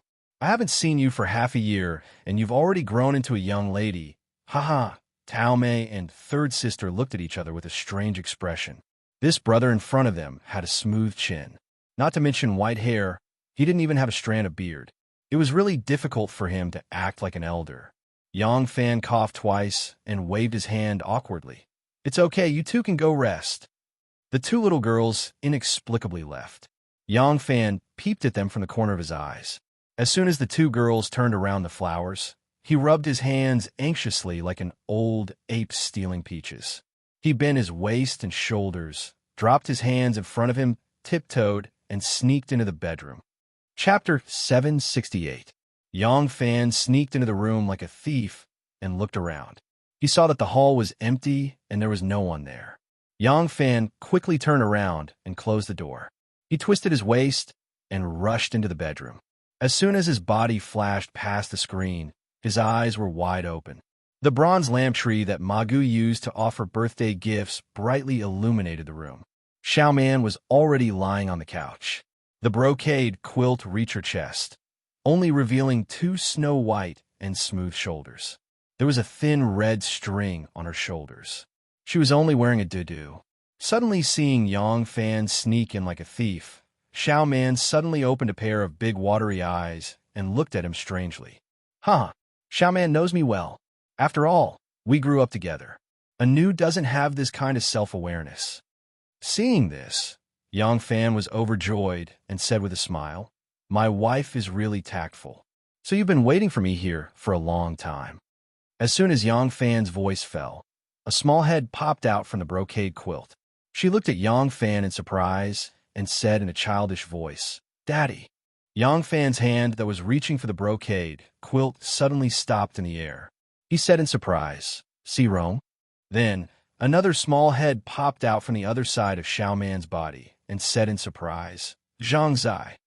Then he opened his mouth and laughed happily. Zhangzai also came. Catch the lost. Ah. Yang Fan's mouth opened so wide that 2 eggs could be stuffed in one mouth. He said, "Why are you 2 little fellows here?" Yang Yinzu laughed heartlessly and said, "Listening to Mother's story, catch the lost." Yang Fan dejectedly drooped his head. Xiaoman saw the change in Yang Fan's expression and suddenly giggled. She looked at him with her watery eyes, and her cheeks blushed shyly. That kind of charming young woman's beauty, coupled with her snow-white skin, was really boundless. Serene stared at Yang Fan warily with her big eyes and said, "Father, what are you doing here?" Yang Fan stuttered, "It's getting late. I'm going to sleep." "No, Mother wants to sleep with me." Serene immediately hugged Xiaoman's neck. On the other side, Nianzhu also rushed to hug Xiaoman and raised his chin proudly, declaring their territorial sovereignty to Yang Fan. Yang Fan explained to his children without much confidence, "But I slept here in the first place. You 2 little rascals, haven't you been sleeping with the wet nurse?" Serene glanced at him disdainfully, then proudly raised her head and said, "I've been weaned a long time ago." "Yes, I'm weaned." Nianzhu nodded vigorously. Yang Fan smiled bitterly and sat down on the couch. He thought hard and decided to solve the territorial dispute through negotiation. He patiently said, Pa and Anyang should sleep together. That's how it used to be. Later, when Father went to war, Mother brought you here. Now that Father is back, you should go back to sleep with the wet nurse." Serene's big black eyes turned, and she said doubtfully, "You're lying? How come I don't know?" Yang Fan said, "You 2 were still young at that time. Of course you don't remember." Serene thought for a moment and hugged Xiaoman's neck a little tighter. She said coquettishly, "I don't care. I want to sleep with Mother." Nianzhu responded like a fart, "Me too. Me too." Yang Fan coaxed in a low voice, "You 2 have to be good. If you listen to me, Father will take you to Nan City to play tomorrow. I'll buy you a lot of delicious food and fun things to play with." Nianzhu swallowed and looked at Serene. Serene glared at him and said, "Big idiot. Mother can also buy it for us." Nianzhu suddenly realized and immediately expressed his position. "I won't trade." Seeing that the soft approach didn't work, he could only use the hard approach. Yang Fan glared and said fiercely, "If you dare to be disobedient, do you believe that I won't spank your buttocks into 2 pieces?" Nianzhu pointed at him and laughed. "Zizui is a big idiot. Buttocks are 2 pieces to begin with." Yang Fan was very discouraged. Xiaoman, who had been laughing and watching the father and son fight, held back her laughter and said, all right. Rong, be good. Xiaobao, be good too. Father is back and wants to have a private talk with Mother. You 2 mischievous little things sleep with the wet nurse tonight. Otherwise, Father will be angry and leave again tomorrow." Yang Serong and Yang Yinzu were overjoyed when they heard this. They said, Okay, then let Father go." Yang Fan was very sad when he heard this. "This father of mine is too much of a failure, isn't it?" Xiaoman glanced at him bitterly and said half-truthfully, "See, you are not home all day. Even your daughter and son are not close to you." Yang Fan sighed. He was just pretending to be sad, but at this time, he really felt a little sad. He gently touched the teapot lid of Nianzhu and said sadly, "Yes, Father used to spend too little time with you. In the future, Father must spend more time with you." Serong was not deceived by the flowery words of the old man. She was still very vigilant and reiterated, "Then we also want to sleep with Mother." Seeing the pitiful look of the old man, Nianzhu couldn't help but sympathize with him. So he waved his hand generously and pointed to the inner side of his body against the wall and said, "Then let Xiangshui sleep inside." Yang Fan couldn't help but laugh. Looking at the pair of lovely children, the idea of being intimate with Xiao Man faded away. Why did they have to leave? It was good for the family to sleep together. Hugging a pair of children, talking to them, bragging about how powerful he was on the battlefield, watching them sleep peacefully, that was also a kind of warm happiness. The pervert was reformed into a loving father. He was about to agree when suddenly there was a few light knocks on the screen. Yang Fan turned his head and saw a graceful figure standing outside. Then came the voice of Anu. Cough. Sister Xiaoman? Ah, sister is here. Xiaoman quickly turned over and sat up. She took the clothes from the side of the bed and put them on. Yang Fan looked at Anu, who walked in slowly, and said in surprise, "How did you come in?" Anu winked at him and said, "I walked in." Yang Fan was suddenly speechless. He desperately tried to recall in his mind. Did I forget to lock the door just now? Anu didn't pay any more attention to his embarrassing look. Instead, she turned to Xiaoman and said with a smile, "I haven't seen Serong and Yinzu for a long time. I really miss them. I want them to sleep at my place tonight."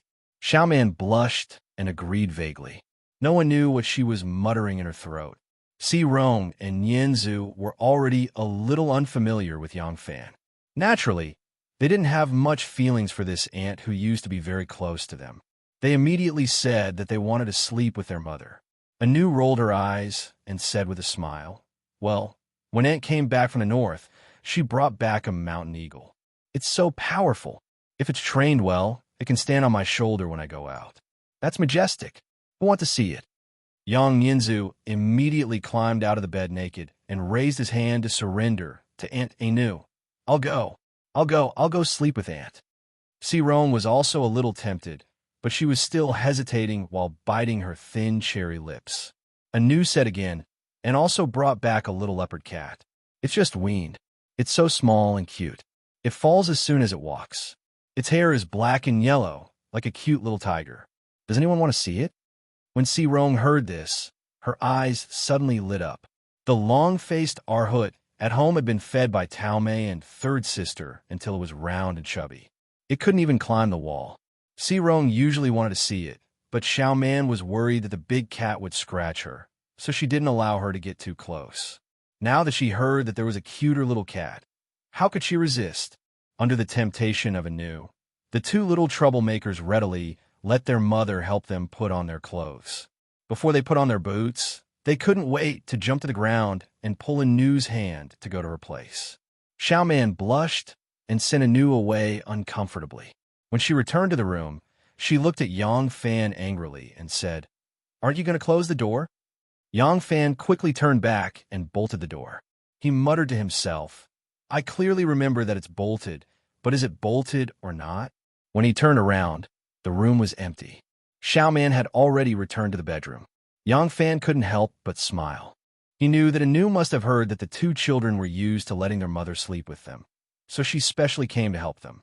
This was probably a repayment for Xiaoman's extremely considerate care for her for the whole afternoon. Anu returned a plum with a peach. Then, am I a peach or a plum? Yang Fan thought as he walked around the screen. At first glance, he saw a peach, a honey peach, a round, perky, plump, full peach, wrapped in a scarlet gauze-like underwear. It was a soul-stirring honey peach. Go to the side."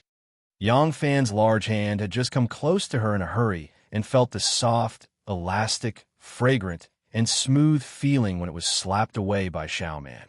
Yang Fan said bitterly, "We haven't seen each other for so long. Why are you so cold to me?" Xiaoman didn't turn her head and just said coquettishly, "It's all your fault. I'm going to be teased by Anu this time." Yang Fan suddenly realized and said with a smile, "So it's because of this. What's the big deal? It's natural for a man and a woman to love." Xiaoman said angrily, "Anyway, I'm so shameless." Yang Fan advised, "Oh, you think too much. Will Anu make fun of you? At most, she's joking with you. If she really makes fun of you, I'll let you see her make a fool of herself next time." There was a hint of sourness in this sweet voice.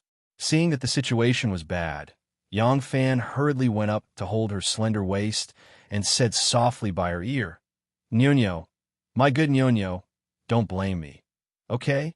Isn't it because I miss you too much?" Yang Fan called her Nyonyo.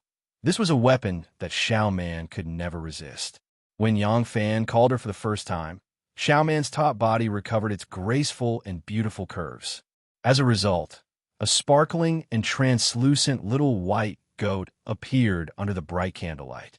On the brocade quilt where the mandarin ducks were playing in the water, Her two pink buttocks were like peeled eggs, sparkling and moist, trembling as they leapt out. The love between husband and wife was expressed in different ways at different ages. He and she were both young. Thus, on this spring night, Xiao Man, the delicate flower in the boudoir, was watered by the rain and dew. Her sweet moans were like the most beautiful music, lingering and reverberating for half the night. Early in the morning, Yang Fan, who had been tossing and turning for most of the night, appeared under the flower tree in high spirits with the scabbard in his hand. His sword rustled and lightning flashed as he practiced martial arts. No one knew how he could be as energetic as an animal. Serene couldn't walk very well, but she was holding a kitten in her arms. She staggered over and chased after Nianzhu. Suddenly, they saw Yang Fan's sword dance under the tree. The two kids stopped and widened their eyes in surprise. Yang Fan had already seen them coming. In order to set up a good image in front of his babies, Yang Fan was even more spirited. He leaped up and down, and his sword was like a meteor, majestic and awe-inspiring. Finally, he withdrew his sword in a very handsome manner and looked at the two children with a smile. "What do you think? Daddy's martial arts are great, right?" Serene asked curiously. "Daddy, can you break a big stone on your chest?" Yang Fan was stunned and said no. Nianzhu asked, "Can stacking swallow a sword?" Yang Fan said, "No." Serene asked again, "Can you put an iron spear on your throat?" Yang Fan's voice became smaller and smaller. "No." Nianzhu asked, "Can you use the golden spear?" Yang Fan was speechless. "No." The two children curled their lips in disdain. Serene patted the kitten's head and said proudly, "Xiaomi Xiaobao, let's go." Yang Fan looked at their staggering backs and held the sword in front of his chest. He wanted to cry. It's not easy to be a father. Chapter 769. The spring sunshine was warm on the body, like a quilt that had just been blanketed with new cotton. It softly covered your naked body, making you yawn and feel sleepy. This was the feeling of the spring breeze intoxicating the tourists. Yang Fan, Anu, and Xiao Man took the two children to the Luo River for a spring outing. Soon, they coincidentally met Shangguan Daiji, who had left the palace to visit his relatives. So the two places were joined together, and the tents were connected. They occupied the most spacious and beautiful place by the Luo River, which had a radius of 2 acres. At such a moment, the two children were the happiest. They stepped on the fine sand with their bare feet, clearly perceiving the world. After only running 2 laps, the little leopard cat, which was as clumsy as them, rolled all over its body, and the 2 little ones were no exception. Xiaoman did not care about them and let them be crazy, because the head of the family, Master Yang, had said that people only had this one childhood in their lives. If the happiness of this period of time was lost, it would be impossible to find it again in the future. They should not always follow the ideas of the adults and act like little old men. The encampment was set up by the Luo River. The family dug a small and winding ditch to bring in the clear river water, but there were no wine cups floating on the surface of the water. There was also a pitcher on the sand, which was the favorite activity of Xiao Man and Anu. They were throwing arrows in high spirits. The two of them could not play the kind of poetry game that Princess Taiping liked, but this pot was different. The pot was placed far away, and ordinary people could not throw it in. The two women were competing with their wrist strength and eyesight. They threw the pot with enough strength to use the arrow as a hidden weapon. In the depths of the tents, there was a roll of grayish-yellow camel felt. The camel felt pressed down on a patch of wild grass, and the smell of grass wafted out. Sitting on the felt, one could clearly smell the fragrance of grass, and facing the fresh wind from the river, it was very comfortable. Wanner smiled and looked at Xiao Man, who had just lost an arrow and was drinking. She then looked at the 2 little guys who were playing like crazy. Her eyes were full of envy. She had been living in the palace since she was a child, and she had lived by the face of others since she was a child. For her, the most extravagant hope was to live a carefree life like this. What she longed for the most was a family that belonged to her, but all of this could not be realized. Although she was sitting here and had obtained the approval of this family, she was still not a member of this family. "Have you seen Taiping?" Wanner withdrew her infatuated gaze and gently glanced at Yang Fan beside her. Yang Fan shook his head slightly. I just came back yesterday. I haven't seen her yet. Wanner asked. She didn't come looking for you. Yang Fan narrowed his eyes and asked, what happened? Wanner smiled gently, as beautiful as a spring flower. Nothing much, it's just that Wei Si, the renunciant of the Phoenix Pavilion, is preparing to present a memorial. Yang Fan understood what Wanner was implying. He said without batting an eyelid, Oh, this person is Taiping's man? Wanner sweetly said, All the memorials in the world must go through my hands.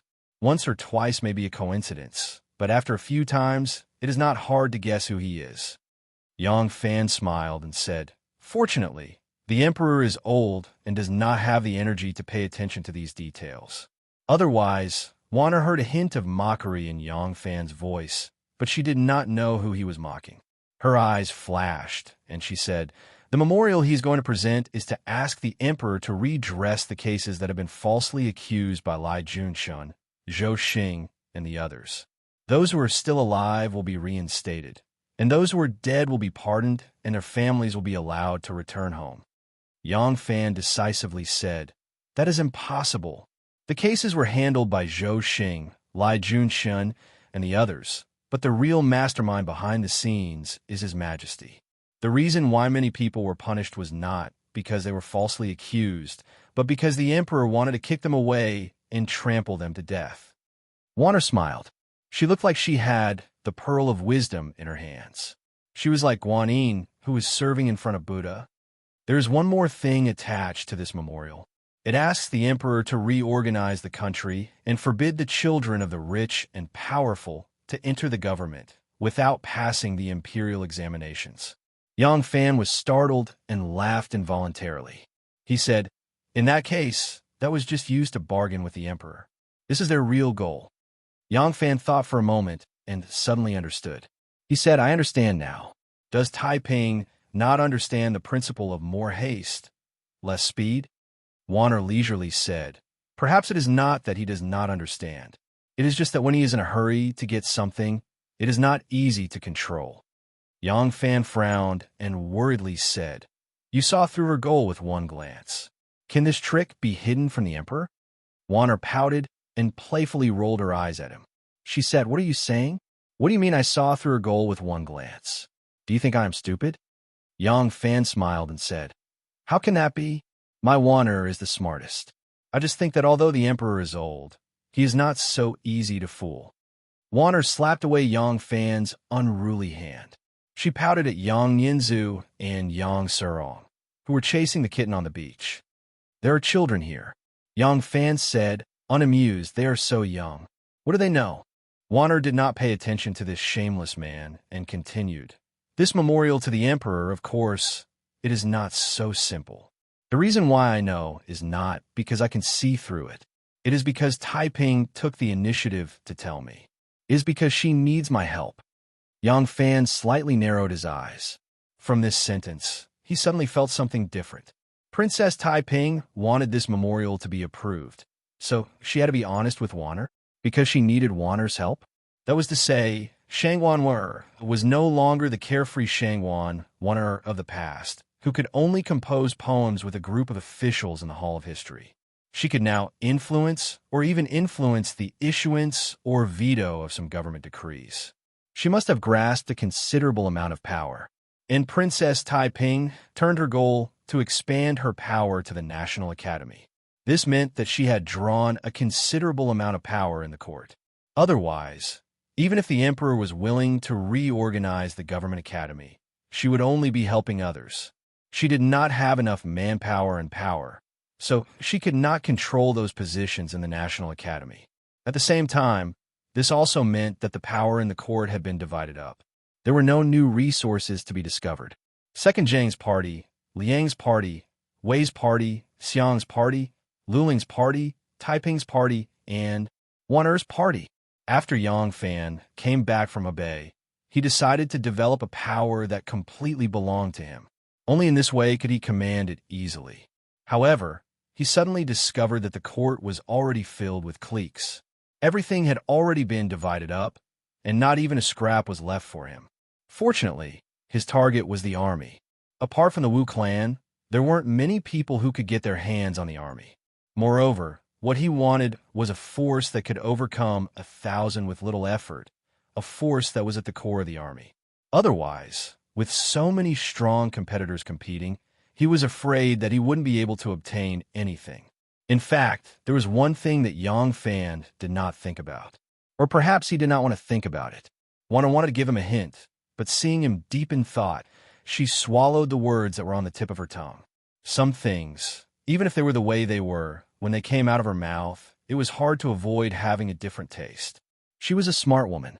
She knew what should be said and what should not be said. What are you going to do? Yang Fan pondered for a while. Then he slowly turned to Wan and said, "Are you going to help her?" Wan clear eyes stared at him. She said word by word, "I said it because I listened to you. Otherwise, why do you think I built my own power?" Yang Fan's heart warmed. He gently held her hands. This time, Wan did not avoid it. Their 4 hands held together. It was as if their hearts were fused together. They could clearly feel each other's heartbeat. This was a very strange feeling. The two of them quietly felt each other for a long time. Then, Yang Fan reluctantly broke this piece of knowing and relying on each other. He said, "Don't get involved. The Son of Heaven is old. Although her energy is not as good as before, she is not muddle-headed to that point. With her tough personality, even if she is willing to do something, she still does not want to be influenced by others. She likes to be in control of everything." Wan meekly nodded. She softly smiled and said, "You do not need to explain so much to me. You only need to tell me if it is okay or not. I am your woman. You're my husband. You're also my heaven. If I don't listen to my own man, who else can I listen to?" Yang Fan was moved by her words. He could not help but want to hug her. But this time, she shyly pushed him away. Women were born politicians. There were some things that she could do, but she would not let others see it. She raised her hand and elegantly swept a lock of hair behind her ear. She smiled and said, "But I actually think so too. I did not expect Lang Jun to have such a clear understanding of His Majesty's temperament. Although Tai Ping is His Majesty's daughter, she does not understand her mother as well as Lang Jun." Yang Fan smiled and did not answer. He could understand Wu Zetian's thoughts so clearly. Part of it was the analysis of the old guys in the Sky Observation Division, but there was also his own understanding. It was said that the person who understood you the most was not your friend, but your enemy. Perhaps Yang Fan had long regarded Wu Zetian as his strongest opponent. Wan said, "Then let's forget about this matter. I will advise her not to act rashly. If she insists on doing things her own way, then there is nothing I can do." Yang Fan nodded. Wan sighed and said, "Lang Jun, now that you have returned, what are your plans for the future?" Yang Fan said, "I want to return to the 100 Cavalry." Wan's eyes suddenly brightened. She said happily, "Return to the 100 Cavalry? That's great. If Lang Jun returns to the army, you can avoid the dangerous and unpredictable political storms." Yang Fan looked at her with a mischievous smile and said, "There are no other benefits?" Wan's pretty face blushed. She shyly lowered her head and said, "And I can see Lang Jun often." Yang Fan suddenly became distressed and said, "The rules in the palace are very strict. I can see but not eat. What should I do?" "Go to hell." Wan blushed and spat at him. She said with slight annoyance, "Do you think I'm a slut?" She gently lowered her head and bent her slender jade-like neck. She was like a white swan looking at herself in the water, and also like a water lotus shyly lowering its head. She affectionately said, "As long as I can see your face and hear your voice often, I will be satisfied." Chapter 770. This spring outing didn't end until the wind blowing from the river brought a hint of the coolness of the night.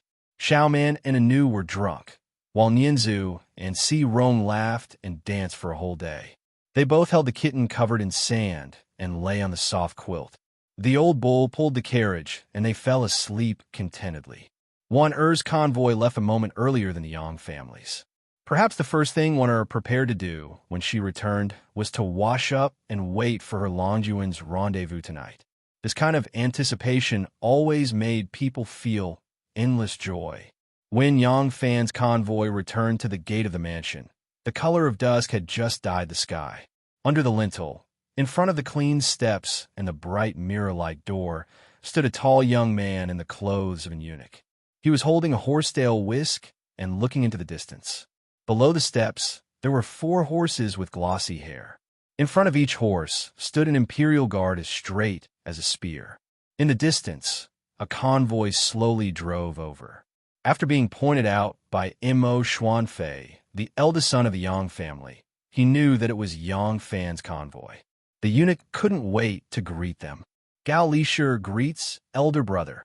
Before he reached the carriage, the tall eunuch stopped and happily saluted the carriage in front of him. In the carriage, Yang Fan had already received Renwei's report.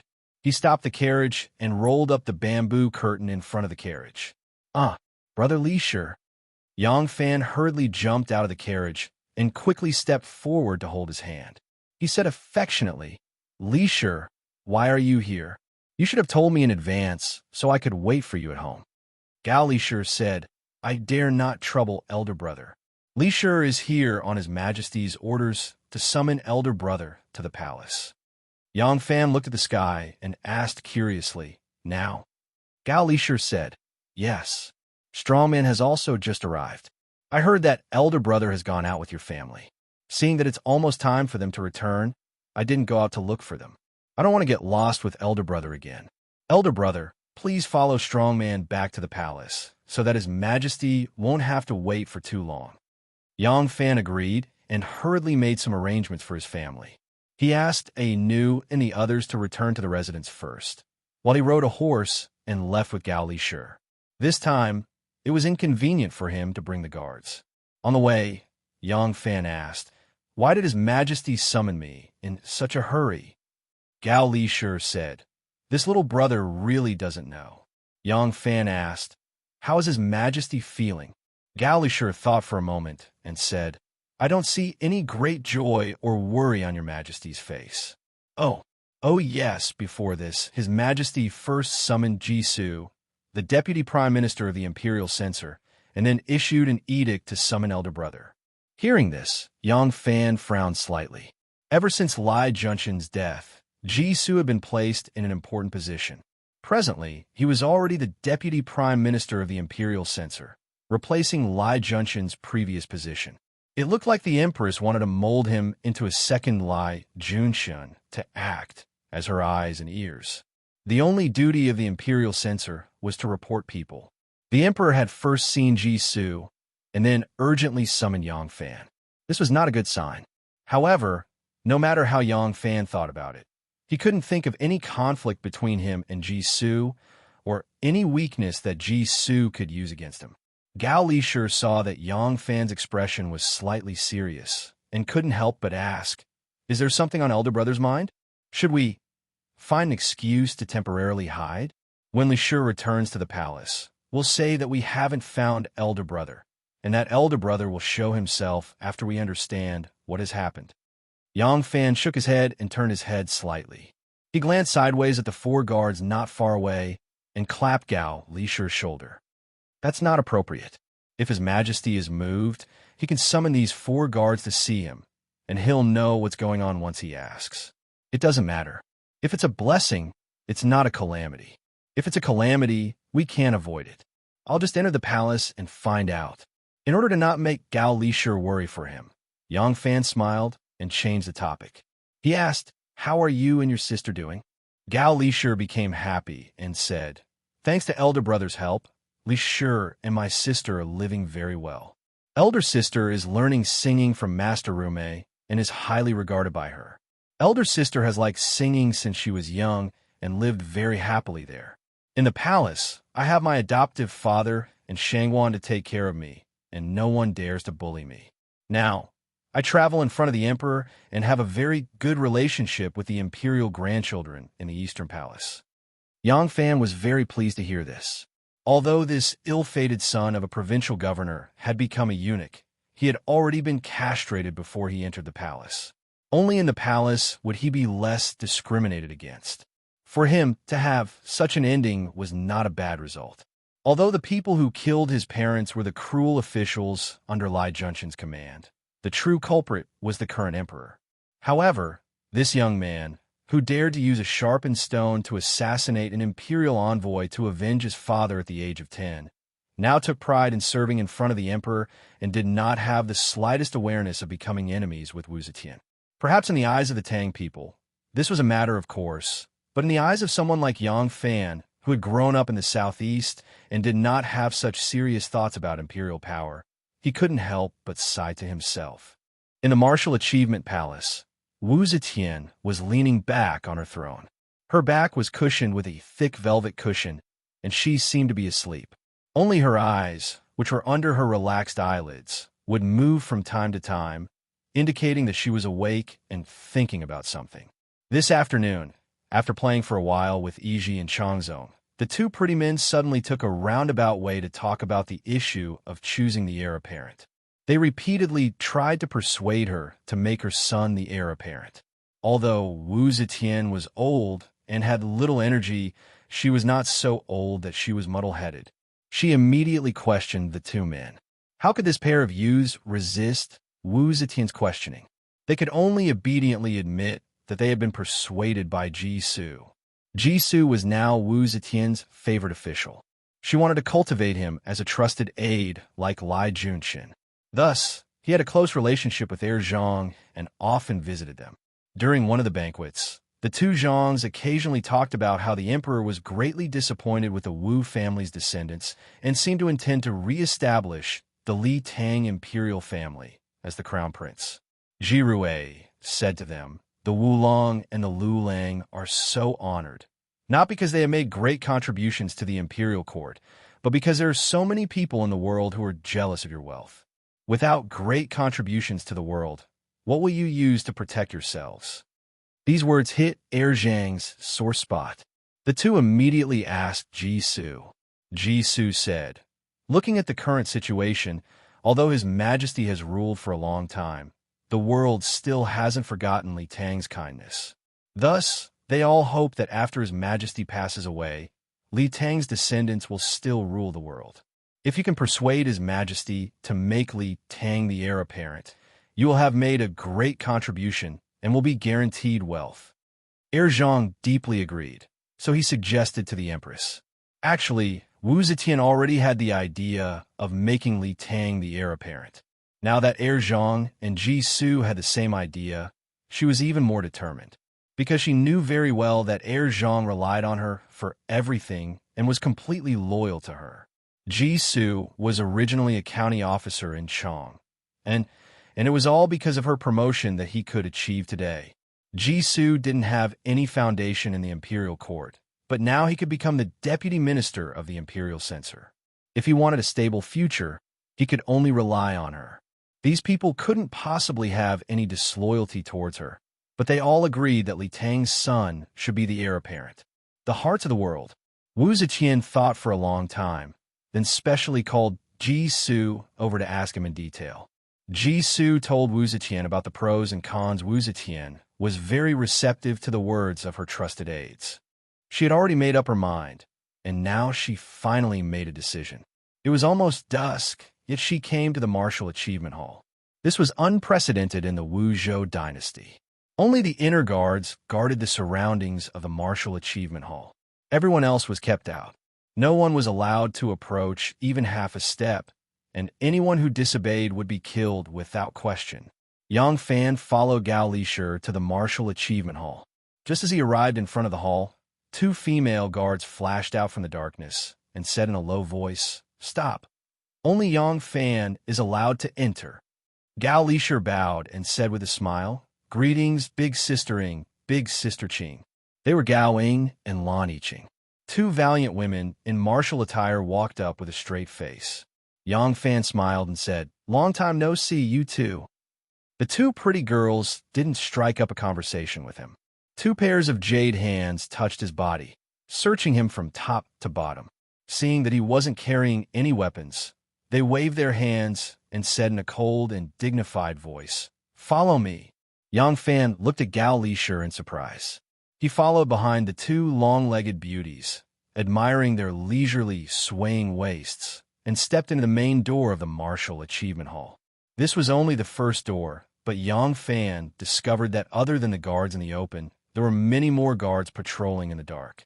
No wonder Gao Ying and Lan Yiqing didn't pretend to be polite to him. Among these guards in the open and in the dark, there must be their immediate superiors. Further in, the second door was even more tightly guarded, and there were many people moving about. Yang Fan was secretly vigilant, but he changed his mind. If the emperor wanted to kill someone, even if it was the prime minister, he would have already sent an imperial edict to the prison. There was no reason to bring him to the emperor. Moreover, with his identity and status, if the emperor was determined to harm him, he wouldn't need to summon him into the palace at all. Yang Fan's expression also became serious. He followed behind the two young beauties and silently stepped into the third door. It wasn't until they reached the front of the hall that Gao Ying and Lan Yiqing stopped. They turned to the left and right and gestured to Yang Fan, saying, "Go in, His Majesty is waiting for you." Only then did the two girls cast a concerned and complicated look at Yang Fan. But because they couldn't speak, the things that could be said with just a look was really limited. Yang Fan seemed to understand something, but it seemed like he didn't catch anything. So he could only muddle his head and step into the hall, shouting loudly, "Subject, Yang Fan, under His Majesty's verbal order, has an audience. Come in." A dignified voice came from the hall. Yang Fan answered and stepped in. When he looked up, he saw Wu Zetian sitting majestically behind the table like a Buddha. The entire hall was empty, and there was no one else in sight. There was only the copper red-crowned cranes on both sides of the table, spitting out green smoke. Yang Fan didn't dare to look too long. He hurriedly bowed and said, "Subject Yang Fan greets His Majesty." Chapter 771. Wu Zetian sternly said, "Yang Fan, your subject is here. I heard that you have an ambiguous relationship with Taiping. Is this true?" Yang Fan was stunned and raised his head in shock. A figure flashed behind the curtain, and a beautiful woman slowly walked out. She was dressed in a light yellow palace dress. She had bright eyes and white teeth, but there was a murderous look on her jade-like face. Yang Fan took a closer look and recognized that it was Fu Qingqing, the female official of the palace. Fu Qingqing raised her hands, and her sleeves hung down, revealing a pair of white wrists. She clapped her hands 3 times, and immediately 6 women in snow-white martial attire flashed out from behind the 6 pillars. Each of them looked valiant and charming. Lan Yiqing and Gao Ying were also among them, and each of them held a sharp sword in their hands. "How dare you?" Wu Zetian slammed the table and stood up. "You dare to mess with my daughter, ruining my royal family's reputation and ruining my dignity. You are a traitor and deserve to die. Kill him for me." When the 6 women heard this, the swords in their hands flashed, and in an instant, the 6 of them formed a small plum blossom-shaped array, with Gao Ying as the center of the array. They surrounded Yang Fan, and the 6 sharp swords pointed straight at Yang Fan's vital points. Yang Fan was shocked. He kicked his feet and was about to make a move. In a flash, his eyes met with Fu Qingqing's. He saw the cold expression on Fu Qingqing's jade-like face. Yang Fan felt as if ice water was poured on his head, and he immediately calmed down. However, his reaction was too fast. His feet pushed hard on the ground, and his body had already leaped up. The moment his feet left the ground, Yang Fan's mind turned, and he reacted. His body that was originally in the air suddenly sank forward. The moment his feet left the ground, his whole body sank forward. Bang! He had to kneel down hard. Yang Fan could not deflect the force, and his knees landed firmly on the ground. Yang Fan took the opportunity to bow and shouted, "Your subject deserves to die. Your Majesty, please forgive me." Yang Fan's reaction wasn't slow. In addition, Wu Zetian didn't know martial arts, so how could she tell that Yang Fan had made up his mind to fight? Seeing him kneel down and beg for mercy with such a sincere attitude, not resisting even though there was a sharp blade on his body, she couldn't help but feel satisfied. She snorted heavily and waved her hand. Gao Ying and the other 6 women immediately withdrew their swords and retreated. Gao Ing secretly heaved a sigh of relief and thought, "This idiot. I signaled him when he came in, but he still wanted to resist." Fortunately, he finally thought it through, or it would be difficult. As she was thinking this, she turned around and saw Lan Yiqing, who looked as if a heavy burden had been lifted, quietly stuck out her little tongue at her. Wu Zetian waved her hand and dismissed everyone. Her face was still full of anger. She said to Yang Fan, "If not for your great contribution to the imperial court in the Tubo and Turkic Khaganate, we would have cut you into pieces today and would not let you off lightly." As soon as Yang Fan heard this, he was even more certain and repeatedly admitted his mistake and begged for mercy.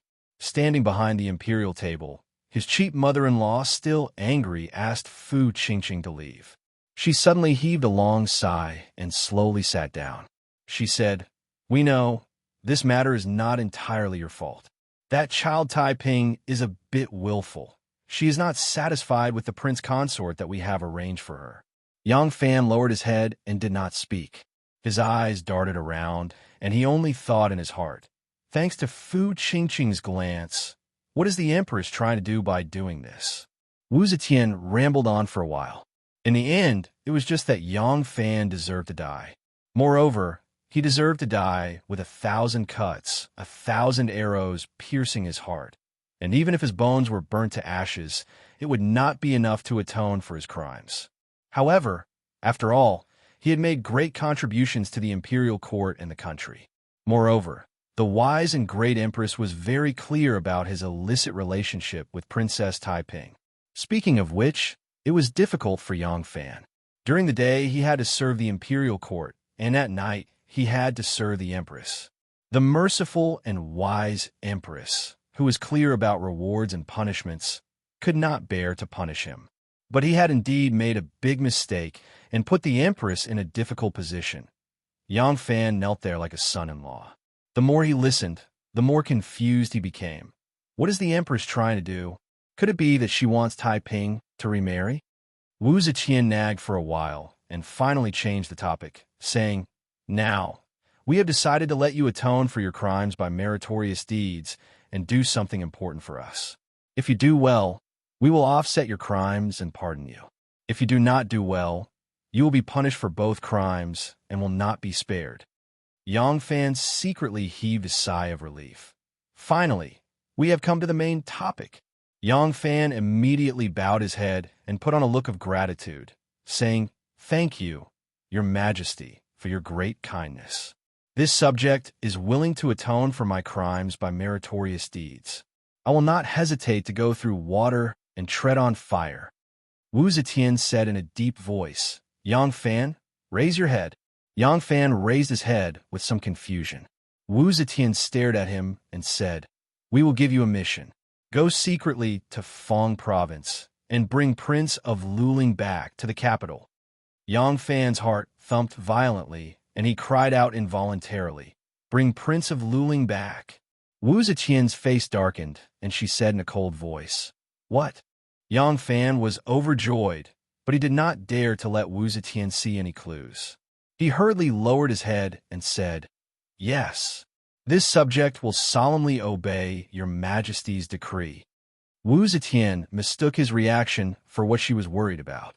She couldn't help but sternly say, "We know that you have always been close to King Liang. King Liang is our nephew, and you are our subject. We are happy to see that you are close to King Liang, and we do not oppose it. However, you absolutely cannot let King Liang know about this." Yang Fan was somewhat surprised. By now, he had already calmed down from his excitement and raised his head in confusion. Wu Zetian was very satisfied with his current performance and continued to give him pointers. "You should already know why we want to bring Prince of Luling back to the capital, right?" Yang Fan hurriedly said, "This subject does not dare to recklessly try to fathom Your Majesty's intentions." Wu Zetian coldly snorted and said, "Is there even a need to fathom this matter? Anyone who knows our arrangements will understand our intentions. Thus, this matter must be kept absolutely confidential." "Yes," Yang Fan replied. Wu Zetian thought in a daze for a moment, then said, We do not permit you to reveal this matter to anyone because it is of great importance. None of our nephews wish to see Prince Luling return to the capital. Once they learn of this matter, the consequences will be obvious. That is why we want you to keep this matter absolutely confidential.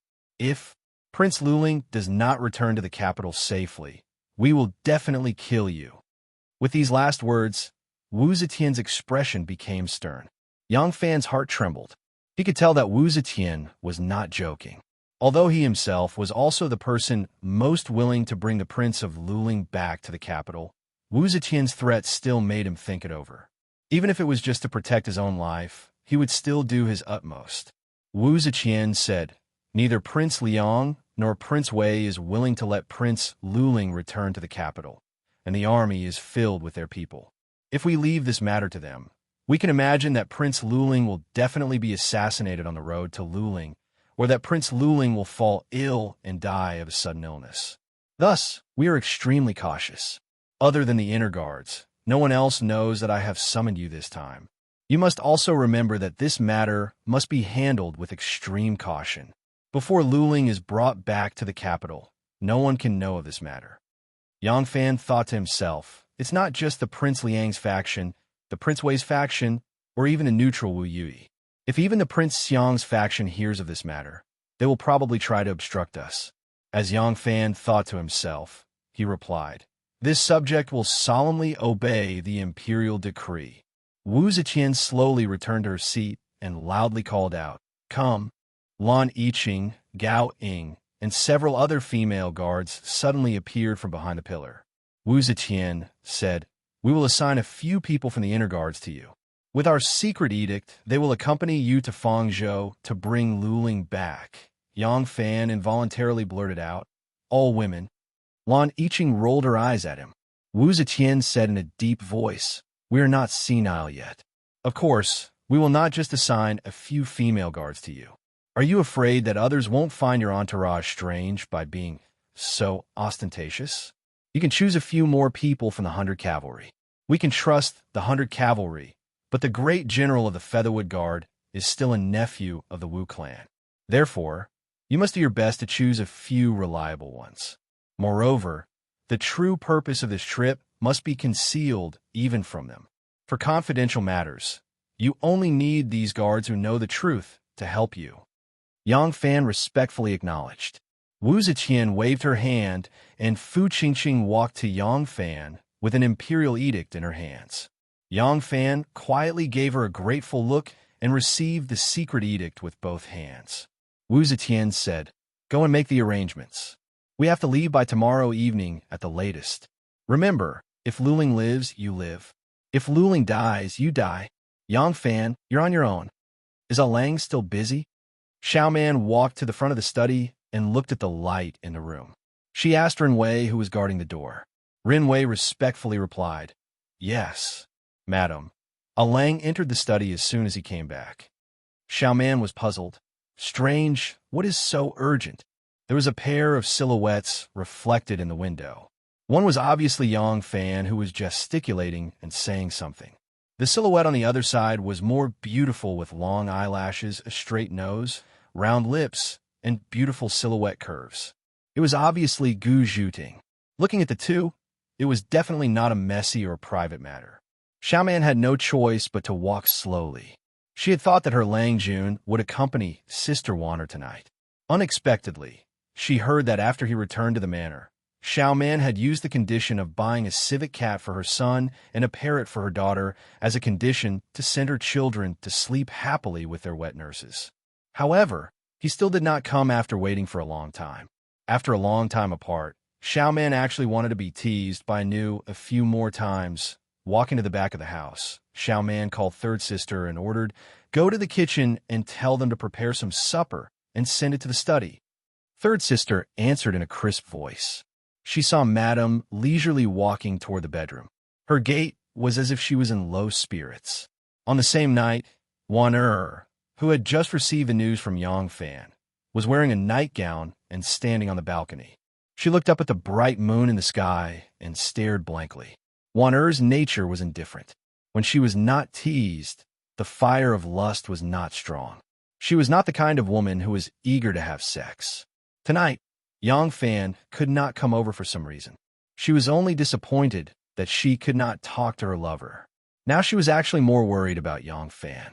She knew that if it was not a very important matter, Yang Fan would not break the appointment. Warner stood there for a long time. Finally, she sighed and said, "What happened?" Chapter 772. Secmaster, why don't we use a large number of our people? After hearing Yang Fan's explanation, Gu Zhuting creased her slender brows. The panic she had felt when she was alone with Yang Fan had vanished, and she began to seriously consider this operation. Yang Fan explained, "Our strength is scattered, distributed among the various professions, the court, and the common people. Although we can play an enormous role, it's a slow and long-term effect. For this sort of matter, we can only use a group of martial artists, and there aren't many of them. Secondly, our succession hall is not pure. Our people come from the 7 great clans. These people obey my orders, but they all have a true master behind them, the clans they belong to. Even if they won't betray me, it shouldn't be hard to send a message to their clans, right? And although the 7 great clans are united in their opposition to the Zhou dynasty and the Empress, the people they support are different. Some of them want to support the Prince of Xiang, but they won't put all their eggs in one basket. The succession hall is a hodgepodge of the 7 sects and 5 clans. The various clans have many eyes and ears, so the succession hall cannot be used. Otherwise, those people who are determined to support the Prince of Xiang, after paying such a great price, will definitely think of a way to kill the Prince of Luling once they learn that the Empress wants to make the Prince of Luling heir apparent. Since the Empress has already decided to pass the throne to the Prince, once the Prince of Luling is killed, the Prince of Xiang will be the Empress's only choice. They will definitely take this risk." Gu Zhuting silently nodded, knowing that everything Yang Fan said was true. Yang Fan added, "There's also one more thing. I have to bring the internal guards and 100 cavalry with me. If we use too many people, they will assuredly notice. After thinking it over, I feel that rather than using people from the succession hall whose background is unknown, it's better not to bring a single one." Gu Zhuting shot a quick glance at Yang Fan. She said nothing, but her heart was beating like a drum, and she was also rather flustered. "Am I not a person of the succession hall? Secmaster. Secmaster is completely treating me as one of his own. He actually trusts me this much." Yang Fan didn't think so much. In his opinion, the common secret of killing Lu Binmi was enough to make this woman, who used to be a servant of the Chui family in Qinghe, stand by his side loyally forever. Yang Fan said, "Ever since I met with Mishap in Hebei, the successor hall has been very nervous. They advised me to resign from my official position. At the same time, they sent people to strengthen my protection. I had no intention of resigning from my official position, at least for now. If I stayed in the officialdom, I would be able to maintain close contact with the various realms and display my usefulness. I ignored this request. Another thing is their personal protection of me. No matter if it's the internal guards or the cavalrymen, there is no lack of outstanding people among them. Their martial arts are not inferior to our succession hall's people. If we let our people follow them, they will soon find out. However, I have no legitimate reason to do so, and I can't avoid them. Therefore, I need your help." Gu Zhuting nodded in understanding. Yang Fan worked almost all night, making detailed arrangements for the successor hall. This trip to Fangzhou would take at most a month. For a huge organization like this successor hall, unless something important happened within a month, as long as Yang Fan gave clear instructions and arranged people to handle the affairs for him, there would be no delay. Of course, he also made precautions in case of emergency, setting up emergency measures and a way to contact in case of an emergency. Yang Fan wrote the above situation in a secret letter. When all the above things were prepared, it was already dawn. Looking at Gu Zhuting, who had fallen asleep on the table, Yang Fan went to the bed behind the screen to take a thin quilt and gently covered her with it. Then he went to the bed and lay quietly, thinking about some details of bringing Prince of Luling back to the capital. Before he knew it, the sky was already bright, and the rooster crowed. Yang Fan, who was lying on the bed with his clothes on, got up and quietly walked to the outside of the screen. As soon as the door was opened, the slight creaking sound woke Gu Zhuting up. Yang Fan stopped and smiled at her. "You worked hard. Go to the bed and rest. I still have some arrangements to make at home. I'll call you when it's time to leave." Gu Zhuting nodded. Watching Yang Fan go out, she gently touched the thin quilt on her shoulder, a sweet smile on her lips. She stood up, stretched her slightly numb body, and slowly walked to the back of the screen. The bed was still warm from Yang Fan's body. Lying on it, Gu Zhuting felt Yang Fan's warmth. Suddenly, she shrunk her head under the quilt and took a deep breath, as if she could smell Yang Fan's scent. With a little shyness and satisfaction, she covered her burning cheeks. Since Wu Zetian began to seize the power of the emperor, countless people wanted to stop her. When she ascended to the throne, countless people wanted to drive her down from the throne. Groups of people sacrificed their lives for this. After countless people's efforts, Wu Zetian, who was at the end of her life, had no energy to continue the war, so she finally compromised. Now was the time to harvest the results, and his own life was also tied to this matter. Yang Fan dared not be careless. He didn't even tell Anu and Xiaoman about the truth of this trip. It was not that he didn't trust them, but he didn't want them to worry. Moreover, there were people from the succession hall in the Yang Mansion. This matter involved too many factions. If they knew the truth, it would be bad if they accidentally revealed something. Xiaoman was quite reluctant to leave as soon as she came home, but she heard that he had the Emperor's secret order and would be back in a month at most.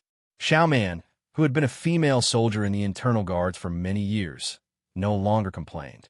She, who had been in it, certainly understood what it meant to disobey the Emperor's order. There was nothing on Anu's side. In the past few months, they had been together. What Yang Fan needed to do now was to repeatedly remind her that she must stay at home obediently and not disguise herself to try to find out his whereabouts. Anu was not someone who didn't know the importance of things. Yang Fan said it very seriously, and knowing that Gu Shishir was accompanying her, Anu obediently agreed. Afterwards, Yang Fan left with Rin Wei and the other guards. Before leaving, he woke Gu Zhuting up and went out together. Gu Zhuting was a woman, so she didn't need to accompany Yang Fan to go out before. This time was really special.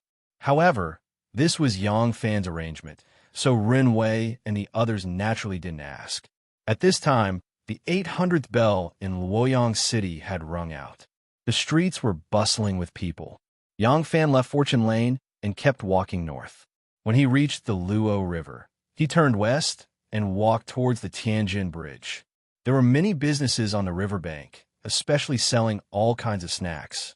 The commoners of the nearby villages liked to come here early in the morning to buy some snacks. They were cheap and tasty.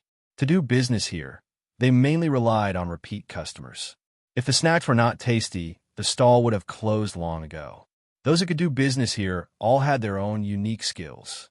Nay, a rich aroma came with the wind. Yang Fan suddenly reined in his horse. He turned around and said to Gu Zhuting, "Miss Gu, you haven't had breakfast yet. How about eating a pancake to allay your hunger?"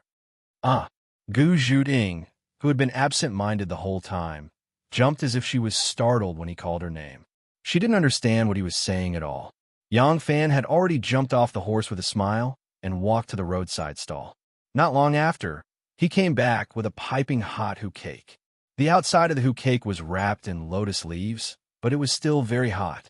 Yang Fan quickly ran to Gu Zhuting's horse with both hands, smiled, and said, "Quickly catch, it's so hot." Gu Zhuting was at a loss, but when she saw that Yang Fan's hand was so hot, she didn't dare to reach out to take it. She first pulled her hands into her sleeves and rolled up a few layers of sleeves to make sure they were a little thick. Then she took the pancake. Rin Wei was a talkative person. At first, he pretended to be silent in front of Yang Fan, but now he had revealed his true colors. Seeing this scene, he smiled and said, "Alang, I also haven't had breakfast.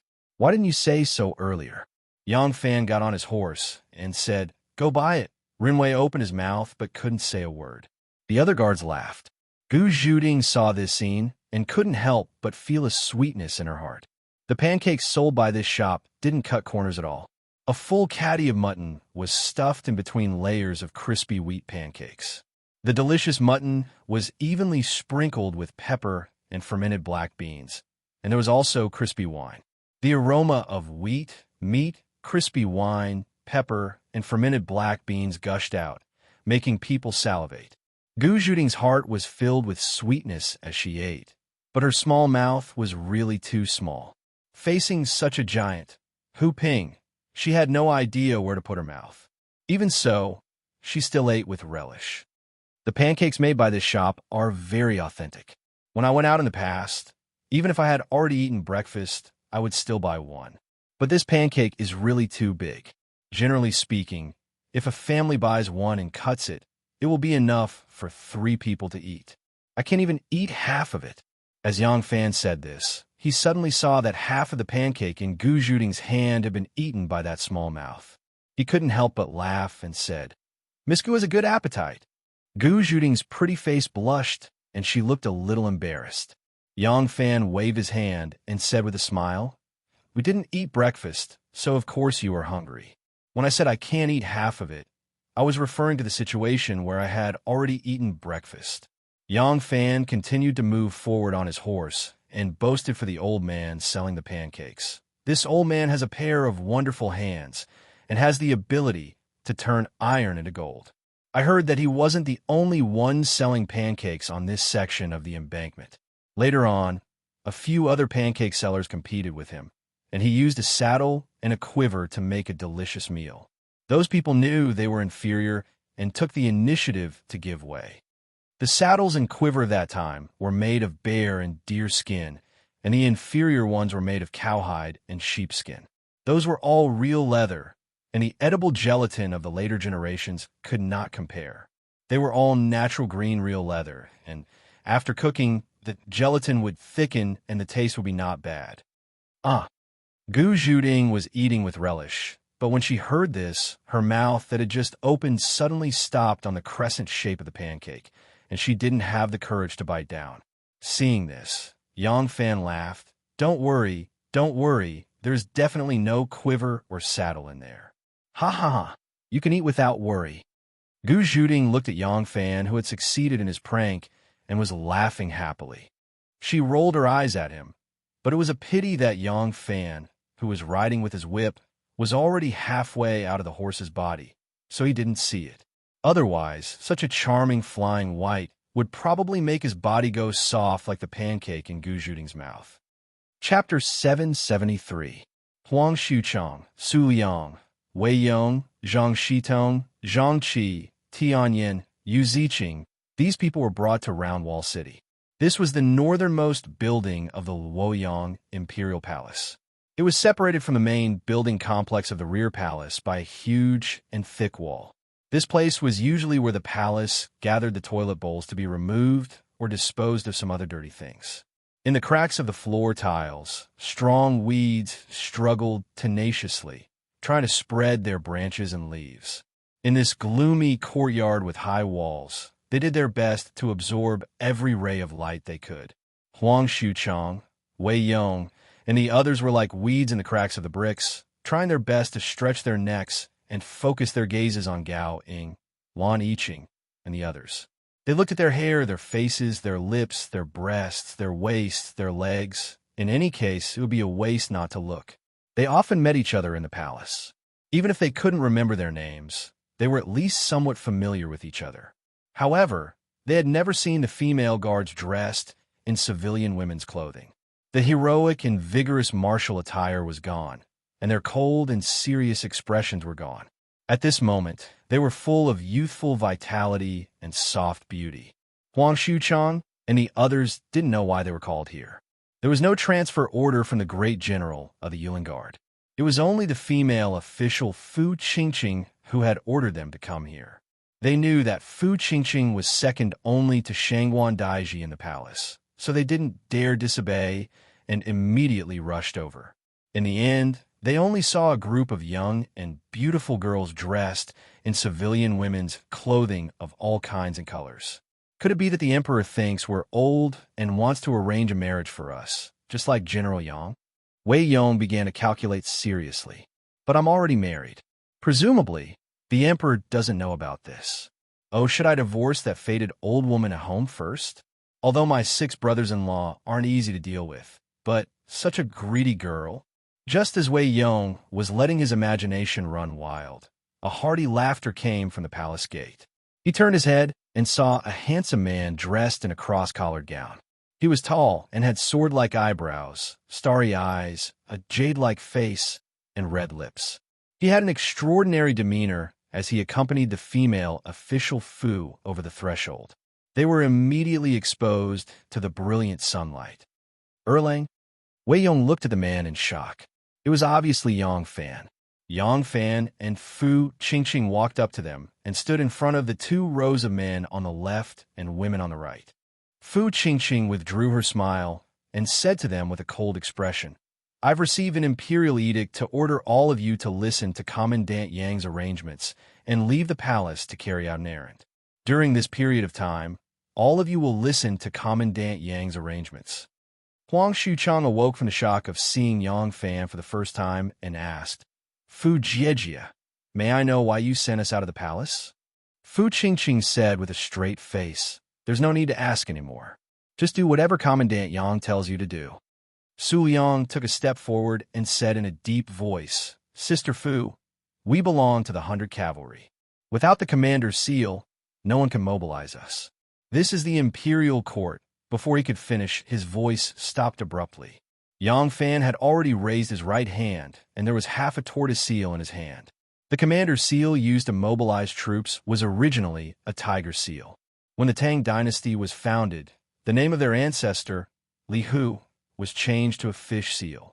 When Wu Zetian ascended to the throne, it was changed to a tortoise seal. Although the internal guards were also part of the army, they were the emperor's private soldiers. They had already received an imperial edict and had no objections to Yang Fan. These 100 cavalry were different. Su Yang took out the half-tortoise seal that he always carried with him and stepped forward to take the tortoise seal from Yang Fan's hand. It fit perfectly. Su Yang immediately returned the tortoise seal and took 3 steps back.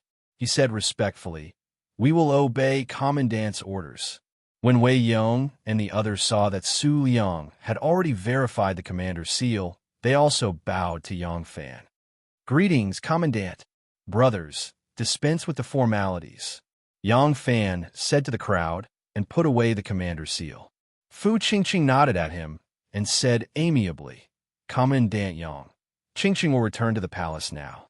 I wish Commandant victory and success." "Thank you, miss." Yang Fan cupped his hands at Fu Qingqing and watched her leave. The moment Fu Qingqing left, the 100 cavalry relaxed and gathered in front of Yang Fan. These people had gone through life and death with Yang Fan and were very friendly to each other. After exchanging a few pleasantries, Zhang Shitong said, "Commandant, what are we going to do when we leave the palace? Are those women also going with us?" Yang Fan's expression became solemn. He said, "Don't ask what we're going to do or where we are going. Those ladies from the internal guards are going to do official business with us." Zhang Shitong muttered, "So mysterious." Yang Fan clapped his hands and said, "Come, come, come. Everyone, come forward and listen to me in detail." The 100 cavalry and the Plum Blossom internal guards gathered around them. Yang Fan said, "Where we are going and what we are going to do, those of you who should know already know. Those who don't ask. Just follow orders. This is an order. The mission we are carrying out this time is very secretive. We need to conceal our identities along the way to avoid arousing suspicion. So, Brother Wei, Brother Su, you have to go back in a while and change into casual clothes. You have to be fast. I will give you the time of 2 incense sticks to burn. You must come back on time. Also, there are men and women in our group, and they're all young people. Once we go, even if we change into casual clothes, we will inevitably attract attention. So, I have thought a way to let everyone blend in and not arouse anyone's suspicions along the way. However, you must keep your mouth shut. Along the way, don't talk to those who are unrelated to us, and don't drink alcohol along the way." Yu Ziqin interrupted with a smile. "Captain, why do you have to go through so much trouble? I see that the number of people from the 100 cavalry and the internal guards is about the same. Why don't you all disguise yourselves as husband and wife? A dozen young couples will go back to their hometown together to visit their relatives. 10 months later, all of them will be a family of 3. Ha ha! The 100 cavalry burst into laughter. The female guards were used to being in the army, so they did not blush at this crazy talk. But they inevitably scolded and looked down on them. For a moment, the men laughed, and the women talked like 10,000 ducks, chattering and making people dizzy. Silence! Yang Fan said in a deep voice, "Don't think that this trip is easy. Do you know why I asked you to come?" Yang Fan's eyes swept across the faces of the 100 cavalry. Seeing the stern look in his eyes, the crowd gradually quieted down. Yang Fan said, "Because I know you well, we can cooperate better. This trip must be kept secret. Without my permission, no one is allowed to expose your identity, no matter what happens. Without my permission, even if a knife is placed on your neck, you are not allowed to resist. If this matter is successful, both you and I will have made great contributions. But if something goes wrong..." Yang Fan deliberately paused for a moment, then said in a deep voice, "You and I, no one can escape. Everyone will die." As soon as these words came out, everyone was shocked. Their hearts trembled, and they did not dare to joke anymore. However, the 100 cavalry became even more curious. "What on earth is it that makes you so cautious?" Yang Fan did not allow them to continue thinking. He shouted in a deep voice, "Go back and change your clothes, then return immediately. Do not tell anyone where you are going. If you do not return within the time limit of 2 incense sticks, you will be beheaded." As soon as he finished speaking, Gu Zhuting walked out of the main hall with a small incense burner in her hand. There was a stick of incense stuck in the top of the burner. When the cavalry saw this, they immediately fled like chickens and dogs. In just a short moment, not a single one could be seen. "Xiaoqing, look after the incense burner." "Who? Me?" Lan Yiqing looked left and right, then pointed at his own nose and asked. Yang Fan stared at him and said, "Of course it's you." Lan Yiqing pouted. "Who's little?" "Xiaoqing, it's Xiaoqing." Gowing held back her laughter. "You should say, what relationship do you have with me? Why are you calling me so intimately?" "Umph."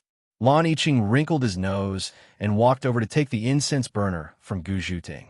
Yang Fan and Gu Zhuting turned around and entered the main hall. He smiled gently at Gu Zhuting and said, "Sorry to trouble you. Alang is too polite." Yang Fan's smile made Gu Zhuting panic a little. She quickly turned around to take a package on the table and said to Yang Fan, "Alang, please sit on that chair." Yang Fan turned his head and saw that there were 2 stools beside him. He sat down on one of them. A moment later, Gu Zhuting came over and sat down on the other stool. She placed the parcel on the ground and opened it. She took out a pile of paint and hair and began to paint Yang Fan's face. Yang Fan raised his face and closed his eyes, allowing Gu Zhuting to do whatever she wanted.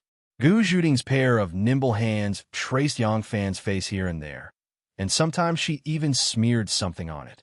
The delicate parts were very close. They could feel each other's breath. Yang Fan closed his eyes, so he didn't feel too uncomfortable, but he still subconsciously breathed lightly, as if he was afraid of offending the beauty. Gu Zhuting, on the other hand, couldn't help but feel flustered, but fortunately, Yang Fan's eyes were closed, so she didn't feel too embarrassed. After a while, she gradually calmed down. In Gu Zhuting's hands, Yang Fan's face gradually turned into the image of a red-faced man with thick eyebrows and wide eyes. But in Gu Zhuting's eyes, he was still him. His eyebrows were like swords, his eyes were like stars, his face was like jade, and he was handsome and had an extraordinary bearing. Her fingers gently stroked his eyebrows, his eyes, his straight nose, his angular lips, and those infatuated eyes were like ripples of water. It was clear that she was a passionate woman, infatuated with her lover. But she didn't realize it, he didn't feel it, and no one else saw it. The second incense stick was only half burned when Wei Yong and Zhang Shitong returned as if they were in a race. Then, the hundreds of cavalrymen also rushed back. When the second incense stick was only a finger's height left, everyone was back. When Yang Fan came out of the hall, everyone was shocked. If it wasn't for Yang Fan's voice, the turtle talisman in his hand, and the fact that he said that he would wash off his makeup after leaving Luoyang. They wouldn't believe that this person was Yang Fan. At this time, Gu Zhuding also changed her appearance. She turned into a handsome man in a light robe. Soon, Fu Qingqing sent Gao Lisher to deliver a message, and everyone left with Gao Lisher. At the gate of the palace, the great minister of musical house, Master Rume, was waiting there with a group of disciples, followed by a large group of musicians and waiters. Yang Fan and others also mixed in a mess. When the palace gate was opened, everyone walked out in a swagger in front of Rinwei and several secret guards of the succession hall. Chapter 774. After passing Crouching Bull Pass and exiting Liang Pass, a large circus walked southward towards Nanyang. Yang Fan, the cavalry, and the inner guard were mixed in with this circus team. After leaving the palace that day, Yang Fan and the others first followed Master Rume to her house in Nanjing before regrouping the team and leaving through the side door. They met up with another team that had been waiting there for a long time and went out of Ding Ding Gate, heading southward. This team was a circus that mainly performed illusions. The troop leader was the illusionist master that the succession hall had invited from Chong and to Luoyang. Yang Fan originally wanted to invite him to expose the deceit of the old nun from Hanoi, Taoist Shi Fong, and the barbarian Moliai. Unexpectedly, Xue Huai's fire had angered Wu Ziqian, so she vented her anger on the old nun from Hanoi who had boasted that she could see the past and the future. Thus, she attacked the three swindlers. This way, there was no need for Yang Fan to do anything. Young Master Jiang relied on the three swindlers to amass wealth, but his businesses were confiscated by the imperial court because of the collapse of the three swindlers. Young Master Jiang failed on the verge of success and went north. He was killed by Yang Fan at Hulao Pass, so the illusionist master was never put to use. Later, Yang Fan paid him a sum of money as compensation and no longer restricted his actions. The old man simply used the money to hire some people and a few disciples to perform in Luoyang. For a time, their performances became very popular in the three cities of North, South, and Gentle House. However, they had been in Luoyang for a year, and the illusionist program could not be updated so quickly. Because there were no new programs, business had gradually declined, so they were planning to move to another place. Yang Fan wanted to find an excuse to cover his overly conspicuous subordinates to Fangzhou, so he thought of them. It was said that as long as they took Yang Fan and the others to Fangzhou, then Yang Fan would have to pay for all the food and accommodation along the way. The old leader didn't even ask about the background of these people and immediately agreed. Thus, Yang Fan and the others became members of the illusion group. Along the way, they passed through Nanyang, Dengzhou, and Gu City.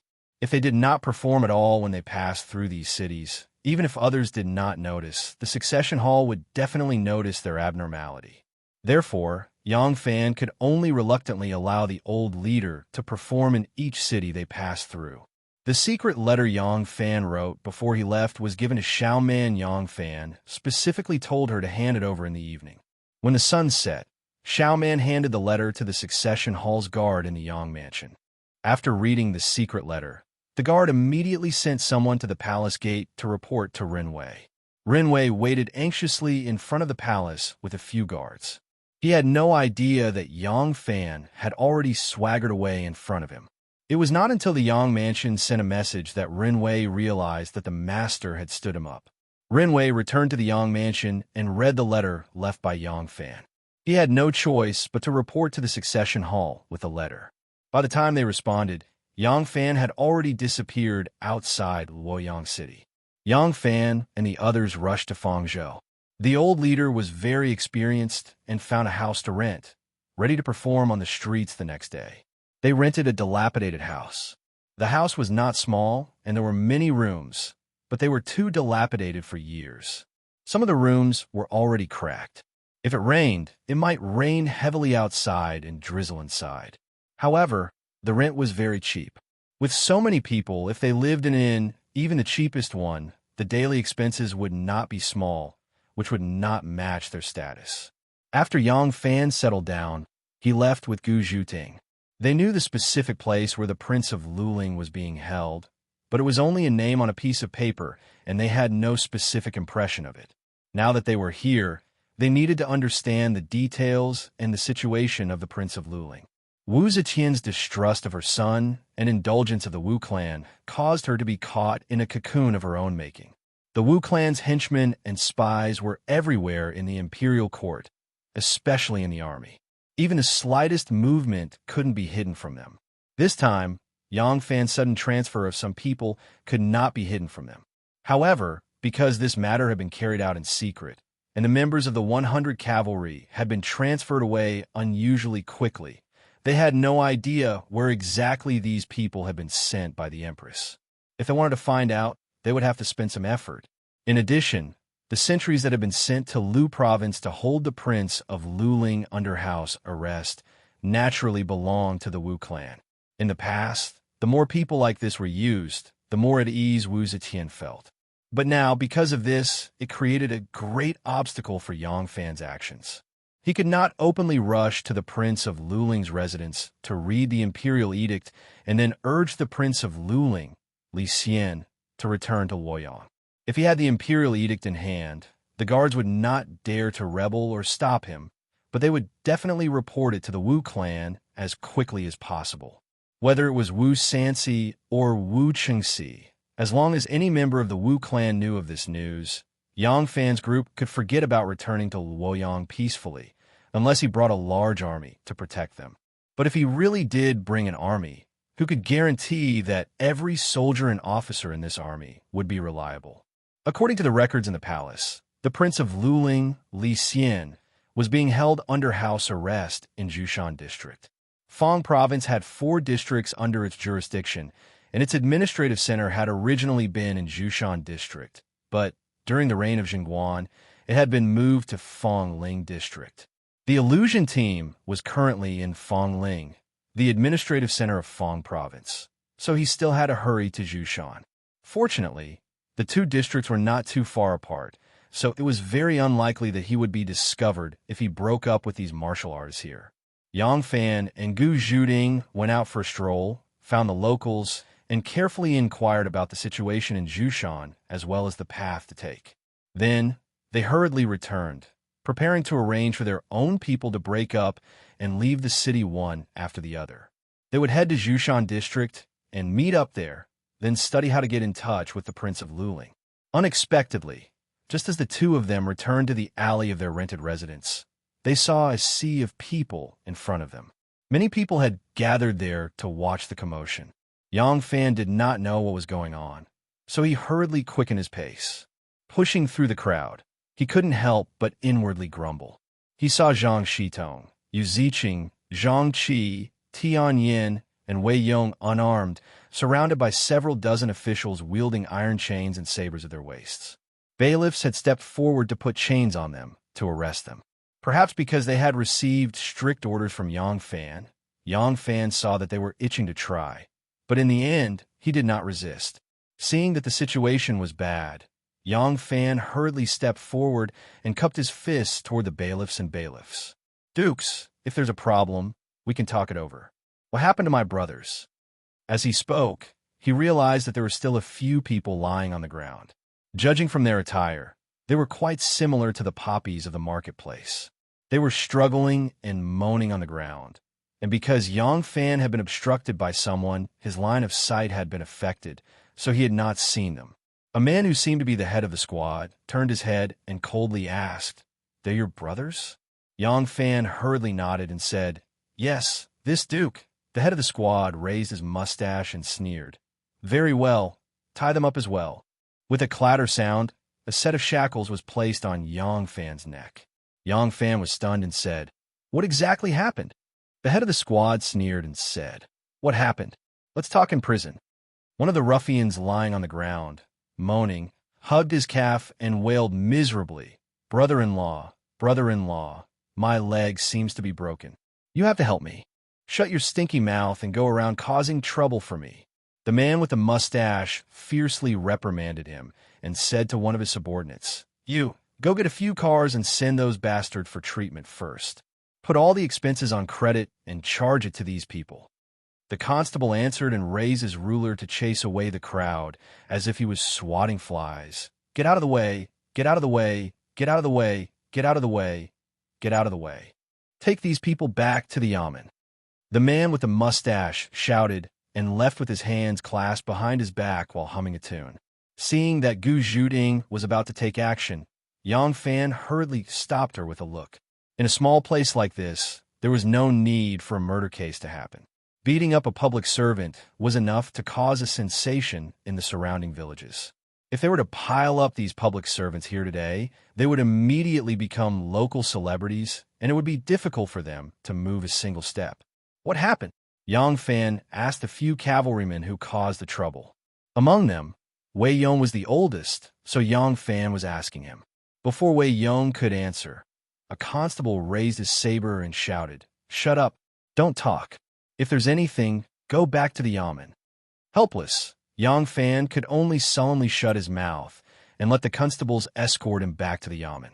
Among these people, even an ordinary imperial bodyguard or an ordinary Plum Blossom Palace guard could scare the constables out of their wits, let alone Yang Fan and Wei Yong, who were officials of the capital. However, they had important matters to attend to and could not easily reveal their identities. They could not reveal their identities elsewhere, and it was even more so in Fangzhou. What were the intentions of the cavalrymen secretly appearing in Fangzhou? A prince was imprisoned here. Once these two matters were connected, the truth would probably be immediately guessed by smart people. Yang Fan could only be patient and plan to wait until he understood the whole story. After they were escorted to the yamen of Fangling, they were directly thrown into the prison without asking the magistrate to enter the court to interrogate them.